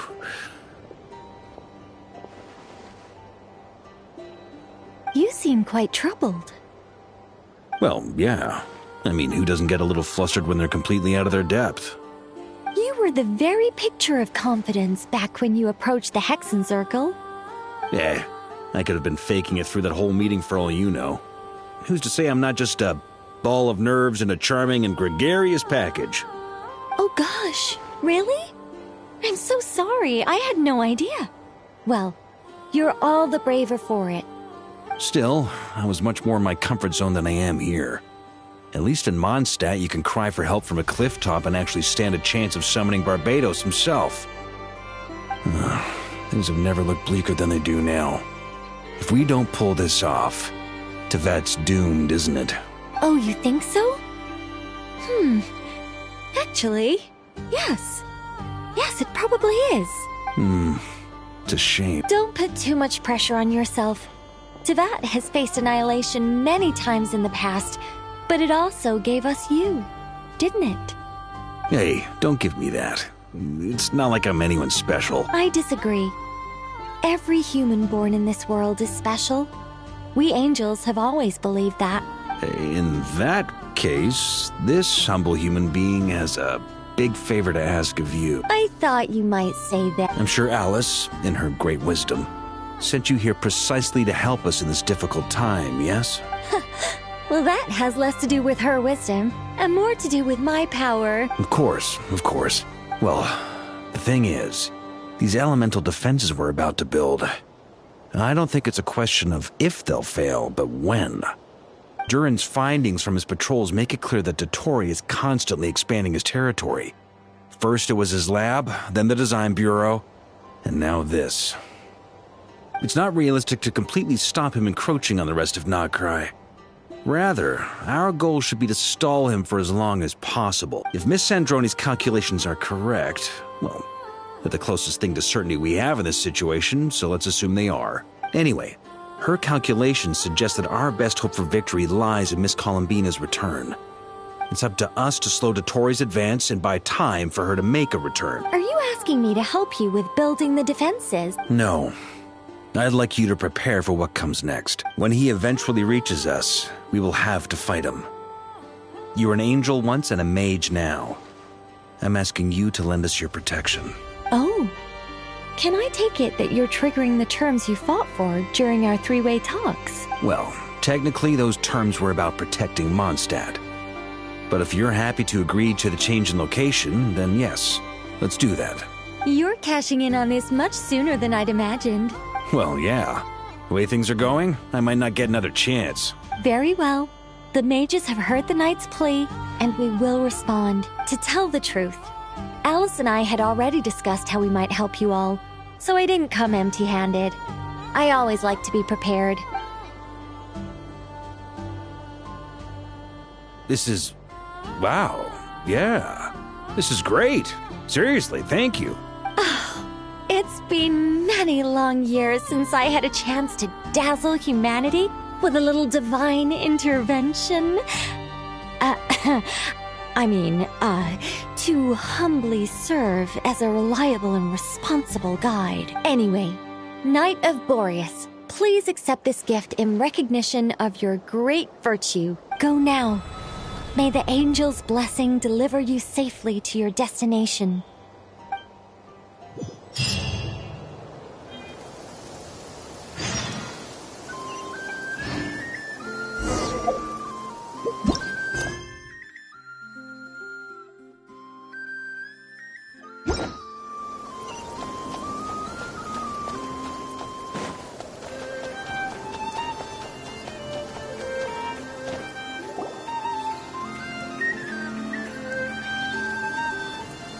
You're here. Sandrone! How are things going? Glad you asked. You two are about to become the first people to lay eyes upon my masterpiece. Or should that be the first person and the first, specter? Hey! Whatever. Come, feast your eyes on this. Wow! We've never seen something like this before!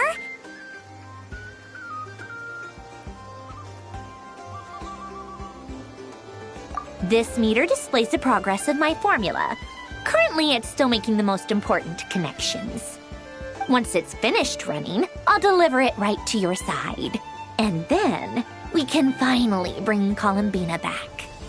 What do you mean, deliver it? Can't you just tell us over the Dodo communication device? It'll just be some numbers, right? Ugh, you're such a greenhorn.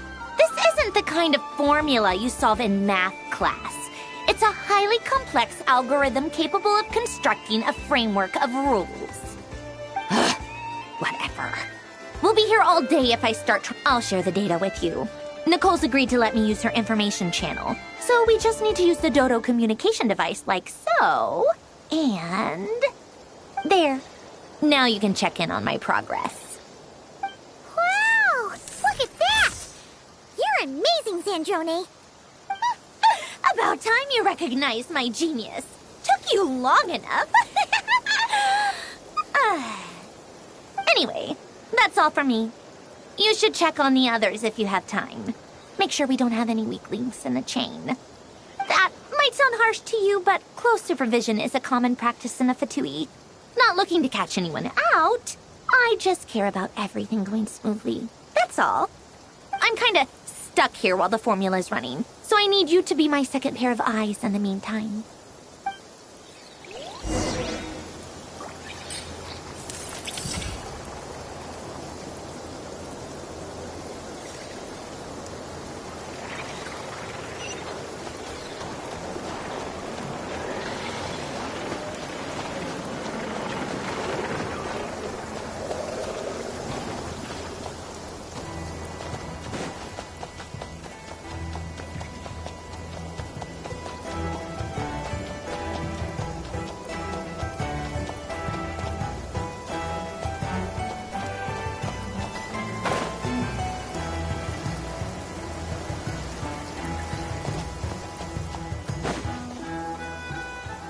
Thankfully, Miss Nicole has come to our aid. Nasha Town is now looking very well defended. Golden Flame. Yes, that's Nicole's power, all right. Based on the latest message from Grandmaster Varka, it sounds like they've reached an agreement. The situation should be more stable with her assistance. Everyone will have at least some degree of protection. Albedo! Durin! Hello there, you two. Are you well rested?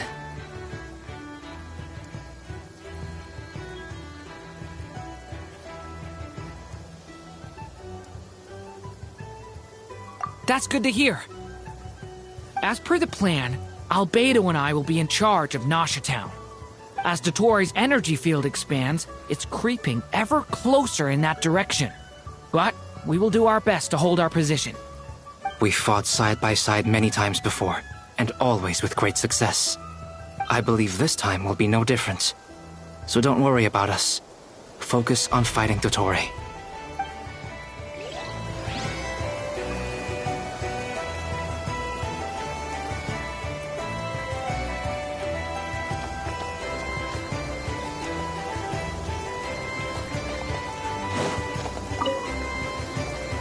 Traveler, Paimon, a pleasure to see you both.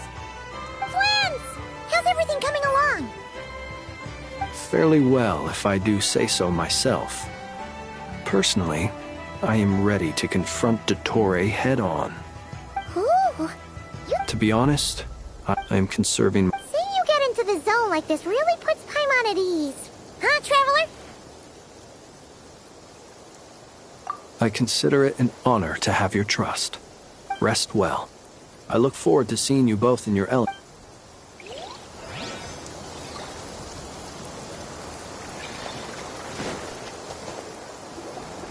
Yes, Miss Moonchanter?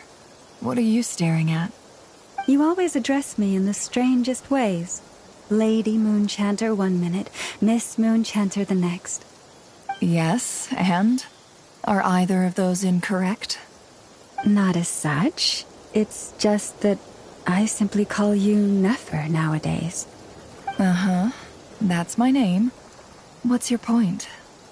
The point is I don't add any honorifics or titles. Meaning what? That maybe we're on friendlier terms now than we used to be. Is that how you see it? And I thought I was the one with eye damage. Paimon, Traveler. Just swinging by to check in on you. How are things going? Did you manage to get some rest? Don't worry about me. And I give my all to ensure our victory. Ah, yes. Allow me to give you two a quick checkup. All done. You're both in good shape. You're welcome. You'll have your work cut out for you in this battle against Dottore, so make sure to get some rest in first. Paimon will keep an eye on her. Don't you worry. I'm glad to hear it. Take good care of yourself, too, Paimon. Sure thing.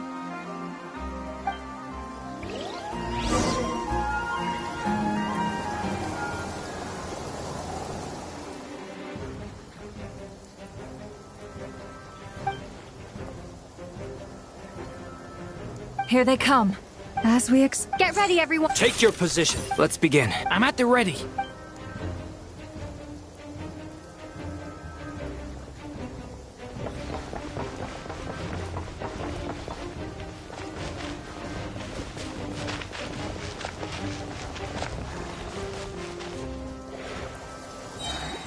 No waste of time. Yours go.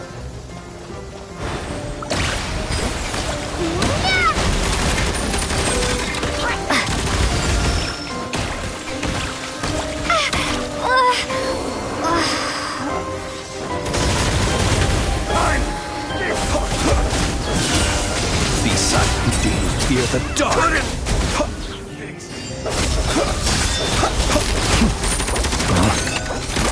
It's a grave situation. Run while you still can. There's nowhere to hide.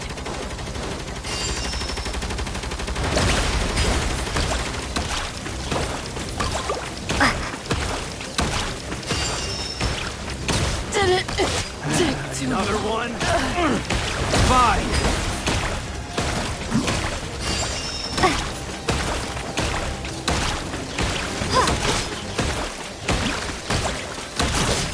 Water You're jet! pretty strong.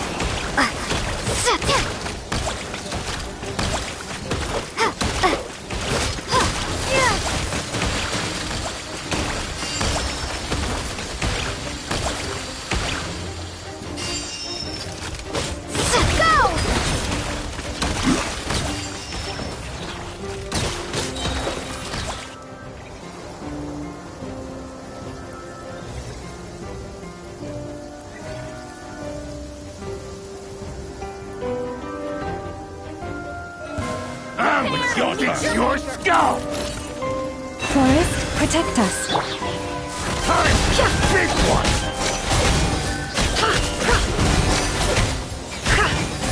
Couldn't be so quick!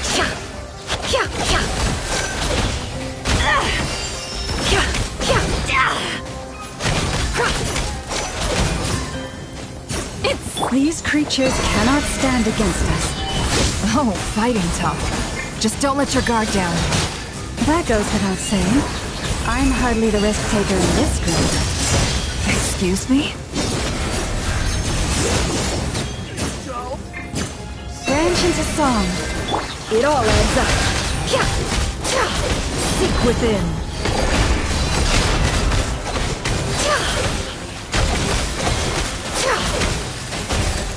Let's do tomatoes.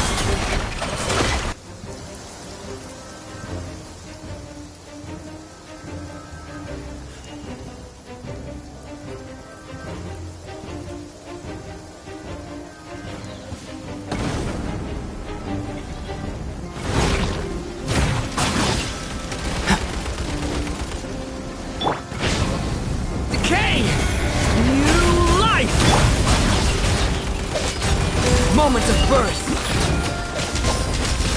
Huh, that was easier than I thought. Naturally. What do you mean? Is it because as created beings go, we're of a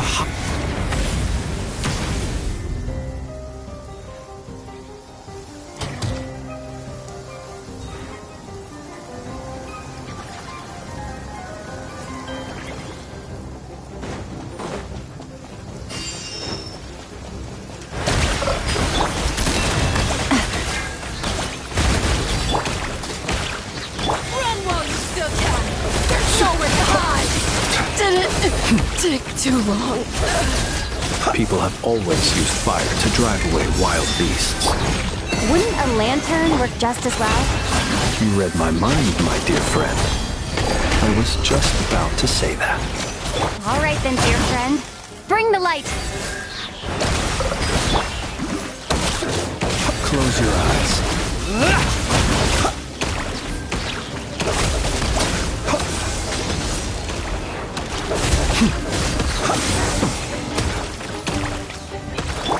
Branch into song. The night cometh. Observe. Water jet! No more lies. The deception ends here.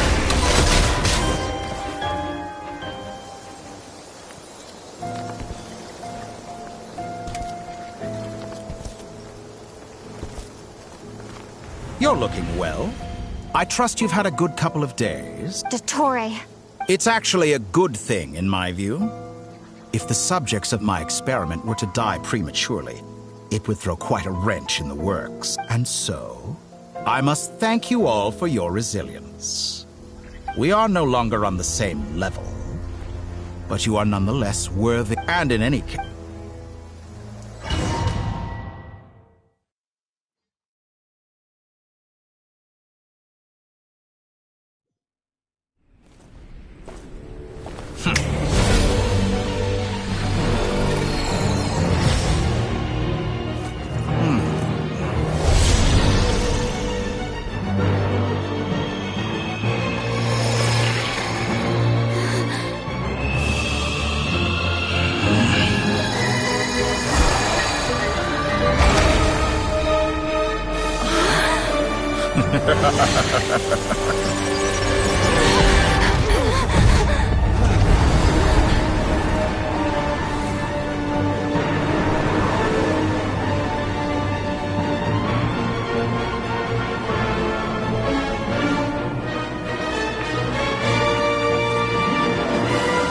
the experiment begins.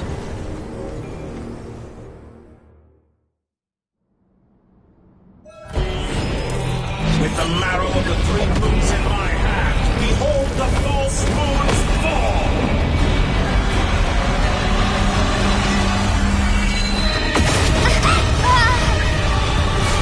Pathetic!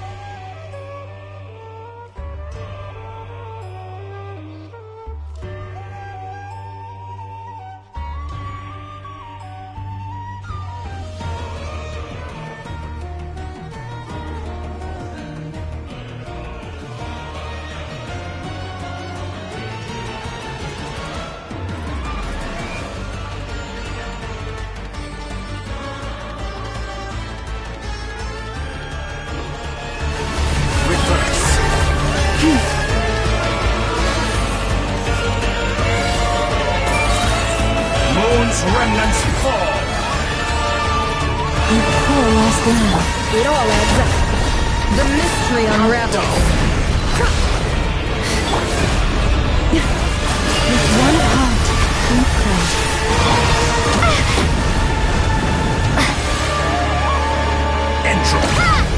Wipe out! Close your eyes. Beware the creatures of the night. That's more like it. Some results of value. Did you honestly Can't think hide that the would truth. hit me? Receive my blessing. Be shut. Close your eyes. Be silent. Water jet! First, like an ant in my palm. I've been moved inside another space. And it's sealed off. Looking at the structure of it, it seems like the Torre intends to trap us here. There's no exit. Our endurance is about to be put to the test. Entropy bends to Water jet! Water jet!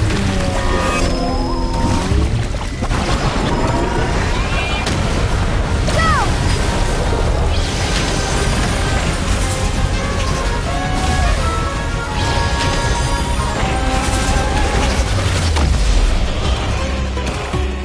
Water jet! reverse.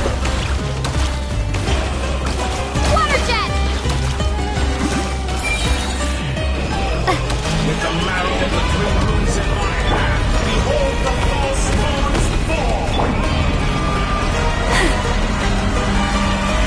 I am being tested. Confident? Did you honestly think that would hit me? Lush as the moon. Pathetic. Seek within. Entropy bends to me. Water jet! Such a simple attack, and you're Vengeance is already song. struggling. By the frost in the world. No more lies. Tell me, where will you try scurrying off to next? Looks like Dottore has opted for a divide and conquer strategy. But we will not allow him to triumph. Now, I shall pray for our victory. Receive my blessing.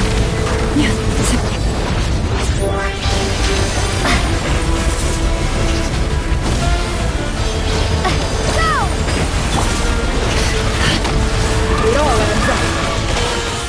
Can I Did you be honestly true? think that would hit me? Water jet! No more lies. Reverse.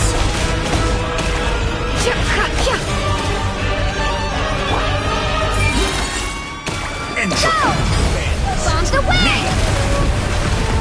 It all adds up.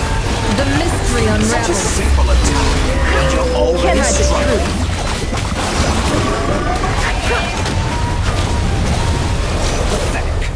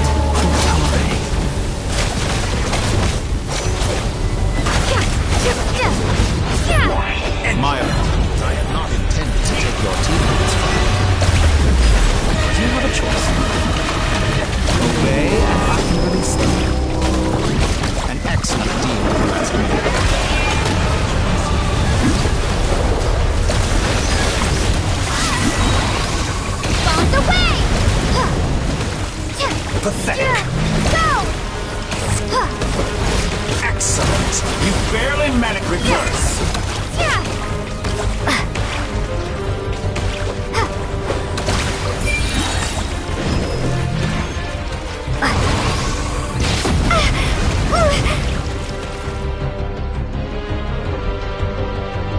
I'm aware you've been working on some little tricks to surprise me with, but it appears that none of them have come to fruition. My guess would be that you're trying to bring Columbina back. But then, where is Sandrone? Or are you trying to buy time for her? I always found their friendship to be a curious phenomenon. Two highly incongruent personalities, and yet they share a deep connection. Speaking of Columbina, I once saw her as like a younger sister. We got along quite amicably while she was with the Fatui. But then one day she suddenly decided she would refuse to take part in any further experiments. To this day, I truly don't understand what I could have done to upset her so much. It's such a pity. I could have had a sister, a family. But alas, she grew to dislike me. You're not fit to be family to her. That I can't deny. So many people, all obsessed with playing out the same tired old dramas. This world is rotten to the core. And then there's you. You had every opportunity to reach the right conclusion. The thought of killing you off like this? But I maintain that I approached you in good faith, so I will offer you another chance. Will you work with me? You have until I count to 10 to make your choice. 1, 2, 3. Not in a million years.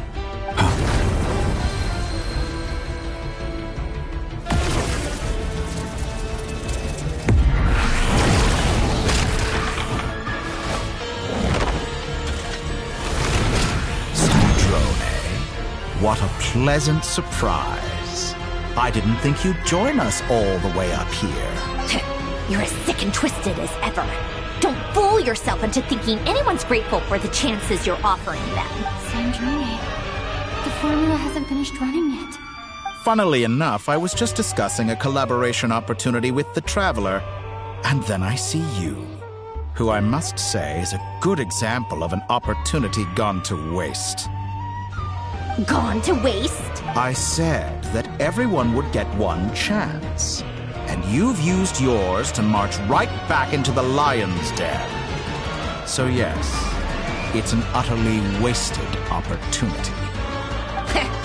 And what makes you think I believe a word that comes out of your mouth? I was planning on disposing of your little formula after wrapping up more urgent business here. Since you've taken the trouble of serving it to me on a silver platter, I can simply bring it forward in the schedule.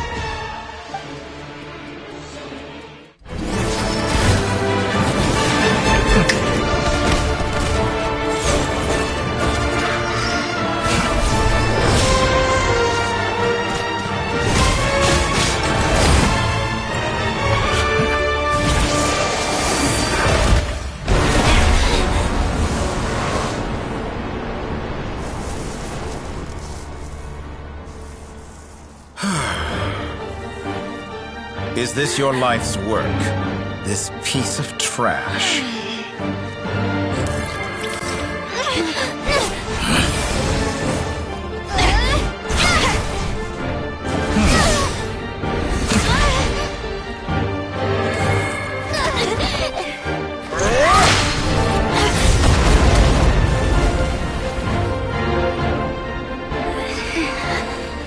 Your formula runs too slowly, Sandrone. You put your hope for success on others instead of fighting dirty. That is why you have failed. Now, whom should I slay first? Any volunteers? No one? How nice of you to leave the decision to me.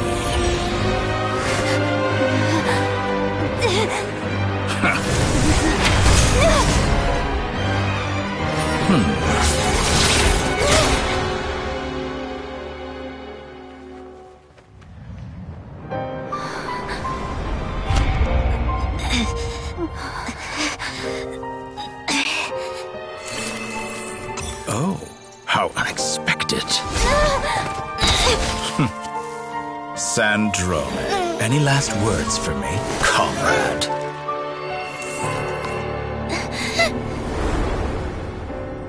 Is there anything you wish for?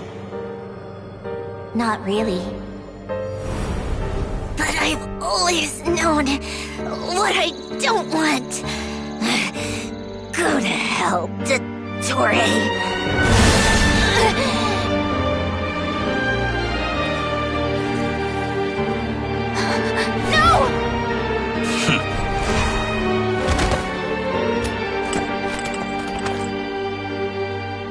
And now, you have failed.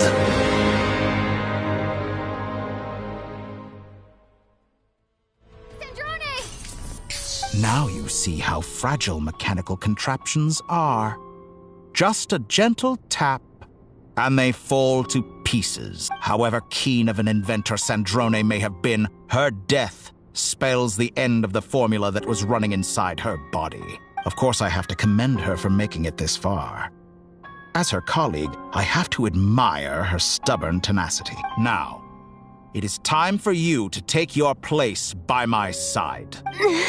My count was interrupted, but the second chance I extended to you still stands. Once again, you are welcome to join me. By now, I'm sure you have gained a greater appreciation for the power and authority I wield. What is stopping you from embracing a new world of endless possibilities? Not in the mood to talk? As you wish. You seem less talkative than usual today. I'll change the topic to something more apropos. Sandrone was always like this, never trusting anyone, always so reluctant to share her research with them. Objectively speaking, she had her strengths. It is remarkable how she extracted and even optimized the world formula from so much data. But her inability to trust was her undoing. Had she allowed someone else to monitor or run the formula for her, you might still have a chance at victory even now. But regrettably, she was a stubborn fool. As much as it pains me, she had to go. Dottore, maybe this is news to you, but people can change. Columbina surprised you when she escaped, and I think Sandrone would surprise you too. Change? You can twist the truth however you want, but I see it clear as day. You're the one who can't trust other people. Is that how you see me? By this point, what can you hope to do about it? It is pointless to fight on. You've already lost. Wrong. You can't win this, Dottore.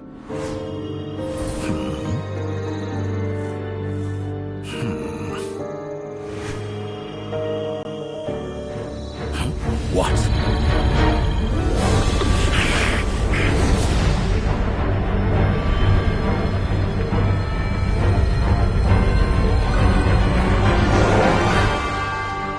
My formula can get us 90% of the way.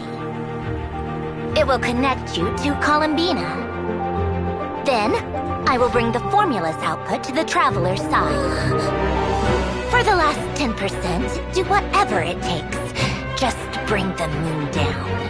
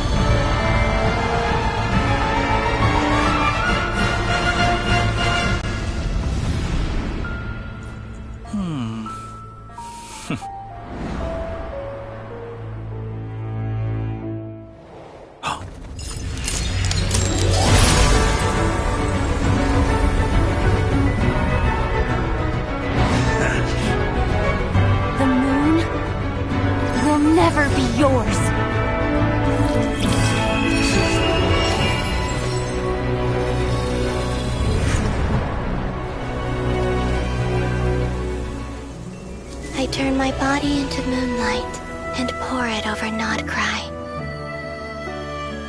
My soul, I leave here to inform my future friends. Lastly, I will hide the Trilune Authority within the Frost Moon.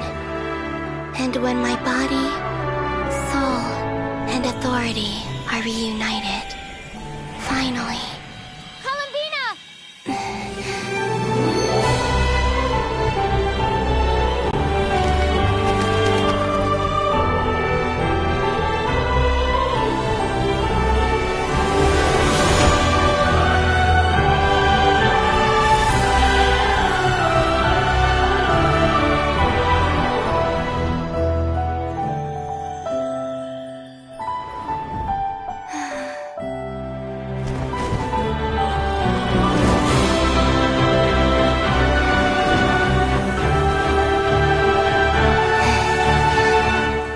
It's been too long.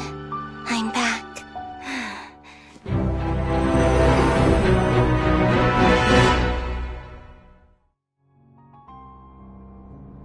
Stay focused on the battle, Traveler. What a touching reunion. Though I personally find myself repulsed by the sight of weaklings huddled together for war. Now, you're quite finished patting yourselves on the back. Show me how long before you drown! Watch out, Paulina! Face itself! I know. Wait for the right moment. We'll strike together. Moon's remnants!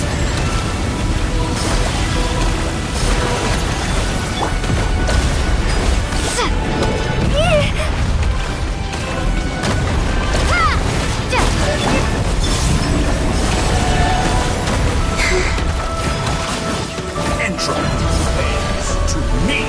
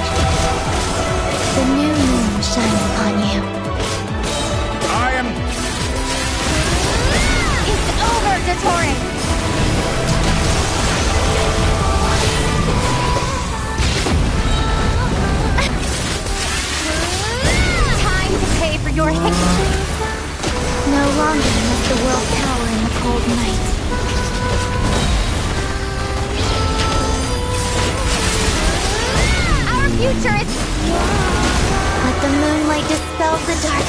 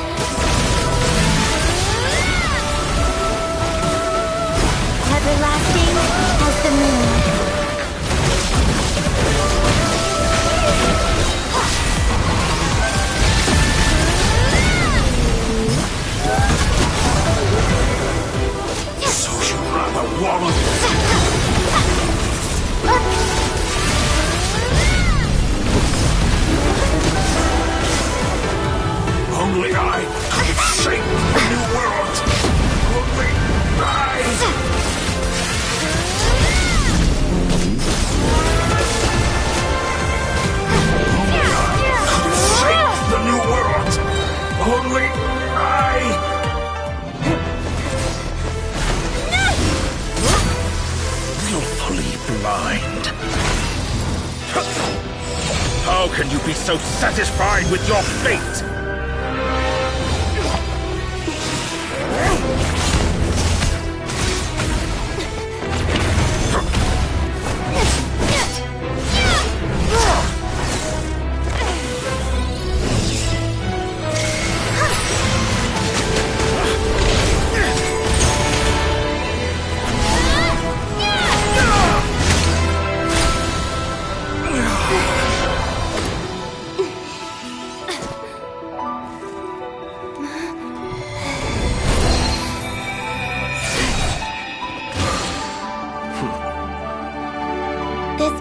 was never about fate.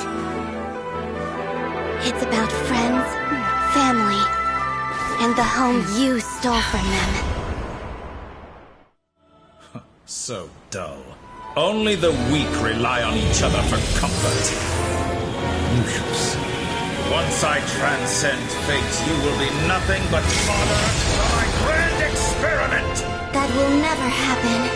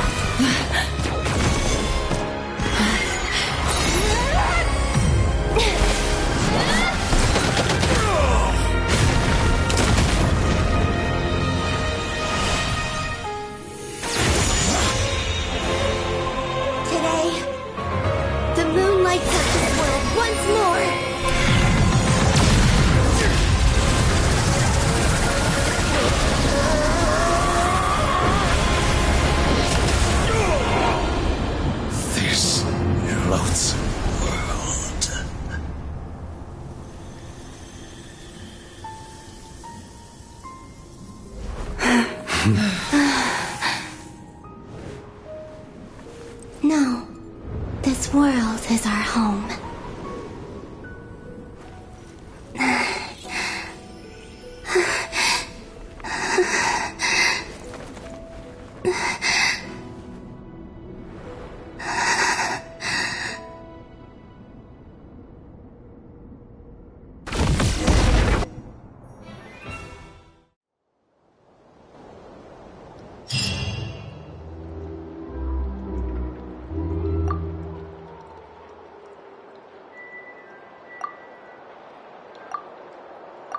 No, you're doing it wrong. The moon looks like this now. What are you drawing, children? The new moon, Mom. It looks different than before, doesn't it? Also... Can I go buy a sugar sculpture today? Please? Just one? All right. I suppose today is a special day after all. Almost like a festival. Extra, extra! Get the latest Nasha Express here! Post-disaster report!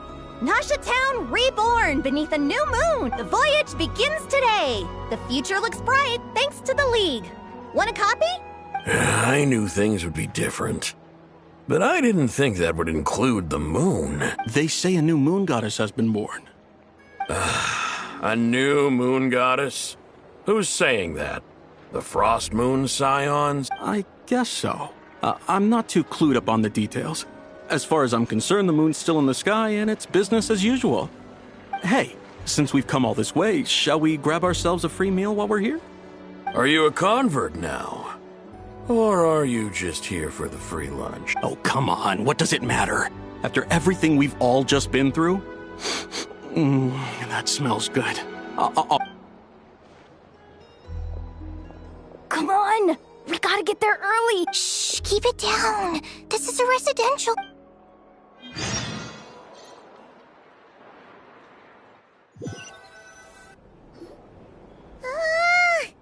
Why is it... It's okay. What about you?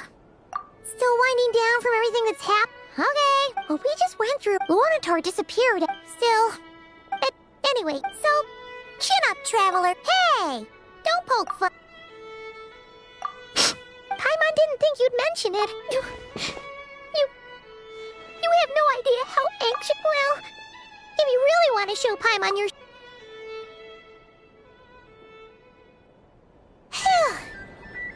Okay. Huh? Hey there, Traveler and Paimon. Good morning. Morning, Yehuda. Here for the... Oh, I've... Careful. Yeah, shit. True. Well...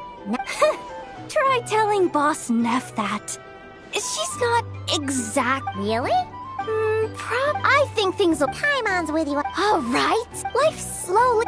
were you... Yeah. We're... sounds...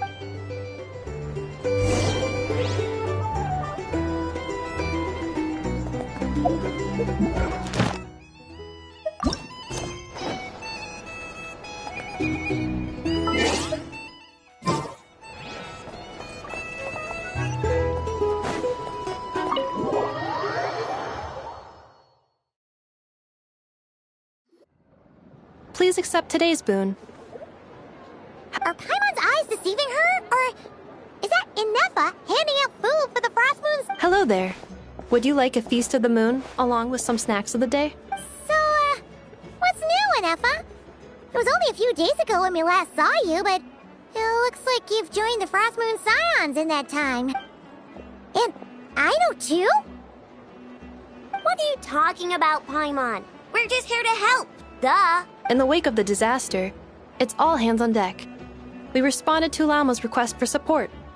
At times like these, the smallest good deed can inspire. And we're using eggs and heating tubes to make that a reality. In true Kamkake Crab Shop style! Inefa! Did you hear that? The Traveler said I did good. The Traveler! That's because it's true, I know. Proposal. If you can resist eating No way! Well, that proposal got shot down quick.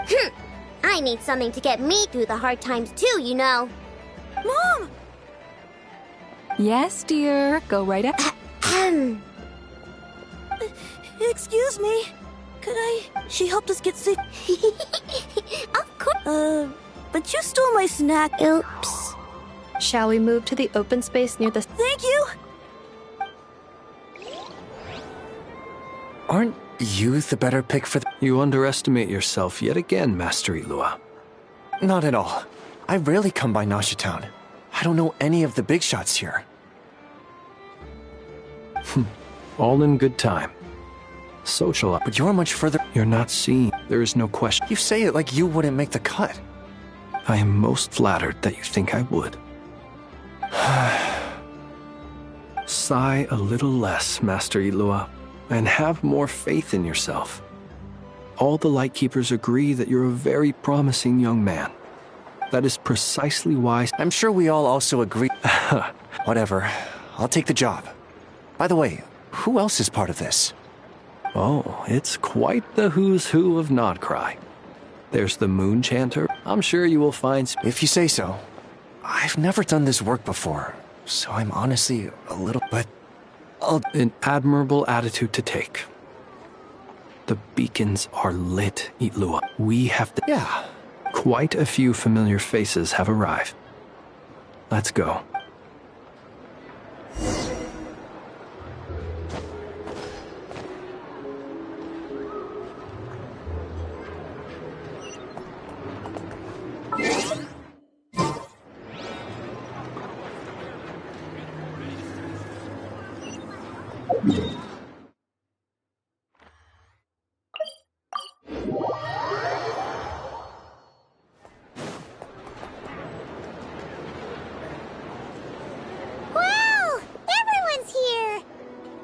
You seem well rested. I know no one's asked, but I'm sure you all want to know, so let me just say, we're doing great. Thanks. Well, great, but not perfect. I'm starting to lose my mind from boredom. Can't drink a drop of alcohol while I'm waiting for my wounds to heal. I'm sure you had a sneaky... Wait, how'd you find it? I'm sure you must be missing Mondstadt after all these years away. Yeah, you could say... Honestly. Hey, looks like someone's taking the stage. Can everyone see okay? Anyone need a boost? Well, it's not Soak it up like a sponge. I'll make sure... Mr. Varka? I can... Is he joking? You'll have to figure... It is my honor to host the opening ceremony. Could this person also have... We come here today... All right. Come on, get this speech over with already. Nodcry is our home, the land we rely on for survival. And as we chart a course for the future, may we persevere through the storms ahead as we...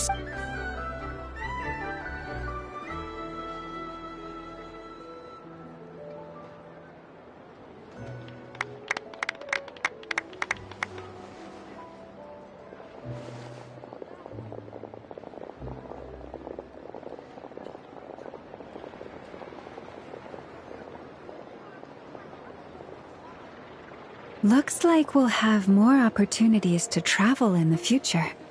I'm sure you'll cope, Lady Moon Chanter, given how fleet of foot you are. Unfortunately, I suspect I'll be too busy at the curatorium to act as your host. We have a busy schedule, not to mention an international network of contacts to manage. That'll be all right. I'll just check your schedule with Yehoda well in advance. And if she's not available, I can simply ask Ashru. I thought you'd approve. Aren't you forever increasing your employees' workloads? That's a bold statement. Are all the Frost Moon Scions feeling more audacious now that your moon goddess has returned? Columbina's return has brought joy to all who care about her. That includes both you and me. As for the Frost Moon Scions, we are learning how to thrive independently, without relying on the moon goddess. It is up to us to make our home a more livable place. Joining the League is one of the steps we are trying towards that end. I like the word try. It's nice and non-committal. You can opt out at any time and still say you tried. You don't see a bright future for the Frost Moon Scions? Or did you mean the League? I'm just not as optimistic as you. The Frost Moon Scions should count themselves lucky that they have a leader as stubborn and enterprising as you. But Nodcry's a big place, with all kinds of people. Most of them don't enjoy answering to a leader, or even listening to reason. Well, that's where you and your methods come in. Unless the Curatorium of Secrets is only here for appearances. For now, yes. And that won't change until this venture becomes worth my while. What would make it worth your while? Getting out more than I put in. Right now, I'd barely break even, but I'll grant that it's a good start for Nodcry. Then maybe it's worth a try. All right, you can stop now. Or do I have to join the Frost Moon Scions before you'll get off my back? You'd be very welcome to join us. Hey, you two! Congrats on all your hard work! What are you chatting about? Nefer was trying to dissuade me from adding to her employees' workload. Also, she's considering joining the Frost Moon Scions. Sorry, what? Your conversations are always the most interesting. Would you two care to join me for some tea before heading to your next destination?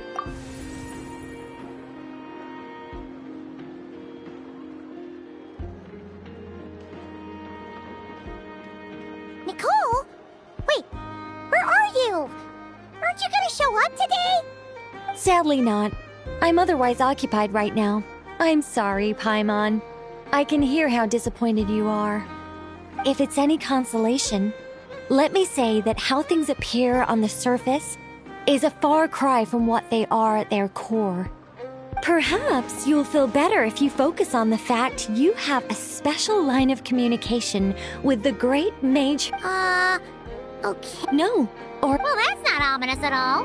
Not for the time. Just think of this.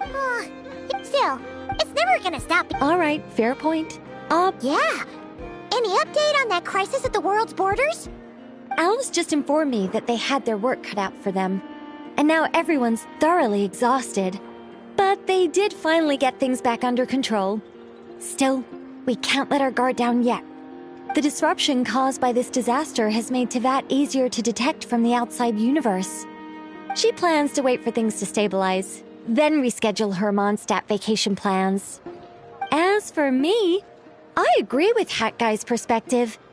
This is a time when many new variables are emerging, and the situation is changing constantly. Plus, most of this change is for the worse. We have to remain vigilant and ensure that the embers of chaos are not rekindled. I did notice that it looks just doing my duty. It's more or less second nature by now. Of course. To give you the full picture, I'd have to start with the substance from which angels were formed. Never mind. Paimon's right. Showing off my knowledge would be much more satisfying in person. By the way, you did receive the gifts from the Hexen Circle, yes? I'm not trying to claim credit or anything, but my pride demands that I at least mention it. They're quite similar to the protective talisman that Alice gave Dory, but with some very special enhancements. Oh! So that's what kept our friends safe when Dotori trapped them. Indeed. We went to great lengths to make sure they were invisible to his eyes. I'm so happy they came in handy. Still, not fishing for gratitude, by the way. I just want you to be aware that sometimes your friends may be protecting you in ways you cannot perceive. Anyway, I'll contact you if anything else crops up. If not, you know what they say, no news is good news. Oh, my angelic instincts are tingling. They say you should head to the docks next. Your friends are about to board their ship home.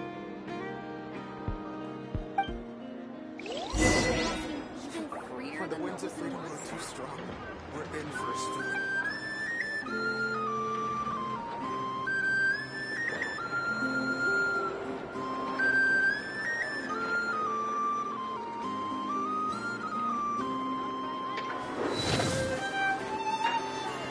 Trust me, when it comes to local delicacies and pyramida, nobody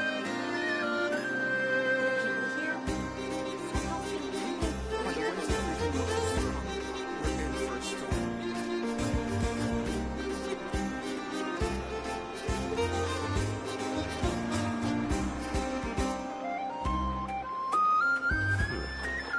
I wonder how the food in Pyramida tastes. Trust me, when it comes to local delicacies and pyramida, nobody knows more than me.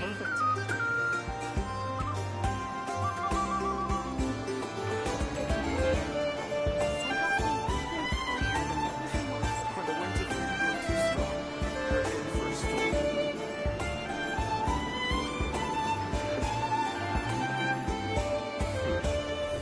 I wonder how the food in Pyramida tastes. Trust me,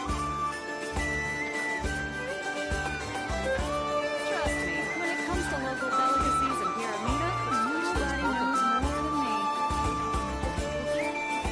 When the winds of freedom are too strong, we're in for a storm.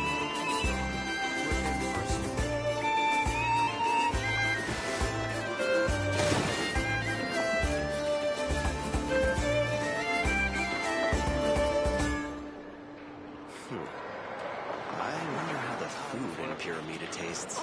This place looks perfect. The people here somehow seem even freer. Trust me, when it comes to local delicacies and pyramida, nobody knows more than me. When the winds of freedom are too strong, we're in for a storm.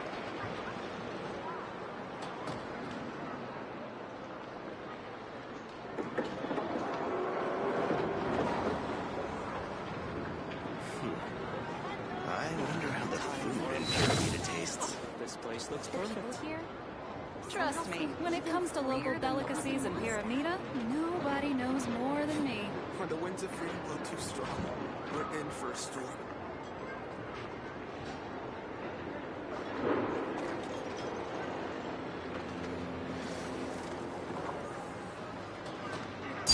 Overruled!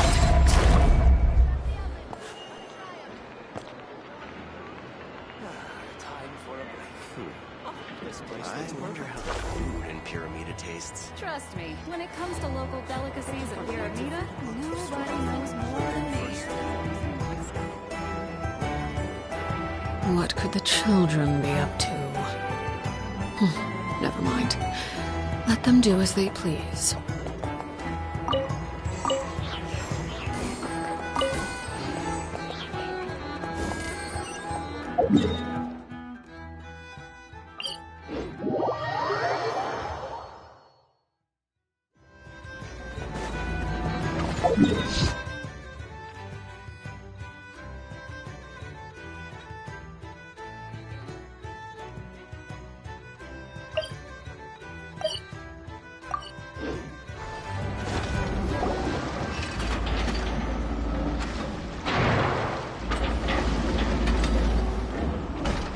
You're here. Guy? Are you heading back together? No. I'm bound for Sumeru, and she for Fontaine. We just happened to cross paths at the harbor.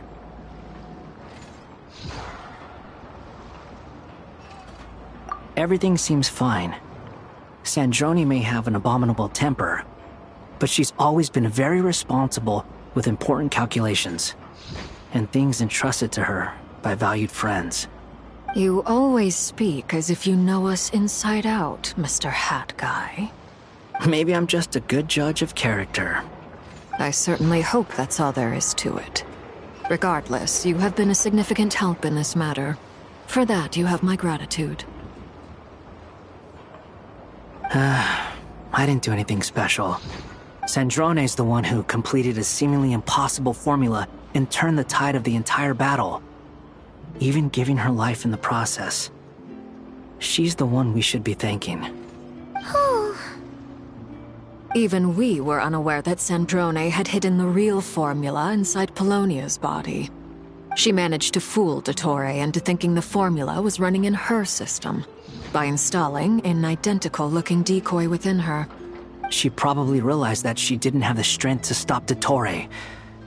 But this way, she could at least get him to lower his guard. She always worked like that. Always had a backup plan. Well, that's why I'm traveling to Fontaine.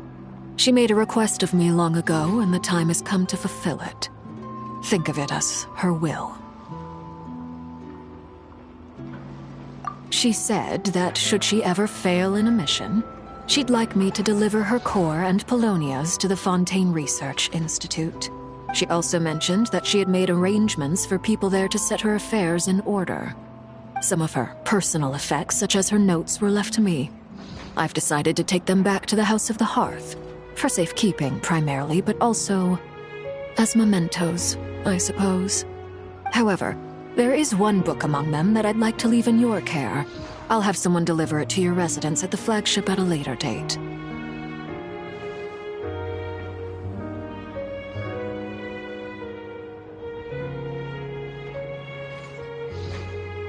No, I was specifically warned not to tell her. This is her last wish, and I will abide by it. I can only hope so, but none of us here can know for certain. I bade farewell to Columbina earlier today. As promised, she turned the iridescent moon's marrow over to me. She spent a long time with Sandrone's body, saying her goodbyes. Oh, is she alright? Sandrone's passing has left a great wound in all of our hearts. It will take time to heal, but Columbina surprised me. She offered me some words of comfort before I departed. Despite being grief-stricken herself, she showed an awareness of the feelings of others around her. She never used to act like this. Clearly, she has grown. And I suspect that we have you to thank for much of the change we are seeing in her. Huh. After these recent events, the Tsaritsa has revoked the Pale Star Edict. Snezhnaya now realizes that the arrest warrant for Columbina was just a ploy by Dottore, who coveted her powers. I shall return to Nodcry to see her as soon as I find the time. I hope that from now on, she too will explore more of the world. Columbina Hyposelenia's journey is only beginning. My ship is here. Traveler, Paimon, we shall meet again. You too, Hat Guy. What are you still bumming around for? Isn't Columbina waiting for you? I thought today was the day you'd agreed with her to go find out the truth about your sibling.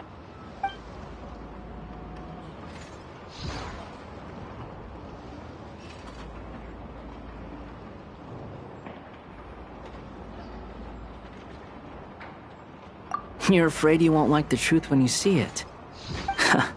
Well, this is new. I was starting to think that nothing could scare you. Don't say that! Wouldn't you be if you were in this situation? Fair point.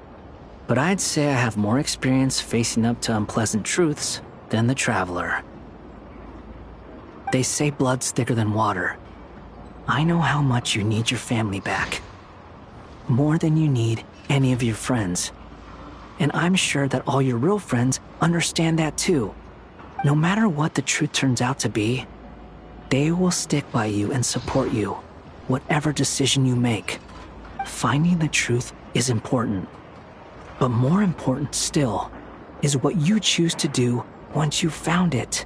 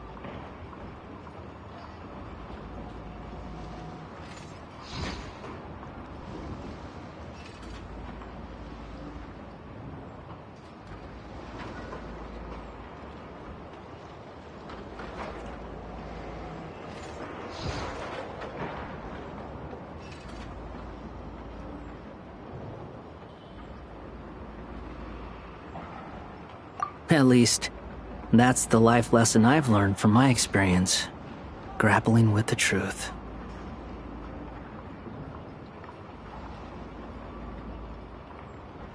What? Now that Dottoro's dead and gone? A little, I guess. But it hasn't solved everything.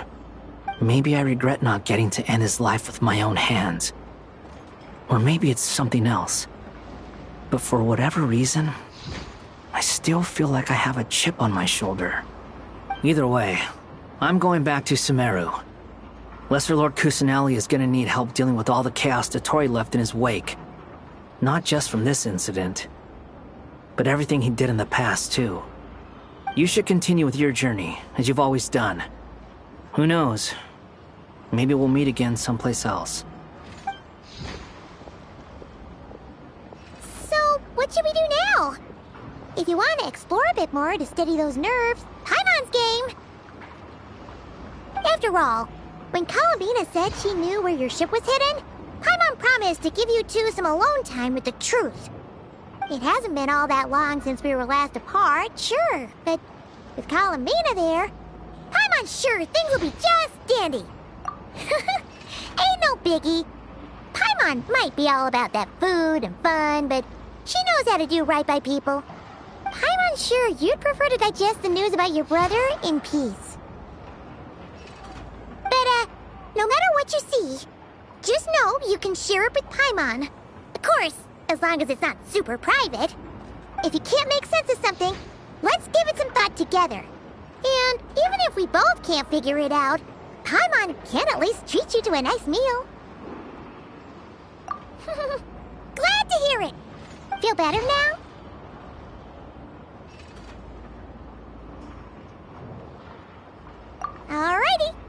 Next up, Tom.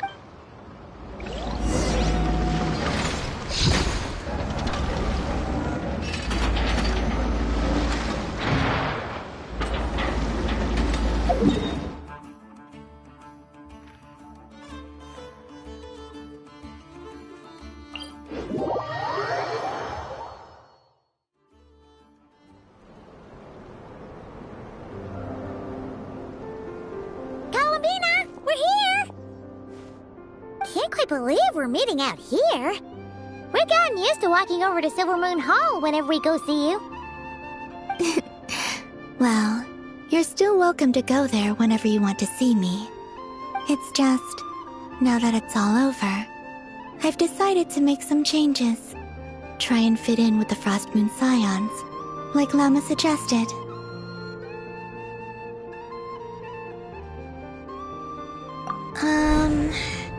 The older generation are still timid around me. They don't dare get too close, and they bow their heads when I walk by. But things are much better with the children. I see more curiosity in their eyes. Hopefully, by the time the next Moon Prayer Night comes around, I can enjoy the festival with them as myself, without having to pretend that I'm only dressed up as the Moon Goddess. You'll do fine, Columbina. Paimon's sure they'll realize you're super nice once they get to know you better. You really think so? When we first met, you thought I was a little up in the clouds. We were just starting out then, come on! So Llama told you, huh? I'm only teasing. I know that I have you to thank for pulling me back down to solid ground.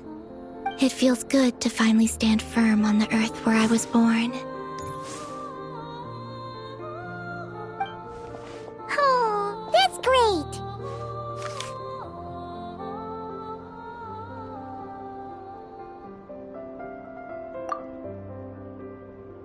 Thank you. I'll make sure not to lose it this time. Well then, are you ready? Ether, what happened to our spaceship back then? Why did you leave? It's time to learn the truth at last. I'm ready as I'll ever be. Good. Then let me open the way for you.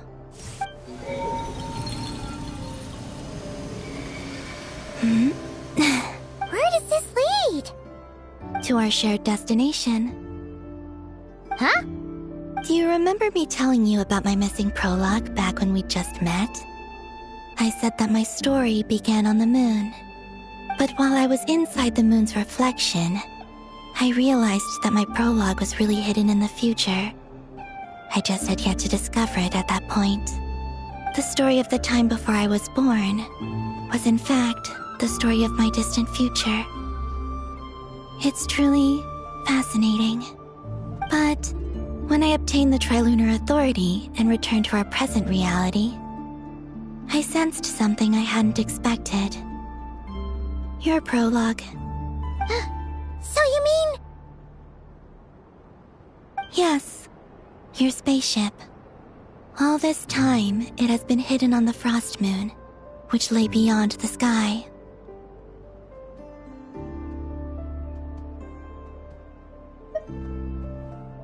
The great ruler of the firmament. The heavenly principles. Wait, them? Why would they do that? I don't know. Perhaps your ship contains something that is incompatible with Tevat. Or something that cannot be known. Oh, did I pick a bad time to say this? I know it must have been hard to work up the courage to do this. Maybe I should have waited until you were on the moon, with no chance to back out. That would have been kind of mean, you know.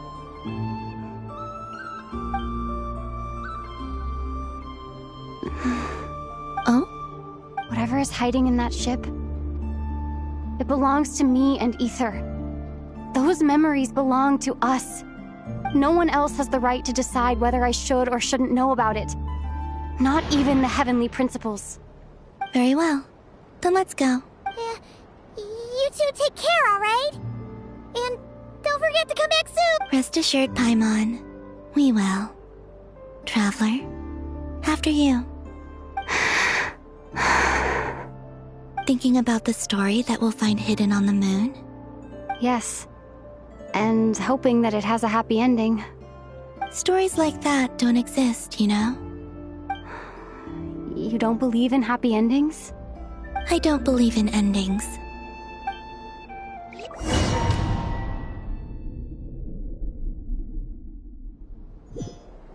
Where am I? This is the pathway I built between Teyvat and the Frost Moon. The moon is very far away from us, so it could be a long journey.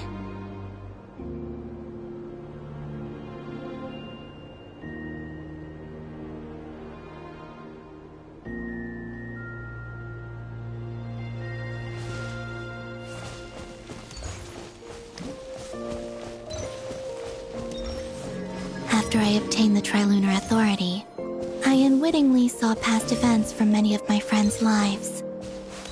One was Lauma. She was so young when they chose her to be the Moon Chanter. From then on, the Frost Moon Scions looked to her to bring messages from their goddess. But, for better or worse, I had left Hisi Island before she was ever born. It was not until much, much later that she met me.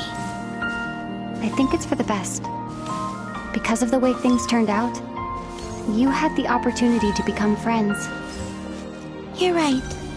In that sense, I think we were both very lucky.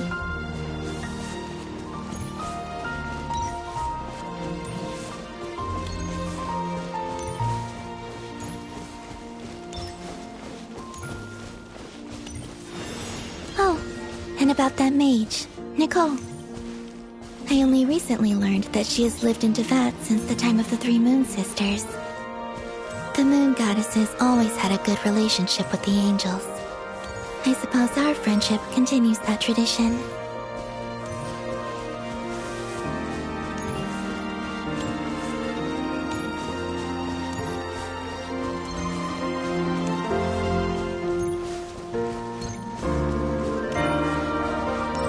And then, there's Sandrone. I never knew that much about her, beyond the fact that she was created by someone called the Lord Artificer. She, too, suffered for a long time before joining the Fatui.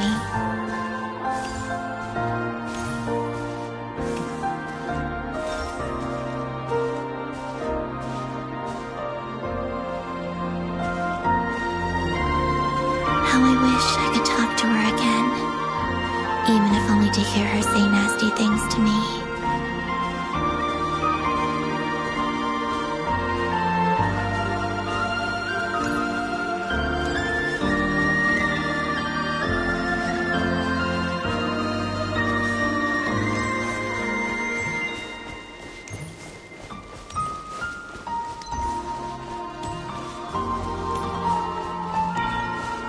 Also, I saw your sibling's story. I'm afraid I didn't see much. It seems that he rarely came to the surface where the moonlight shines. But I did notice that back when you first set out on your journey, he would often appear nearby, gazing at you from afar with a guilty look in his eyes. Ether. Let us speak no more of the past. I probably shouldn't reveal so much about my friends. It's not my place. Let the moonlight carry us forth. We are very close now.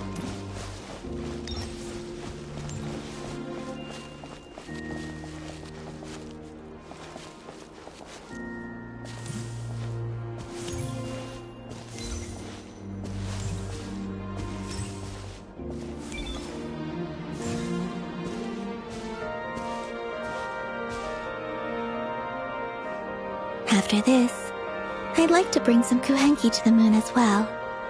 If they're willing, of course. What about your other friends? Will you bring them to visit too? Certainly. But I'll need to tidy the place up first. This home hasn't received any guests in a long, long time.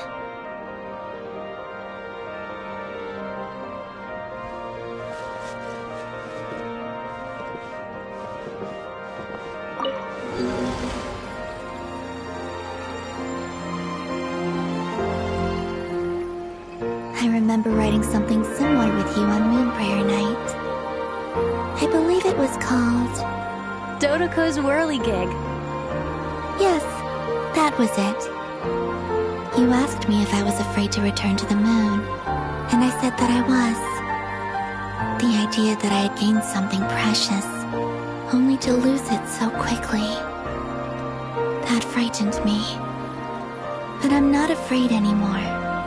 Besides, this time, we're traveling together.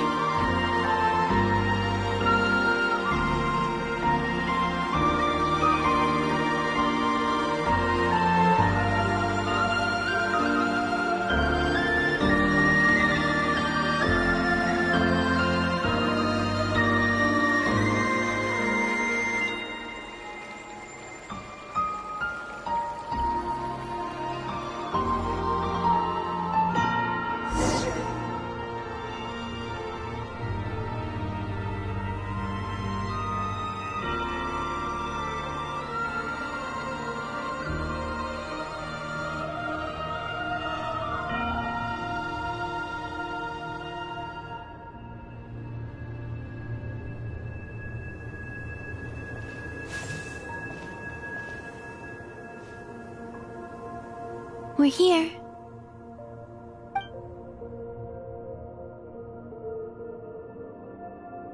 Over there.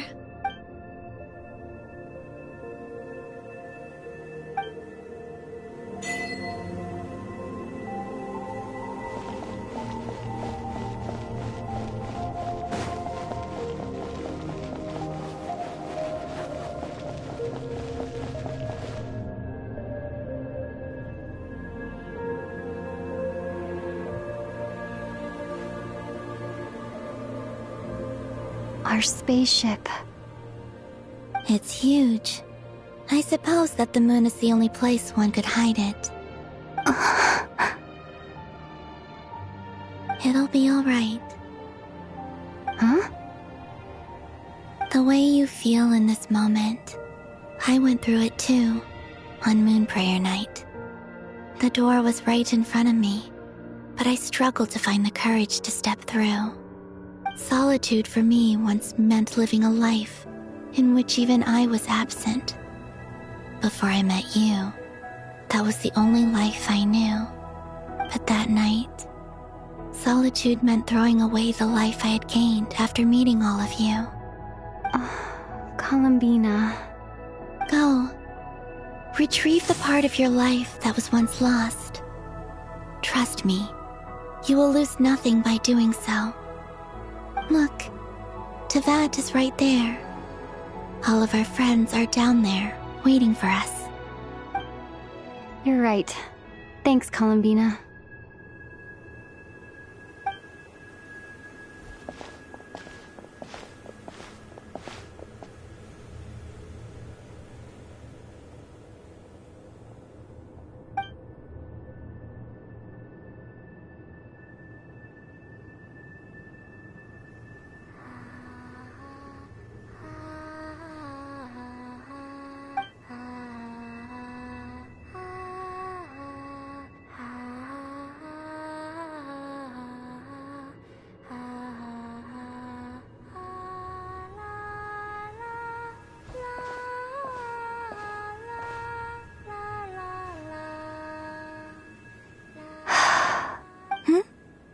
Finished?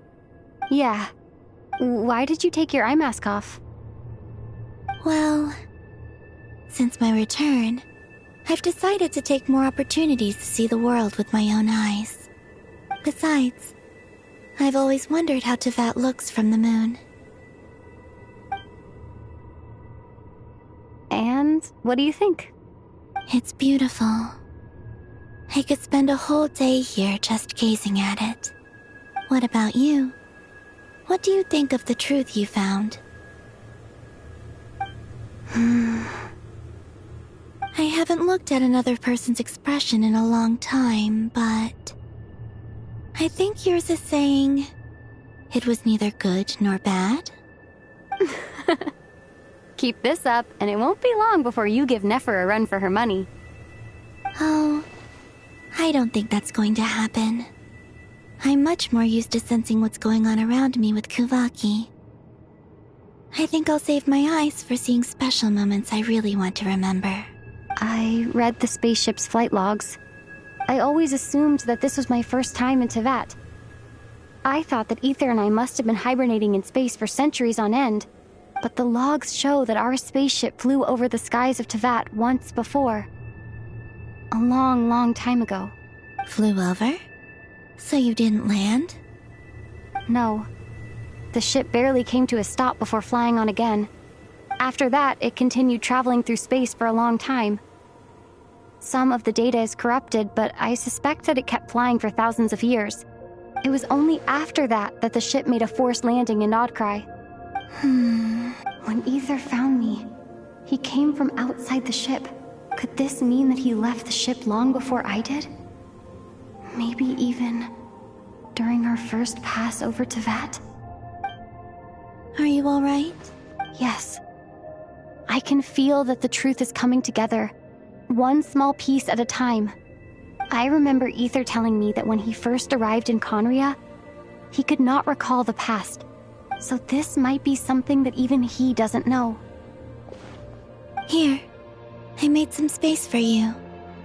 Your mind must be racing, and this seems like the perfect place to relax and clear your head. Oh, wait, there's one more thing. What is it? Wait here a moment.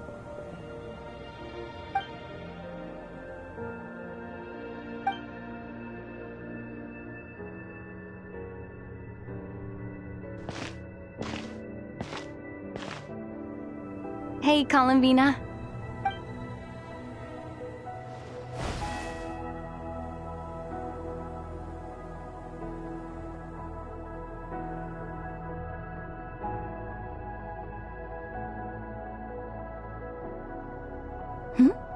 Is that a new outfit? An old one, technically. It's been in a cabinet inside the ship this whole time. It's a matching pair with Ether's. He always liked this set more. I don't think there's a huge difference. Really? Yes, it's still the same you. You're the same person, no matter what clothes you wear. Only Columbina would make an observation like that. Traveler, do you consider Tevat your home? Home is wherever Ether is. But then, after all the time I've spent here and everything I've been through, yes, I'd say it's my home. Would you change your answer if Tevat changed appearance? I mean, if the truth about Tevat turned out to be different than what you thought. I don't know. But I don't think so. The truth is not what matters most to me about Tevat. When I was first born, I longed for a home. And when you get something before you're mature enough to understand the world, I thought that a home was a transaction. You give me what I want, and I'll do the same for you. But you and your friends taught me what a true home should look like. You never asked for anything, yet you gave so generously to me. That's because your friendship matters to us. It was worth it. In the past, I thought that my birth in Nodcry must have been a mistake. But after journeying to the distant past where the story began, I realized that it was I who chose Nodcry to be my future home. Now, I am glad that I made that choice. I'm sure your friends are just as glad. In fact, I intend to make the same choice today as I did back then. What do you mean? Well, I've given the Eternal Moon's Marrow to Lauma, and the Iridescent Moon's Marrow to Arlecchino. And now, I shall return my Kuvaki to Nodcry again, that it may continue to protect my chosen home. Wait, but what about your body? Oh, are you worried that I'll disappear again? I won't. Not this time. The Frost Moon has now entered the fall sky, and I am the Trilune Goddess. I am only returning to Nodcry the part of me that it needs. I'm giving what I can, because my home is worth it. Oh, and I have something for you, too. For me? Yes. Come closer.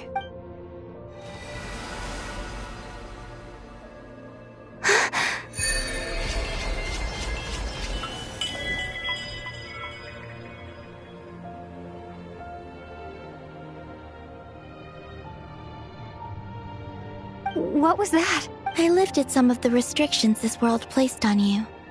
I trust this will help in your future adventures. My power. It feels like it's grown.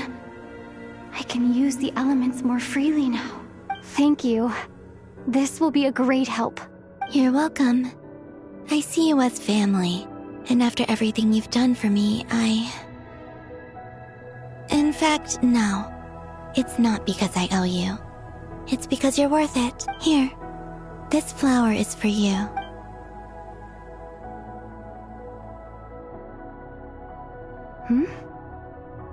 Isn't this a moon prayer blossom? Yes. Don't worry. You will never see these flowers lose their color again. I'm finally discovering the joy of giving. How I wish I'd learned this sooner.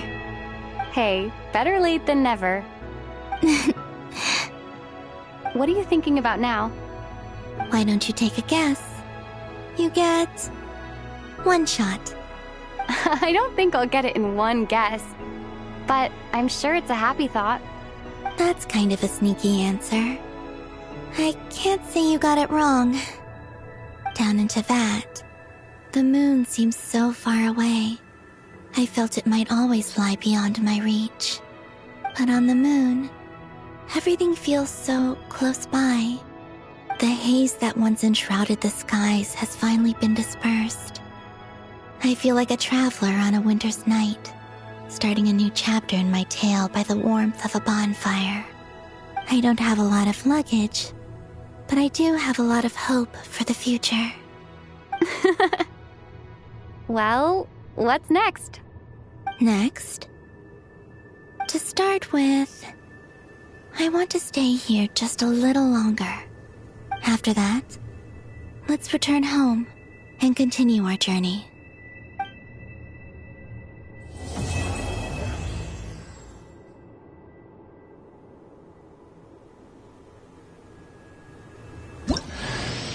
These clothes bring back so many memories.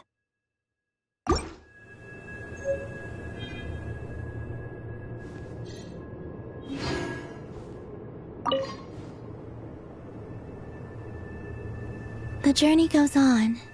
For you, and for me, like I said. This is not the end. I don't believe there has to be an ending. Oh, is that your next destination? Most people would probably tell you to pack some warm clothes.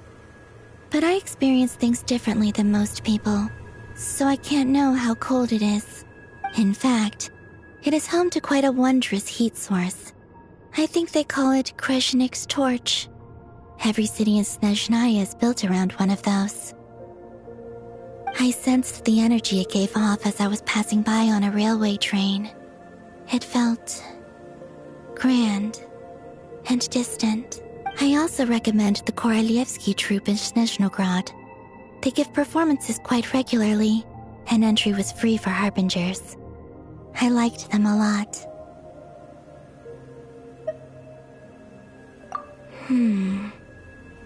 Ice cold and sharp. Crystal clear in some ways, yet profoundly unfathomable in others. Like the thick layer of ice on top of a frozen lake. That's just the impression that Tsaritsa gives me. I was never able to glimpse what truly lies beneath that icy exterior. In fact, I don't think the people of Snezhnaya even know what kind of power their god wields. Maybe that's because the Tsaritsa herself has never acknowledged, nor accepted that power. There's Regrator, the Rooster, and the Jester. Between them, they control a lot of what happens in Snezhnaya, but I can never wrap my head around how exactly power is split between them. I just know they are each responsible for many specific domains. I noticed that the Rooster and Regrator often appeared to get along on the surface, while working against each other in secret.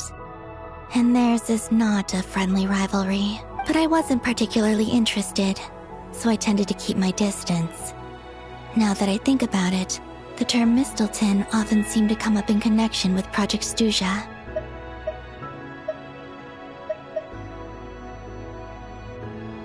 Once things settle down in Notcry, I'd like to explore the world beyond Snezhnaya. You've told me so many stories about the other places you've been to, and all the friends you've made there. I'm curious to visit those nations and see them for myself. It would also help me learn more about the journey that has made you into the person you are today.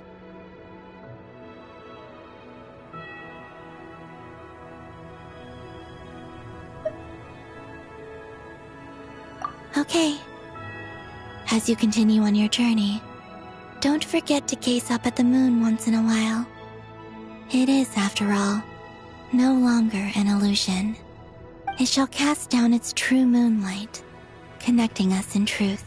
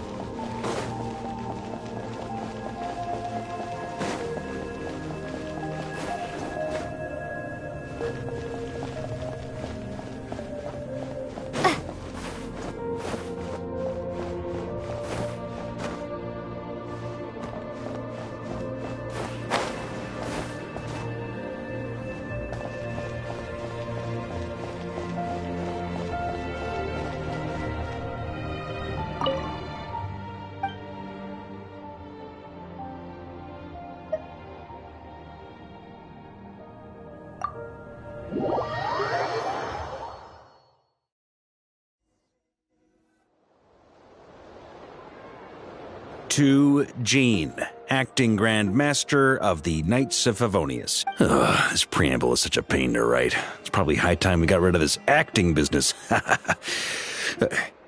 I trust that Dern has updated you all on recent events.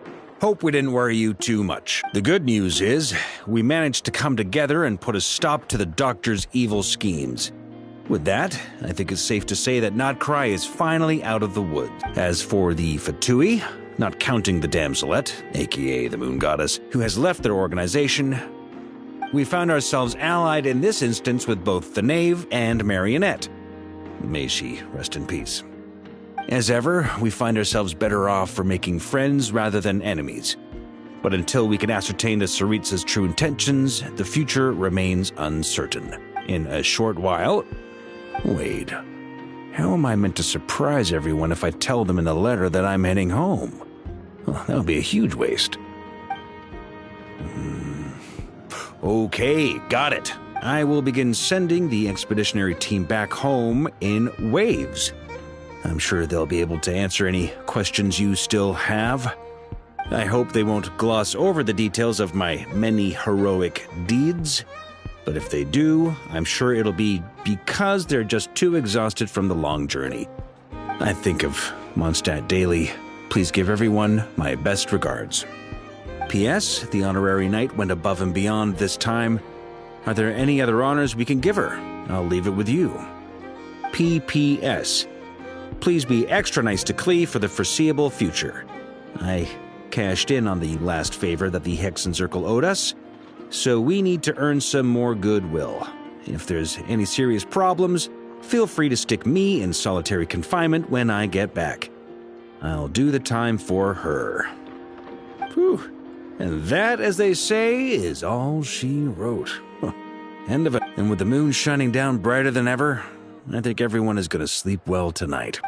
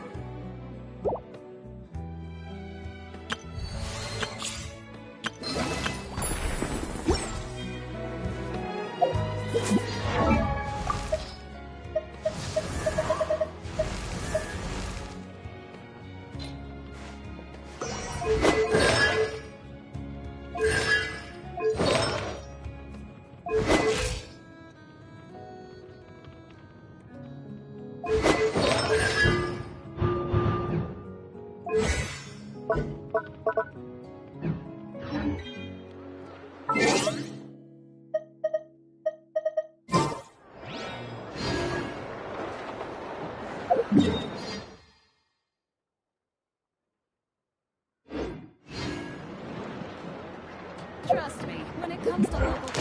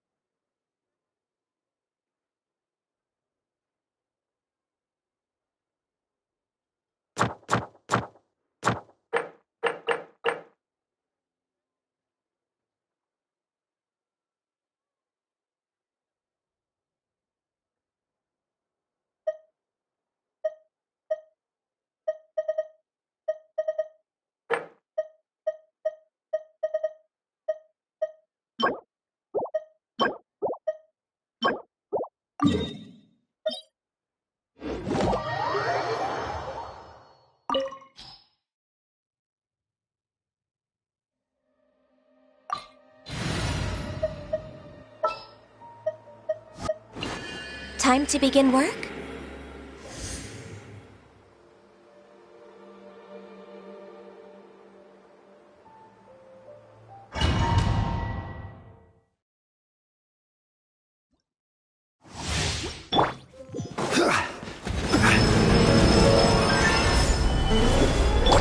Strike a pose! No touching! Transfixed!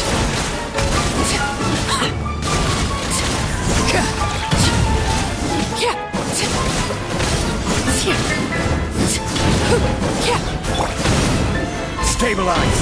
Order guide you! One serves and is free, yes! This is more light!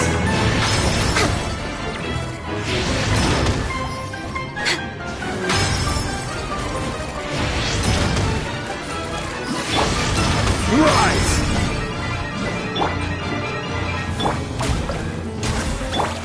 Laid bare!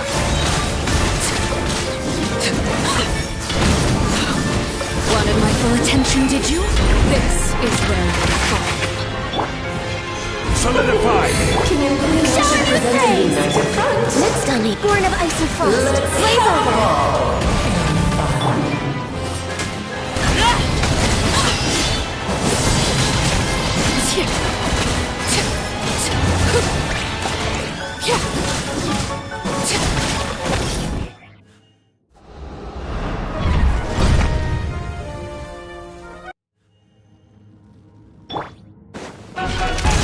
Stabilize! Strike a pose! Let the world come alive! Access denied. Laid bare! Let us dance, my dearest! Try to remember the steps this time. Everlasting as the moon! I thought I had it memorized. Shower me with praise! No touching!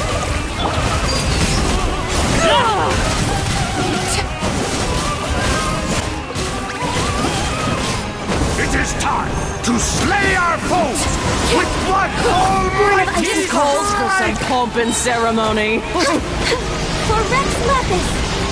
We're way behind. Good lord, I'm I've just forgetting lost your my lines. place. Where were we? Solidify! Access denied.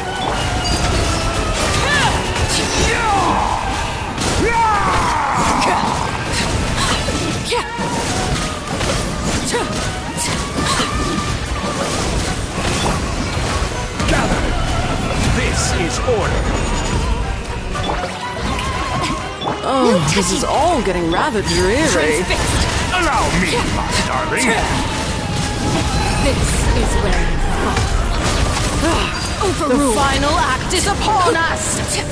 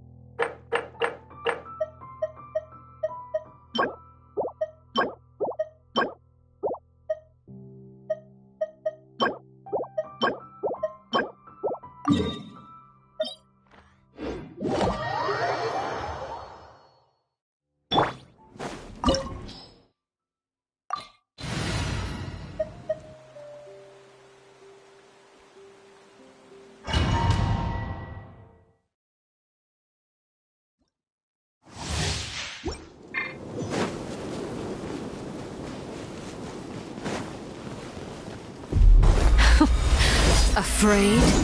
Or do you not even have the courage to be afraid? Is it my turn now? With these rising flames? Now that's more like it. Is it my turn now? Time to shine! With the Access throng denied. of darkness, All hail. destruction shall rise. Have a taste of purgatory.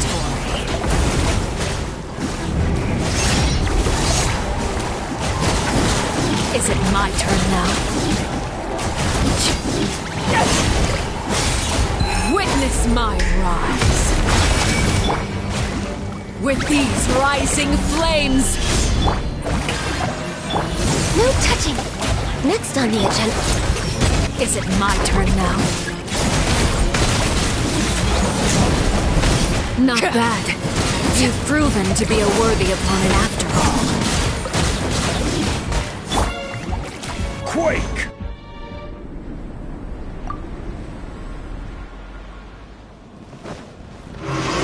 Solidify! Darkness has been seared away. My blade is all that remains. Access denied.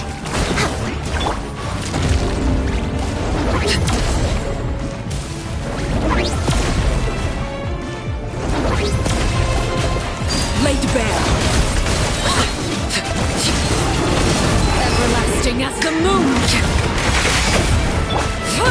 Gather! Yoo-hoo! Born of ice and frost. Transfixed. Sunshine is only the beginning.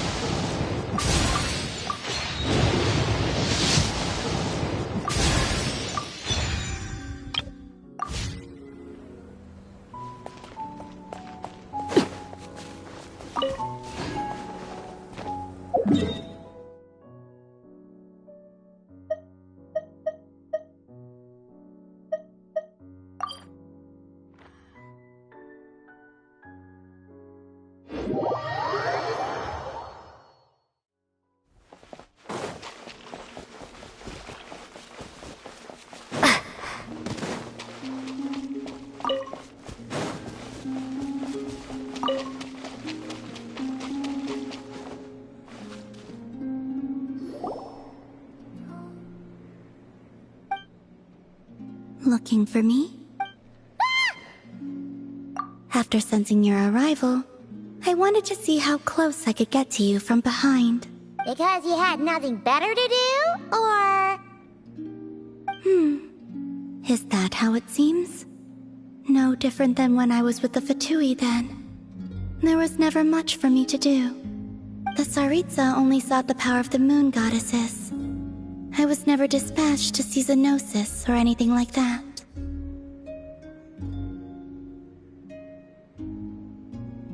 Take walks, watch the moon, sometimes sing. But I came to do that last one less and less after Sandrone forbade it. She didn't like your singing? No, she praised it actually. But I had only recently joined the Fatui then, And she said my singing set the others on edge. Because, for those not in the know, it seemed like I was about to use some sort of power. Oh, huh. Paimon can sort of understand that. Oh, and there was another reason.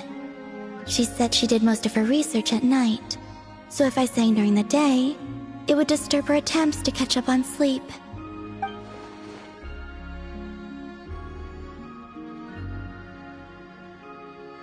So, I used to just sing outside her door at night instead. But still, she always chased me away. Uh-huh.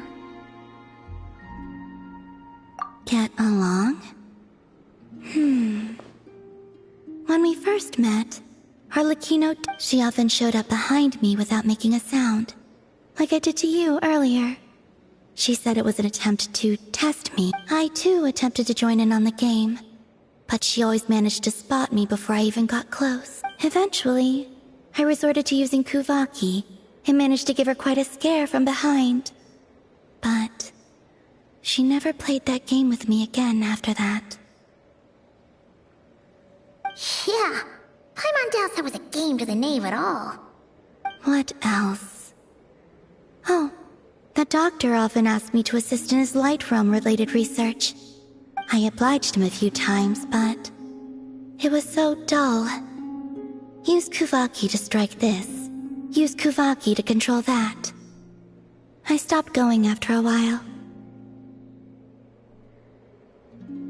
Yes, even though I've run away from home, I do have some fond memories of it all the same. Arlecchino and Sandrone treated me quite well, along with...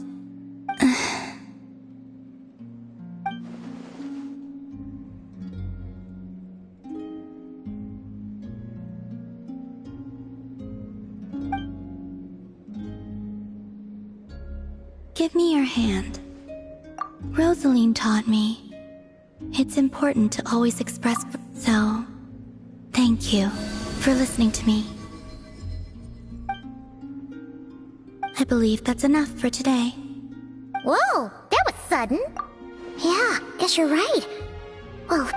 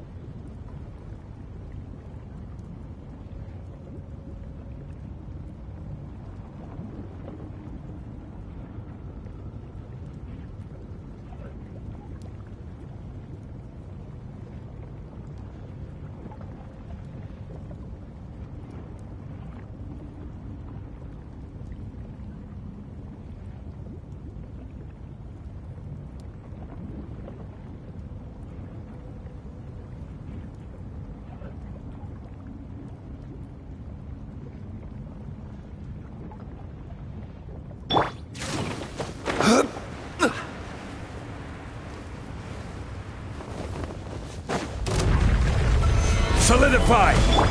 Shower me with praise! No touching! For Rex Lapis!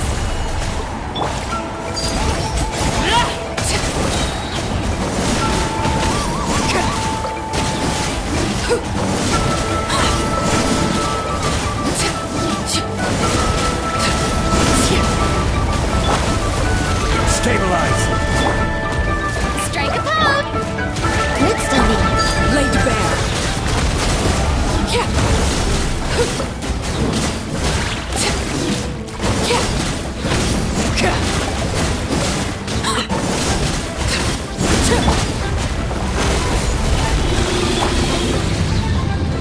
Shower me with praise! Let my name echo in song!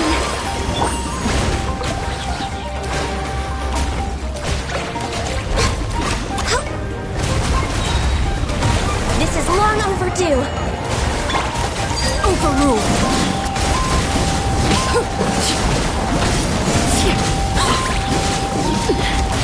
Commendable. Witness my rise.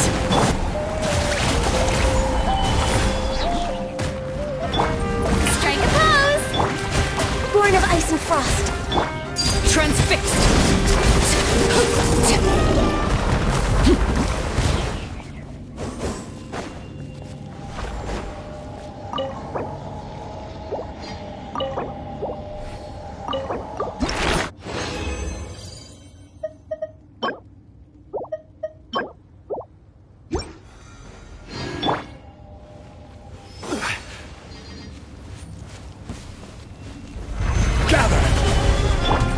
Shower me with praise! Access denied.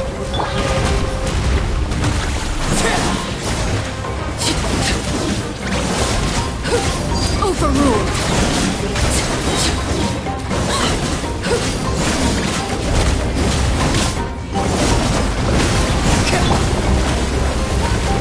Solidify! I will have order! No touching. We're way behind. Blaze over.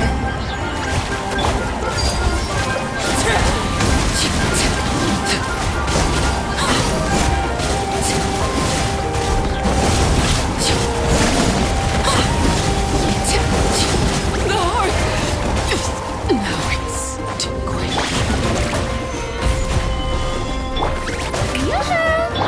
Access denied.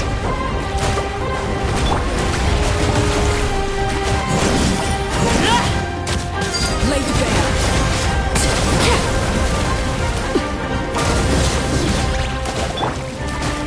Stabilize!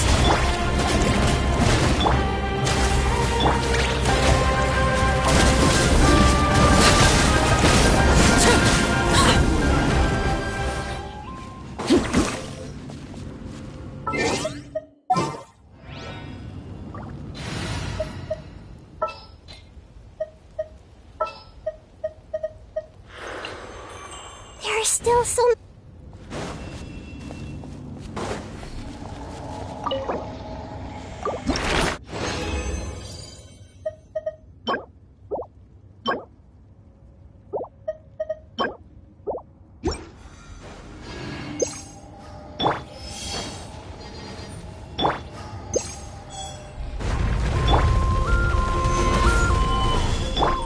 Strike a pose! Hey! Make yourselves at home!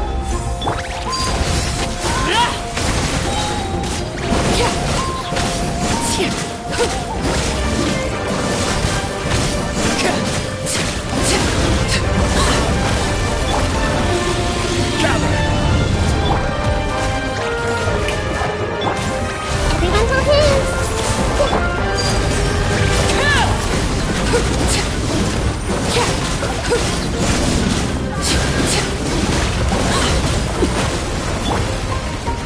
Solidify!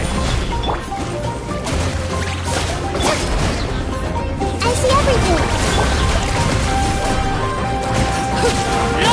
Transfixed.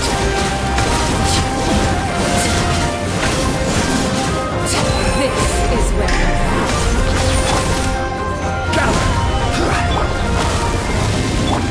Grow, grow, grow! Yeah!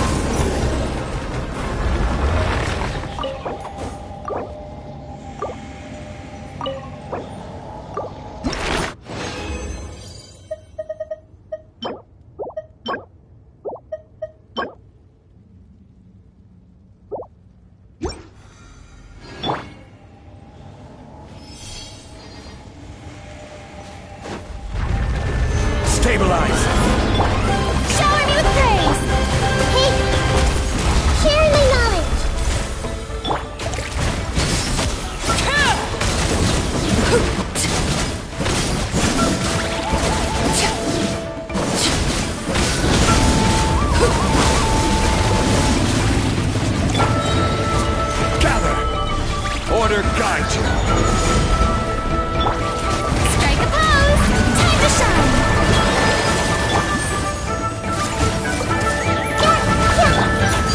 Laid bare.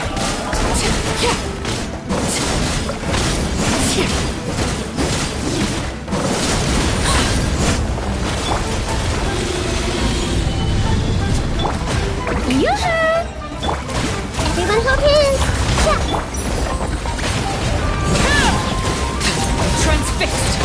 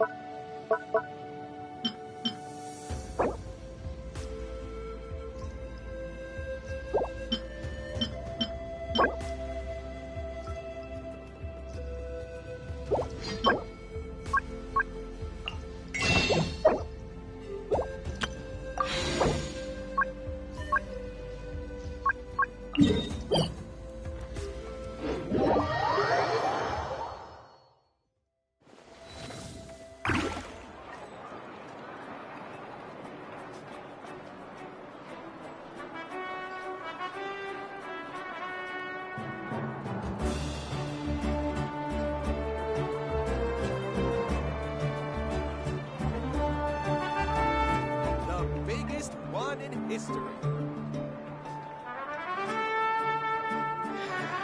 Need to find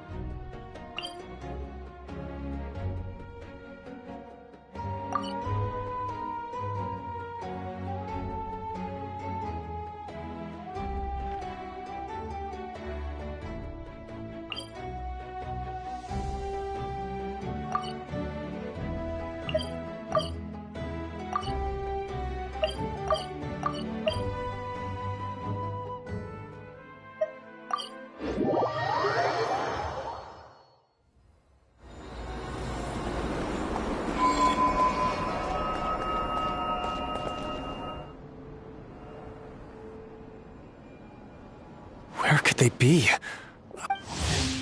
What now, boss? Forget our brothers and sisters over at the lighthouse waiting to get to work.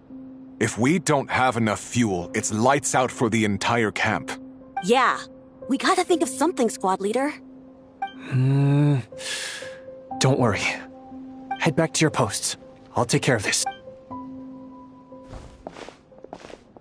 Traveler, Paimon. Hey there, Lua! Why is everyone gathered here at the entrance? It's fine. Just a minor issue, really. And I'm already on the case. Come on, Lua! You're always trying to fix things by yourself on the down low. Just tell us, it couldn't hurt. Or is it because you're too embarrassed to say? But since you're both still, this...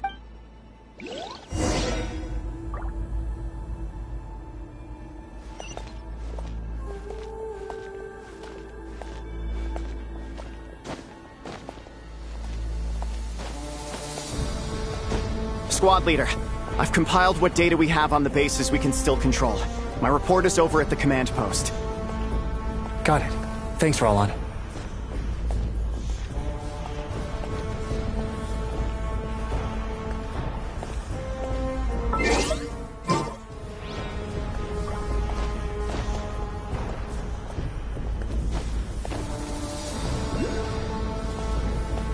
Squad leader, our comrades in the east seem to have butted heads with the Fatui.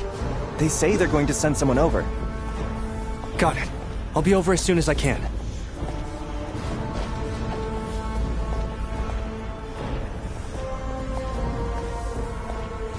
Jeez, Lua, are you always this busy? Recently, yes. There's just so much work to catch up on.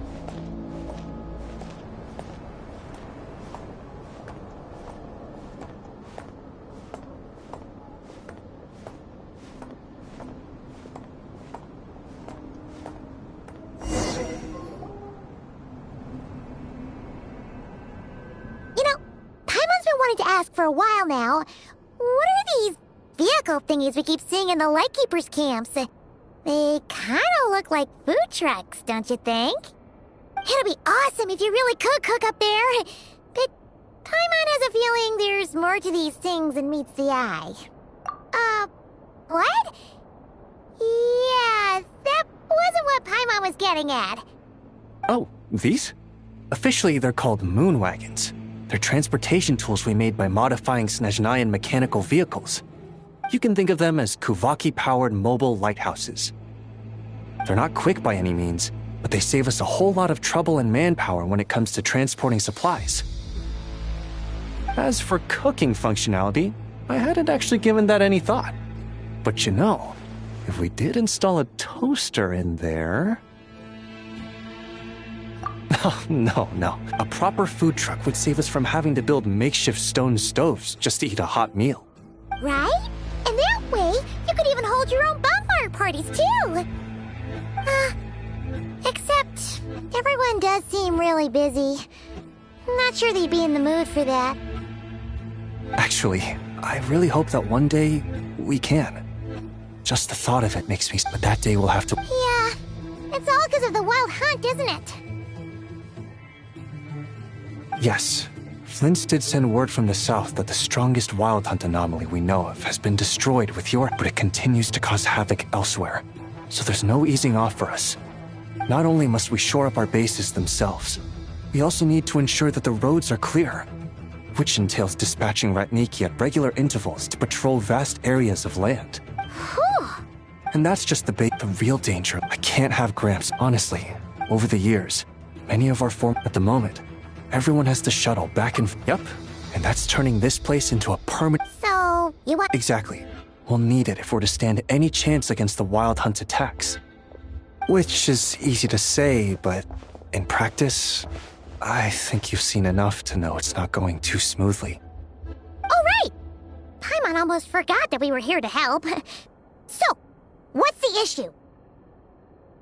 Well, building our encampment will... if only... It's true that the plants nearby are full of Kuvaki, and they'll keep us... Unfortunately, though, there's been no sign of the supplies that should have arrived last night. Valdis is in charge of transport, and he's always been meticulous, so it's unlikely that he got careless and missed the timing or something. And that's precisely why I'm worried that they might have encountered some trouble. Yeah, there's always a way out of every jam. Even if that means being trapped inside a sealed barrel or getting buried neck deep. Surely this can't be any worse. Don't tell me that's actually... Anyway, we can have a look.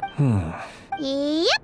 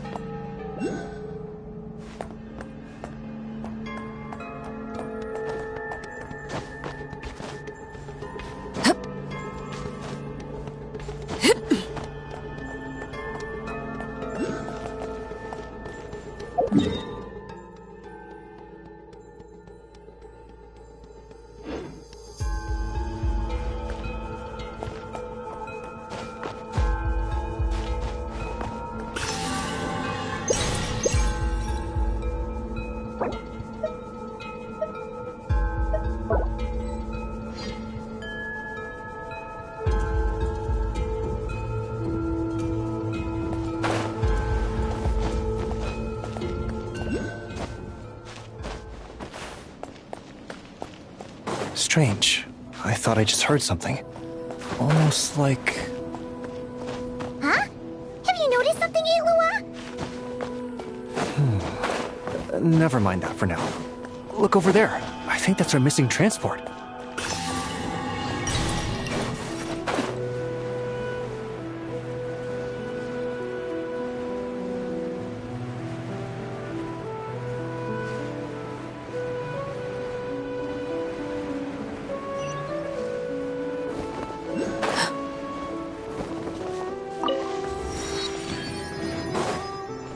Well, that's weird. That's the vehicle, all right, but there doesn't seem to be anyone around. Huh? Is someone there? Help! Please, help me!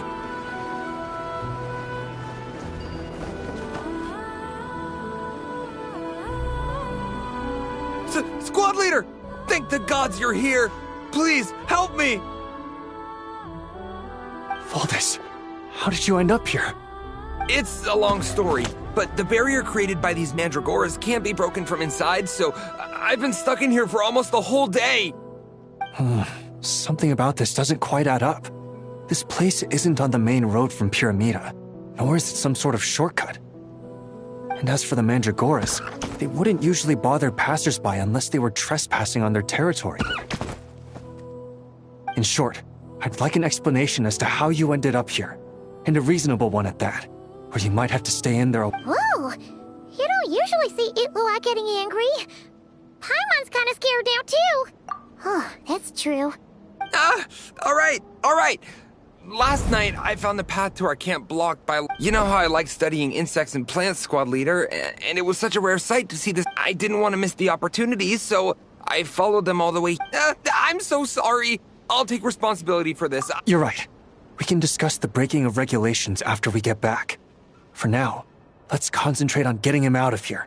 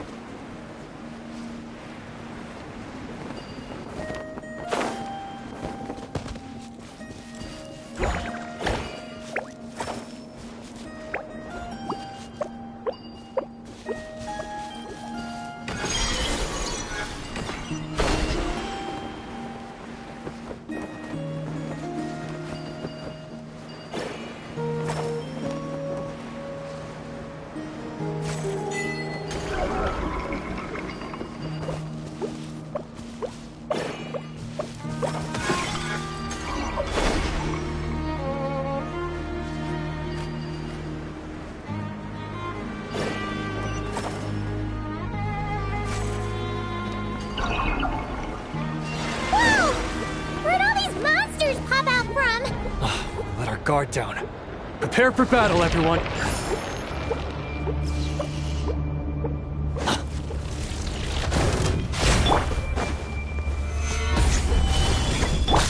Strike a pose! Hey!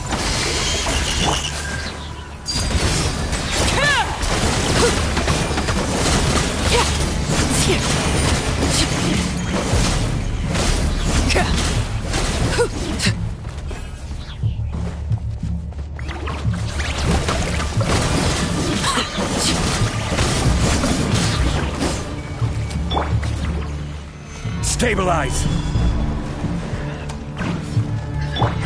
Shower me with praise! I see everything! The Temple of Wisdom! Overruled!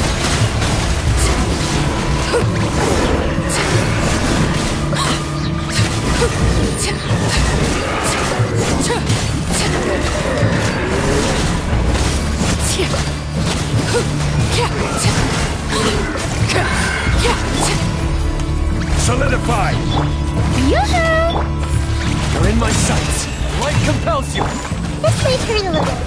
Laid bare.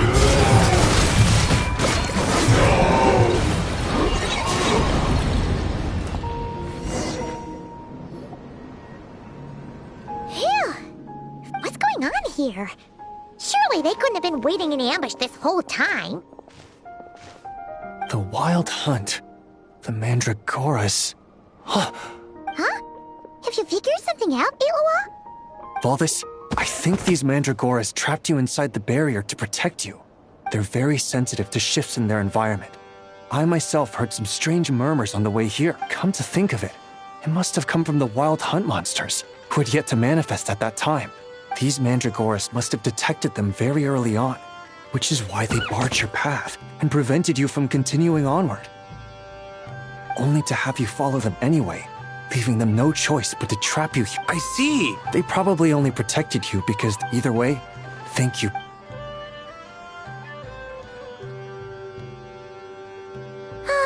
There they go. Adorable little fellas, huh? And they didn't even ask for a reward. Imagine if we had them around to watch our backs. You know, putting it like that. Right? Finally! I know, I'm... All right, now that we've got him out, let's head back.